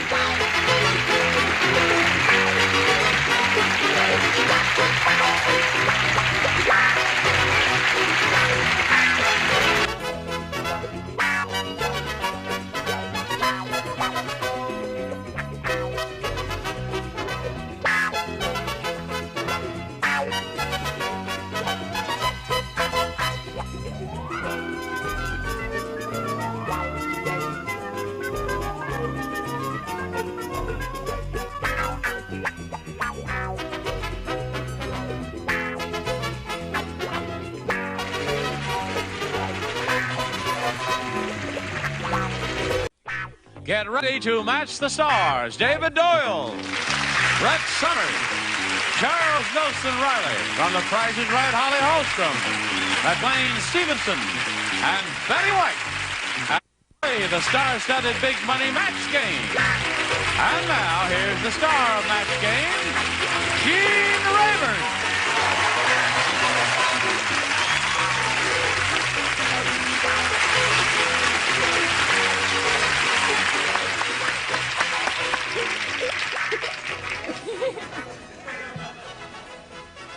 Tell him your name. Michelle. You're Michelle? She is so sweet. She's been sitting in the audience, and she laughs at everything. And she's so sweet, she even laughs at the dumb stuff that I say. So I wanted to bring her up here, and we got... This is from the staff of the show.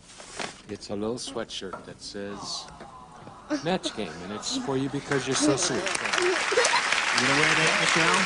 I can't. It's too big. It's too big for you?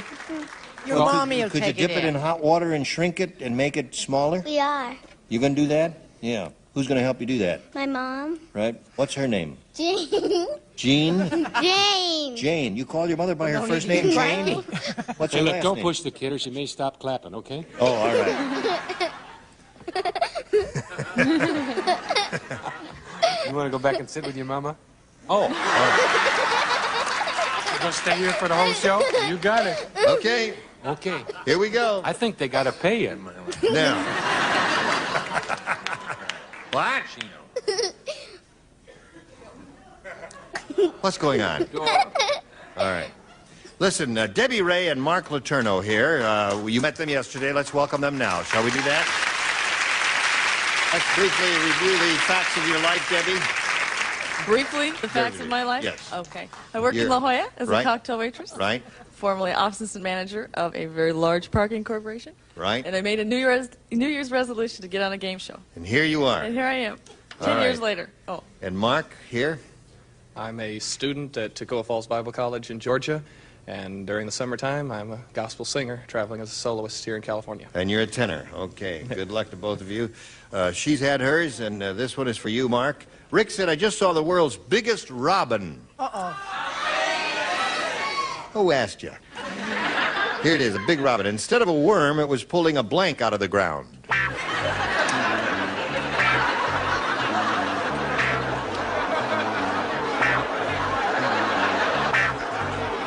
Here we go. Rick said, I just saw the world's biggest robin. Instead of a worm, it was pulling a blank out of the ground. A snake? Snake. Pretty good answer, I think, David. What do you Yes, say? a snake is quite good. I said a sprinkler. A sprinkler. The whole system. I think that's quite amusing, David. Thank you. You obviously think it's amusing too, don't you? I have to. I said it. What do you say? Yes. She's well dressed. Yes, she is. Aren't I well dressed? Chic, yes. Remember earlier in the week I talked about no clothes, poor woman? Betty took pity on me and lent me one of her dresses. Oh, how nice.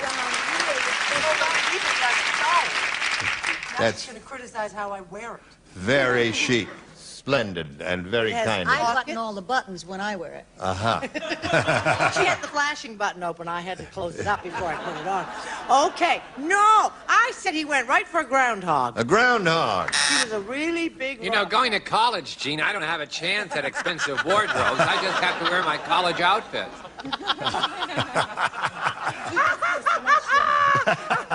Betty says you can wear this the next show. Okay. How long you? Now, how old do I look? 22? 22, right. 32? No, no. 42? No, no, no. 52? No, Charles, you look 28. You really do. Boy, that wind sailing has made him blind. Pipeline. Not too Pipeline. good. That's all right. No, No, I pulled it's a not, dug Gene. in I'm there and got upset. a hunk of that polyvinyl chloride pipe that they use in sprinkler systems these days. Instead of a worm, this big robin was pulling a blank out of the ground. This hugest boa constrictor. Boa constrictor. All right. One for Mark. All right. Are you ready? All right. Show and tell. You have to say it when you hold it up. Okay. All right. Hold it up. Snake. Snake. Very Just good. put it down there, though. Doing great. What kind of a pipeline did you say? Polyvinyl chloride. Alaskan. Those are soggy and hard to light. Yes. Boa constrictor. Boa constrictor. That's two for Mark. That gives him three altogether. Now we go to round two, and since you're ahead, you have to go first. B, please. B it is. Three people play. That's the upper tier. Upper tier only. You lay out, okay? You talking to her? Yeah. Well, you talk to me first. What? Oh, all right. Get the kid to lay out. We don't play this time, honey. All right. Tim said. Yeah. What are you working on? A You- 10% deal? Tim said, you know your secretary is an overeater when she brings her lunch to work in a blank. Oh, I got Tim said, you know your secretary is an overeater when she brings her lunch to work in a Suitcase. suitcase. All right. Let's see if we get a suitcase up here. I was thinking a little more grossly, I suppose you'd say, in a U-Haul. A U-Haul. There's an overeater. I myself was also heavy into the Orson Welles syndrome. I also said U-Haul. Sure. I couldn't remember, and I said, "What's that thing that they put on the back of cars?" And he said, "U-Haul." Thank you. Right. It's a trailer hitch. One thing a college kid knows, Gene, is Oh, the man's a fool. that every time a term begins, my ma, God bless her, packs my suitcase. Aha!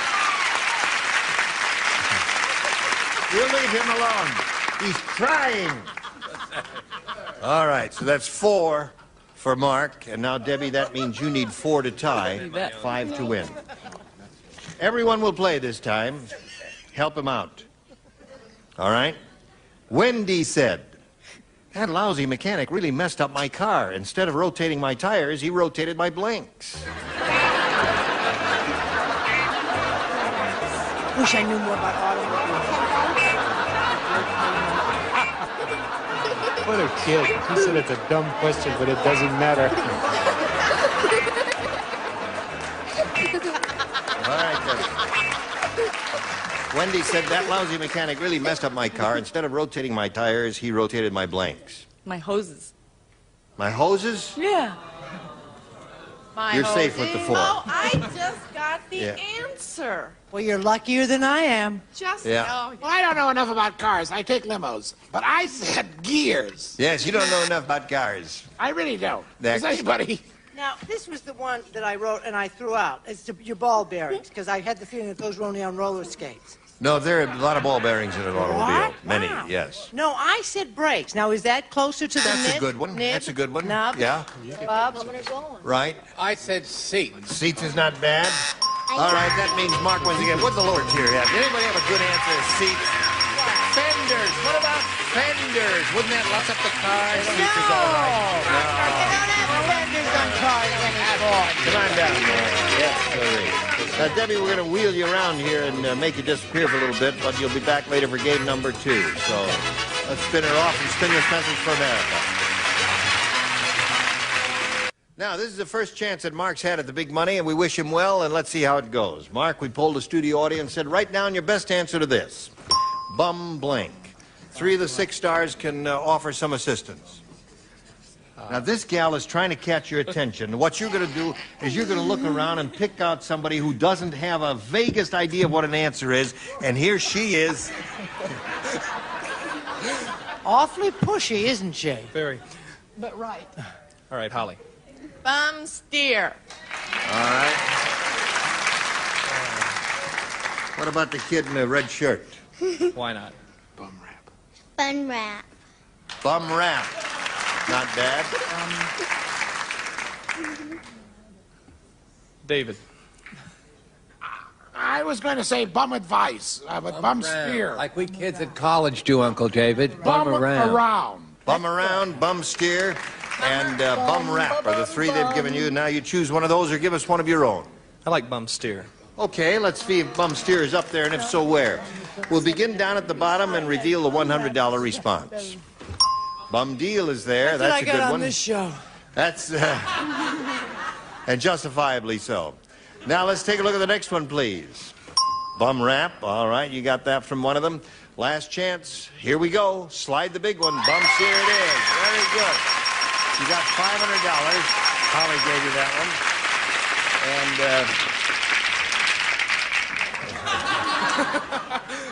And now you're going to spin the wheel and see if you're going to play for $5,000 or $10,000. So step up there and give it a go.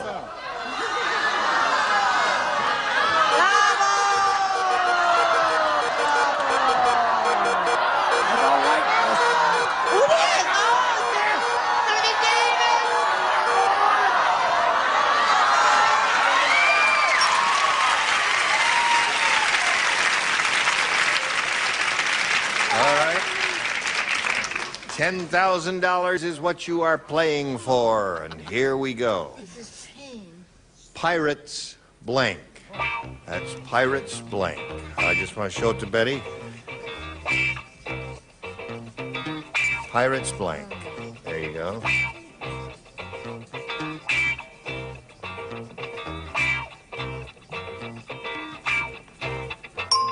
Your job is to match Betty White. If you do that, you get $10,000. What do you say, Mark? Pirates Cove. Pirates Cove.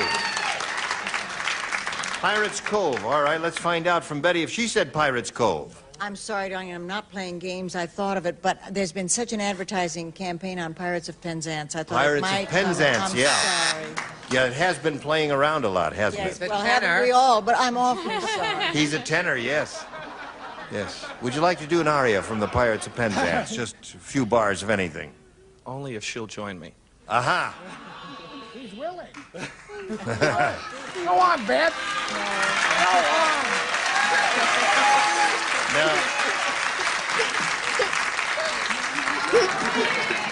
All right, Mark, you've got $500. Let's start game number 2 by bringing Debbie Ray back here. Here we go.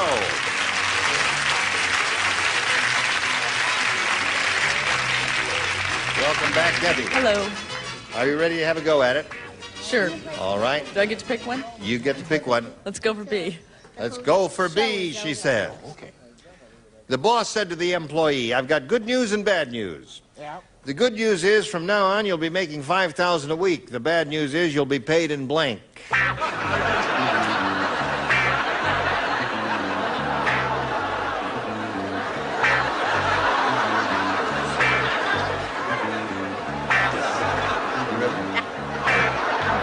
we go. The boss said to the employee, I've got good news and bad news. The good news is from now on you'll be making $5,000 a week. Bad news is you'll be paid in blank. In your next lifetime. Huh? In the what? You really didn't come here to play this game seriously, did you? You don't care whether you win the money or not, do you? You're right. She doesn't care. She's independently wealthy. What did she say? She doesn't care whether she wins or not. Oh, well, that's all right. In your next lifetime is her answer. That's not a bad. Good one. Kind of religious in a way. Metaphysical. I said in lira, which would be about $5.50. Aha. Lira.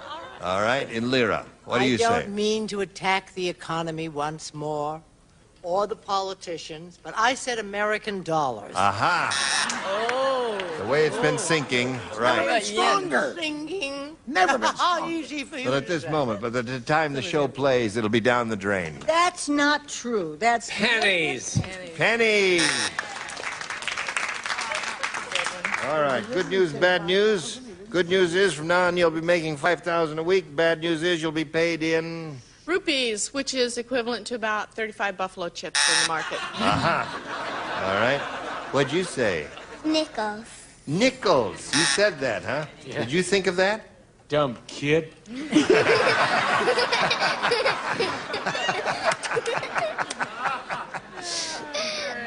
All right, Betty. she's making pennies. Pennies. All right. So there we are at the middle of round 1. We'll have a question for you in a moment. Now this for you. All right, here we go. Mark, you ready for yours? Dumb Donald is really dumb. When his girlfriend said she wanted them to stick together, Dumb Donald spread glue on his blank.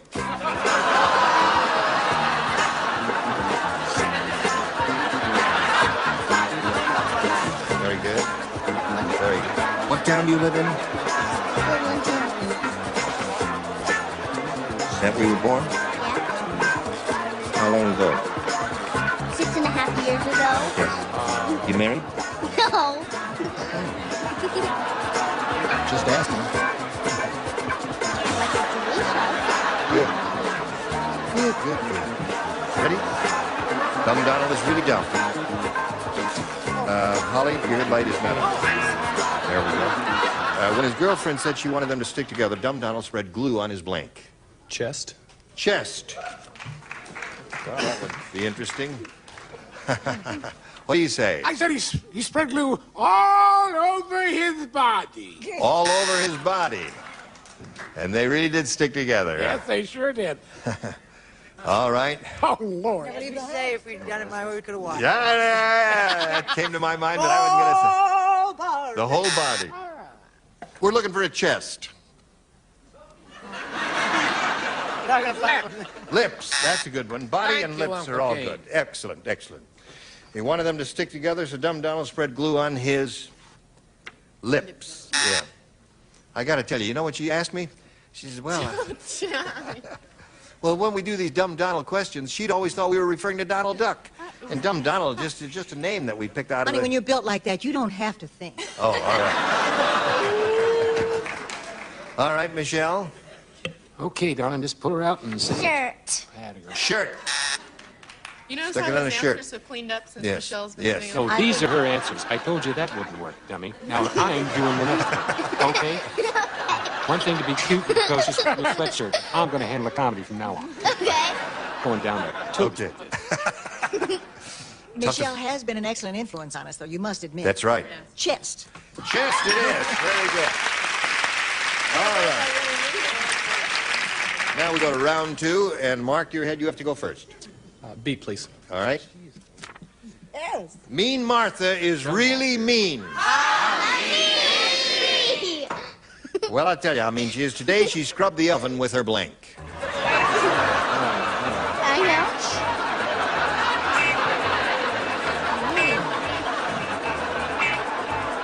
Oh, I can't lie. There is an answer here. What do you mean by that? All right. Here we go. Sure. No, this is his. Mean Martha is really mean, Mark. Today she scrubbed the oven with her blank. Her husband? Her husband. What did she say? That would be mean. What did he say? Husband. I guess the speaker's not working, huh? Husband, I'm sorry. I didn't. I said bare hands. Bare hands. Oh, that would Scrubbed be it with her bare really hands. tough. Oh. She was so tough, she scrubbed that oven with her pet porcupine. Sorry. Oh, really? At least I didn't say dog. Wire-haired terrier. We're a little cute Pomeranian. Oh! You take it. I would hit him right in the face if I were you. I'd go up there and hit him. Careful of my hair. What'd you say, Holly? Well- Mean Martha scrubbed the oven with her. I was going to say her only child. But then David convinced me that this was the ultimate answer. What is that? Bare hands. Bare hands. A husband is what we're after here, Michelle. No? You pull it on my Kaylee. McKaylee? You call me McKaylee? I get you on network television and give you a $3.98 shirt and you call me McKaylee? What's his name, Michelle? What is it? Kaylin. McKaylen? McKaylen. All right, that's close enough. I'll pull it out. McKaylen. Oh, boy. She said kitten. Really? That would be a terrible, mean thing to Don't do, wouldn't even it? put that thought in her head. So, That's a now, terrible you've got a shot at winning it by matching 2. That's all you have to do. Let's see what happens after this. We're just trying to figure out to get Michelle here to smell. Well, listen, Michelle, it was a pleasure being on your show today. And I hope you'll invite me back again sometime. Join us next time for the match game. Gene Rayburn here. Goodbye. Today's contestants will also receive a beautiful jewelry ensemble in the golden manner of Monet, designed and crafted by Monet, the master jeweler. And Trident Sugarless Gum, the great tasting sugarless gum with 5 flavors, including bubble gum. Trident for families who care about their teeth. And the new shape of pleasure, light, sparkling, boldly sophisticated Pink Champagne takes you away from the ordinary Pink Champagne malt liquor from Iroquois brands. And Niagara, as America's #1 spray starch, helps prevent the deep penetration of soil and sting.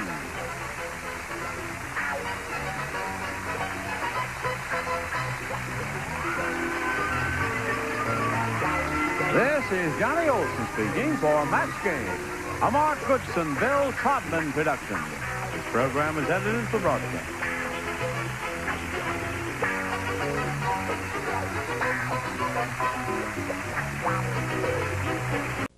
Get ready to match the stars from The Love Boat, Ted Lang, Brett Summers, Charles Nelson Riley, from Dallas, Audrey Lander, McLean Stevenson, and from Harbor Valley PTA, Edie McClure, as we play the star-studded Big Money Match Game.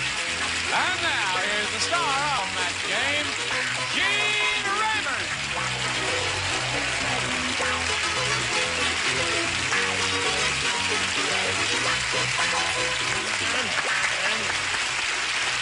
Not bad for half a house, huh?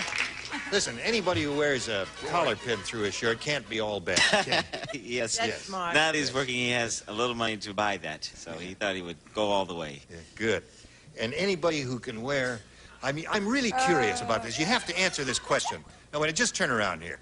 Friends. What is he doing? Was this thing made on her? How do you get into something like that? You have it made on you. Oh, all right. Okay, just checking on him. Now let's say hello to Elsa Pulaski and Ed Sylvester. Welcome. Let's get acquainted. Elsa, please tell us about yourself. Well, I'm from Puerto Rico, and I have 4 children, and I'm married to a Polish prince. That's where I get Pulaski from. A Polish prince? Yes. Oh, Pulaski did you was think I was Polish? Well, no. Hope it's not matter of fact, Roman I haven't thought too much about it, Elsa. But Pulaski was a great early American revolutionary hero. He was a general who helped in the American Revolution. Is your husband descended from him? Yes. Right? He is. He is. And he's a prince? A real To prince? me, he is. Oh, okay. All right. All right, Ed, tell us about you, please. Well, I'm from San Diego. I teach photojournalism. I'm a single parent of an active 4-year-old, and when I have a little time, I like stained glass. I dabble in stained glass. That's a fascinating hobby. It's exciting, yeah. And have you got any of your stuff installed in your home? Oh, I don't sell it. Once it's done, I want to keep it, so it's just covered with it. You've got it. All right. Good luck to both of you. Elsa, you begin by choosing A or B. A. Anything you say, Elsa. Rick said, our football team is really tough. You lost it. Somewhere along the line, you lost it. You had it 5 minutes ago. All right. Our football team is really tough. To keep them happy, after every game, the coach throws them a blank. May have to look at that one Oh, more that's an easy time. one. Oh, you Very always good. say that. You're not out here under the pressure. Yes, I am. I'm telling Jenny, I'm telling Jenny. Ready. Here we go, Elsa. Rick said our football team is really tough. To keep them happy after every game, the coach throws them a blank. A towel? A towel? You really didn't think about this, did you, Elsa? No. All right, I'm going to have to make you go stand in the corner. Think about it. Ted, what'd you say? I said they're so tough, they're tough as nails. They throw nails at those guys. You didn't understand it either, Ted. Yeah, you didn't like that one either, huh? All right, I'm going That's back 2 to in a C. row who don't understand me. After every game, the coach throws them a what? No, you see, I had to read it twice, and that was all right. I was picked on and all that, but it doesn't bother because I'm used to it. I said raw steak. A raw steak. That's acceptable. Acceptable? Right. The coach threw them abroad. Right. What does sexuality have to do with toughness? They like it. They threw him a cheerleader and they ripped her apart. That's all. Oh, that is the most I want those writers in my office in 20 minutes. Talk All about of them? Terrible. All right, Audrey. The team is really tough. After every game, the coach throws them a punch. punch. You know, he punches them if they're tough. Right. Okay, she can sit up here. She's... Thanks. He's Join somebody the that club. loves me. What do you say there, McLean? Okay.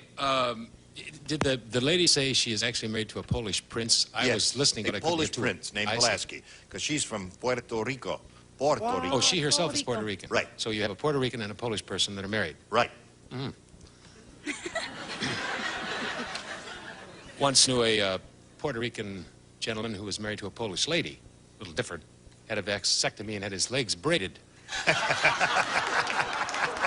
I said cheerleader. Cheerleader. Good response. Thank what you. do you say? Well, Gene, you may be no count, but you are a prince of a fella. Oh, thank you. Yes. Well, I had a team that was a little bit different stripes, so he threw them a halfback. And they lived happily ever after. All right, I Ed. want the ERA, and now do I have a lot of letters about that question? No, listen, I support the ERA, so don't write to me, because I'm all for you. Big Nose Ben said, I'll never go to sleep in the woods again. When I woke up, there was a blank sleeping in my nose. Never go to sleep in the woods again. Here we go. Big Nose Ben said, I'll never go to sleep in the woods again. When I woke up, there was a blank sleeping in my nose. It's got to be a bear. A bear. A bear. A bear. A bear. Oh, that's some big nose. Oh. I would have said a smaller animal, but he said bear. What kind of animal would you have said? I would have said a mouse. A mouse? If I were playing. Mouse sleeping in my nose. That's within the realm of reality. Yeah, that's what I was dealing with, the realm of reality. Yes. So I said a bee. A bee? Yes. All right. See, I got that far. I got B-A, and then I threw it out, and then I had to screw out all that. But no, then I went for something quite different. I said, it's a sweet answer. It's a dear. It's something romantic and sentimental about it. It's charming. A robin with a nest of newly hatched eggs. It may not be a winner, but sometimes it's a tender thought. just had go for tenderness instead. Right. Oh, Charles, how come you're crying? Charles, tell us why you're crying. Because that was so beautiful. Could smell the woods, Uncle Gene. You could smell the woods. That fresh... Among other things. I said bears, but I took it away. I'm sorry, the big bad wolf. Big bad wolf sleeping in the nose. Big Ben said never go to sleep in the woods again. When I woke up, there was a blank sleeping in my nose, Audrey. Well, I thought he did have a very big nose, and I said there was a bear. A bear. That's one for Ed. That really would require a large nose, wouldn't it? But there are lots of bears in the woods. Yes, of course. What do you say to this, McLean? I saw it as a really big honker. And therefore, I too put a bear in there. Aha! That's two for Ed. He's getting there. Well, I was somewhere between the realm of reality and the land of hyperbole, so I looked for something that washes its hands before meals, and I said a raccoon. A raccoon. All right, so there you are at the end of round one, 2-0, Ed's favor. Now this for you. Here we go. Round two coming up. Ed, since you're ahead, the rule says you must go first. I'll go for A. All right. Who plays? 20th. The upper tier and Edie. Ready, upper tier. Okay, hon. Tim said I got a strange insurance company. They're called Mutual of Central Park. I'm only covered if I'm hit by a blank. Strange insurance company. All right. Tim said I got a strange insurance company. They're called Mutual of Central Park. I'm only covered if I'm hit by a blank. Strange. Weirdo. I'm hit by a weirdo. Hit by a weirdo. A weirdo. That covers the world. That's strange. Ed, you showed such promise in the beginning. Well... Don't worry. Let's see. Maybe one of the weirdos did say weirdo. As a weird set of coincidence, you know, Central Park is also associated with, besides weirdos and other fanatical people, I put mugger. Ah.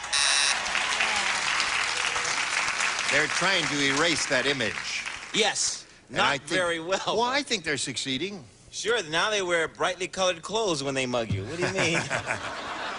All right, Brad? Did he mean sexual deviant when he said others? No. No, of course he didn't. No, I didn't say that. I said unless he was hit by a billy club while attached to the belt of New York's finest. Uh-huh. I like the two card answers. They Not appeal the to traditional thing you'd find in Central Park, is it, Charles? What do you say? Well, I went with a vehicle, a baby carriage. A baby carriage. You'd find a lot of those there. Strange insurance company called Mutual of Central Park. I'm only covered if I'm hit by a what, Audrey? Oh, you don't play. Edie You don't plays. play, I play. You play, Edie. I play. That's what everybody Play, says. play, All right. Oh, God. Did that clear out your sinuses, McLean? Good for you. Listen, I had intimate acquaintances in New York City when I was working up there on Dave Letterman's show. The first day I went to work, I was hit by a mugger. A mugger. How about a pigeon? Find a lot of pigeons there, don't you? Now, Elsa, you need 2 to tie, 3 to win. Here it is.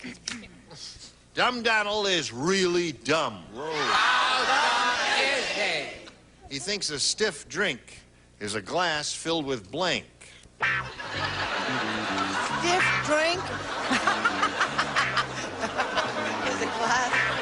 I got the answer. I like that answer. Here we go. Elsa. Dumb Donald is really dumb. He thinks a stiff drink is a glass filled with blank. Glue. Glue.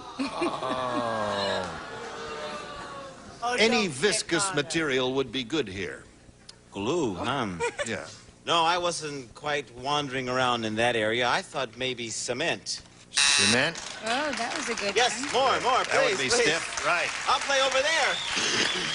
Elsa, come sit over here. I want to win some money. Cement. That's two of those.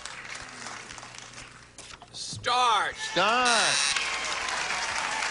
Yeah, that's the traditional stiffening element for shirts and other linens. What do you say? Dumb Now- Donald thinks a stiff drink is a glass filled with No, what? I was thinking of a stiff drink in a different way. And a dead body is a stiff. See, somebody else like you. See that? I'm not the only person who thought that way. You. Well, disgusting, I was right when I referred to you as a weirdo, didn't I? No, you weren't referring to me. Yeah, no. Right. What do you say, McLean? Elsa has to match now too, where it's That's right. Zippo and she takes the ride and Right. Comes back for game and number goes 2 up later. for the big bucks. Right. Okay. Well, have a nice trip, Elsa. Start. So that means Ed wins the game, and she said start. So come on down, Ed.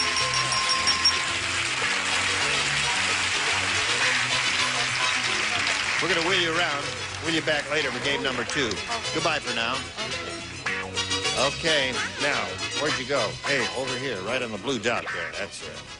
Now we're going to have a go at the big money here, Ed. Let's see how you do with this. We polled an audience, said write down your best answer to this. Thrill of blank. Oh, boy. Thrill of blank. 3 of the 6 stars will assist. Whom do you want? I'll start with Charles. Thrill of a lifetime. There's That's one. Charles and me. McLean? Thank you, Ed. Now, wait a minute. Think about it. Your brain That's will what get I'm going in doing, a minute. pal. Maybe. Thrill of it all. Thrill of it all. All right. Ted? Thrill of victory. Thrill of victory. You had the same one. All right. Thrill of victory. Thrill of a lifetime. Thrill of it all. You want one of those, or have you got a better idea in your own head? No, I think I'll go with Thrill of a Lifetime. Thrill of a lifetime. All right. Let's see if it's up there, and if so, where. May we see the $100 response, please? Thrill of it all is there. You got that from the stars. The next one says, Thrill of victory. You got that one from them, too. So it looks good for you, Ed. Here we go to the big one, which says, Thrill of a lifetime. All right. Now, Ed, we're going to take a little break here and explain to you what happens at the next step in the proceedings right after this message. And the star of our show, Gene Rayburn. Okay, John, thank you very much. Here we are with Ed Sylvester, who just won $500. That means the least he will be playing for is 10 times that amount, or $5,000. However, if he gets a lucky spin of the star wheel, he'll be playing for $10,000. So, Ed, step up there and grab a peg and give it a go, and we'll all root for a double for you. There we go.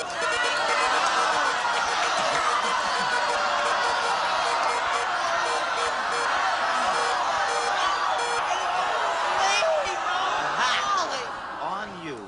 Well, you've got $5,000 you're playing for with Miss Brett Summers, and good luck to you. Here we go. A big bag of blank. Big bag of blank. No help from the audience because you may be giving them a rotten answer.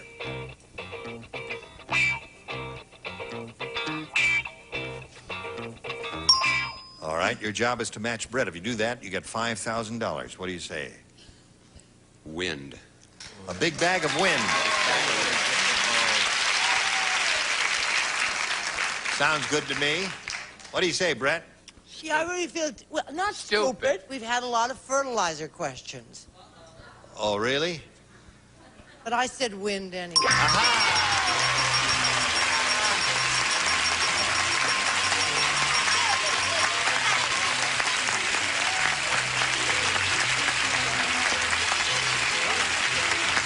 Attaboy, Ed. You got $5,500. That's yours. She's a good kisser, isn't she? Now, for game number 2, the final game of these two, let's bring Elsa Pulaski back here. Princess. There you go. Hello, Elsa. Hi, Jim. Are you ready? I'm ready. Big Ed here is very happy. He's got $5,500 to his credit, and now we'll start the second and final game with you making a choice again. I'll take B. B it is. In the delivery room, Martha said that nurse must have been a chef. Instead of a blanket, she just wrapped my baby in a blank.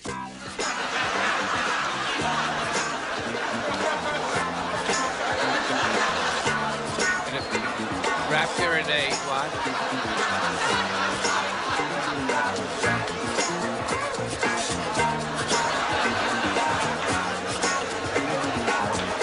How are things on the high seas? You know, we're doing a special musical, a 2-hour musical. Oh, I read about that. Yeah, we will sing and dance and breaking the song. And it's really a lot of fun. Filming it right now.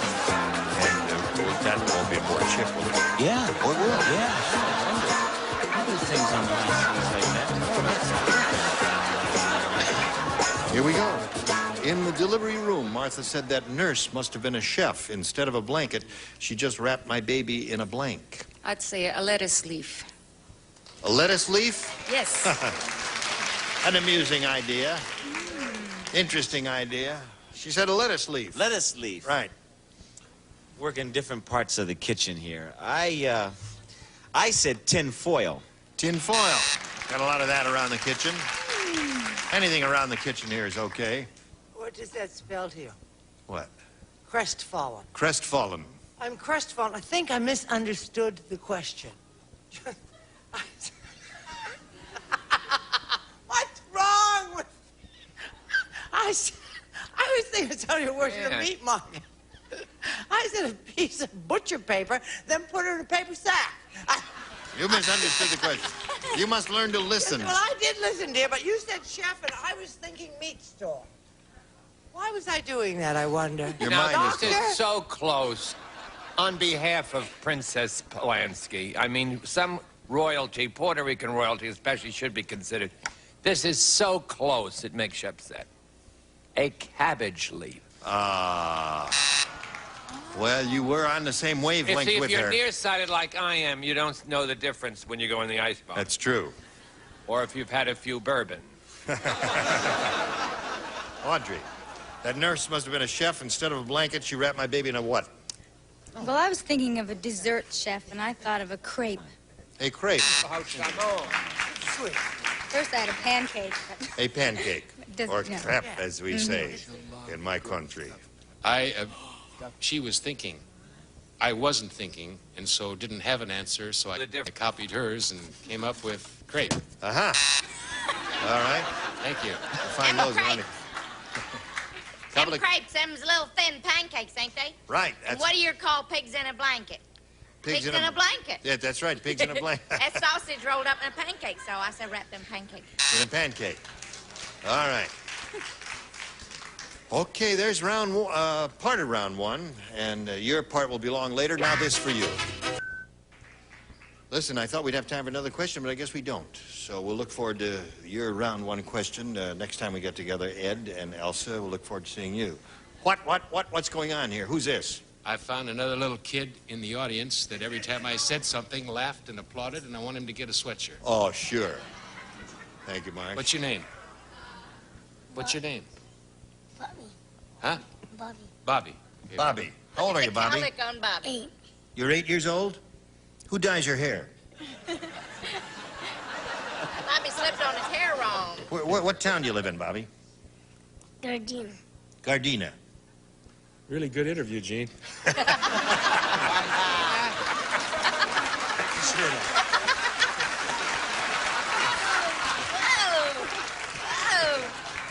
Perfect. Great fit. Perfect. It's 87 sizes too big for it. What do you mean, perfect? Not all that bad. You're This making is a how- kid look like a bum. What are you doing to this sweet child here? Stand up, Bobby. Stand up, Bobby. Oh, that fits you like a glove, man. Oh, Bobby. That's great. Now I suppose you're going to charge him for it. All right, that's $10, Bobby. Join us tomorrow for the match game. Goodbye. Today's contestants will also receive An assortment of Crayola products with everything children need for hours of imaginative play. Fun to create with Crayola. Maintain your furniture's natural beauty with Guardsman Furniture Polish, recommended by manufacturers of fine furniture. Guardsman, the finishing touch to fine furniture. New Purina Moist and Chunky tastes better, costs less than the leading competitor. Moist and Chunky dog food, better taste, lower price. When you've got anything that sticks or squeaks, reach for WD-40. Makes things work smoother, last longer. Do it yourself with WD-40.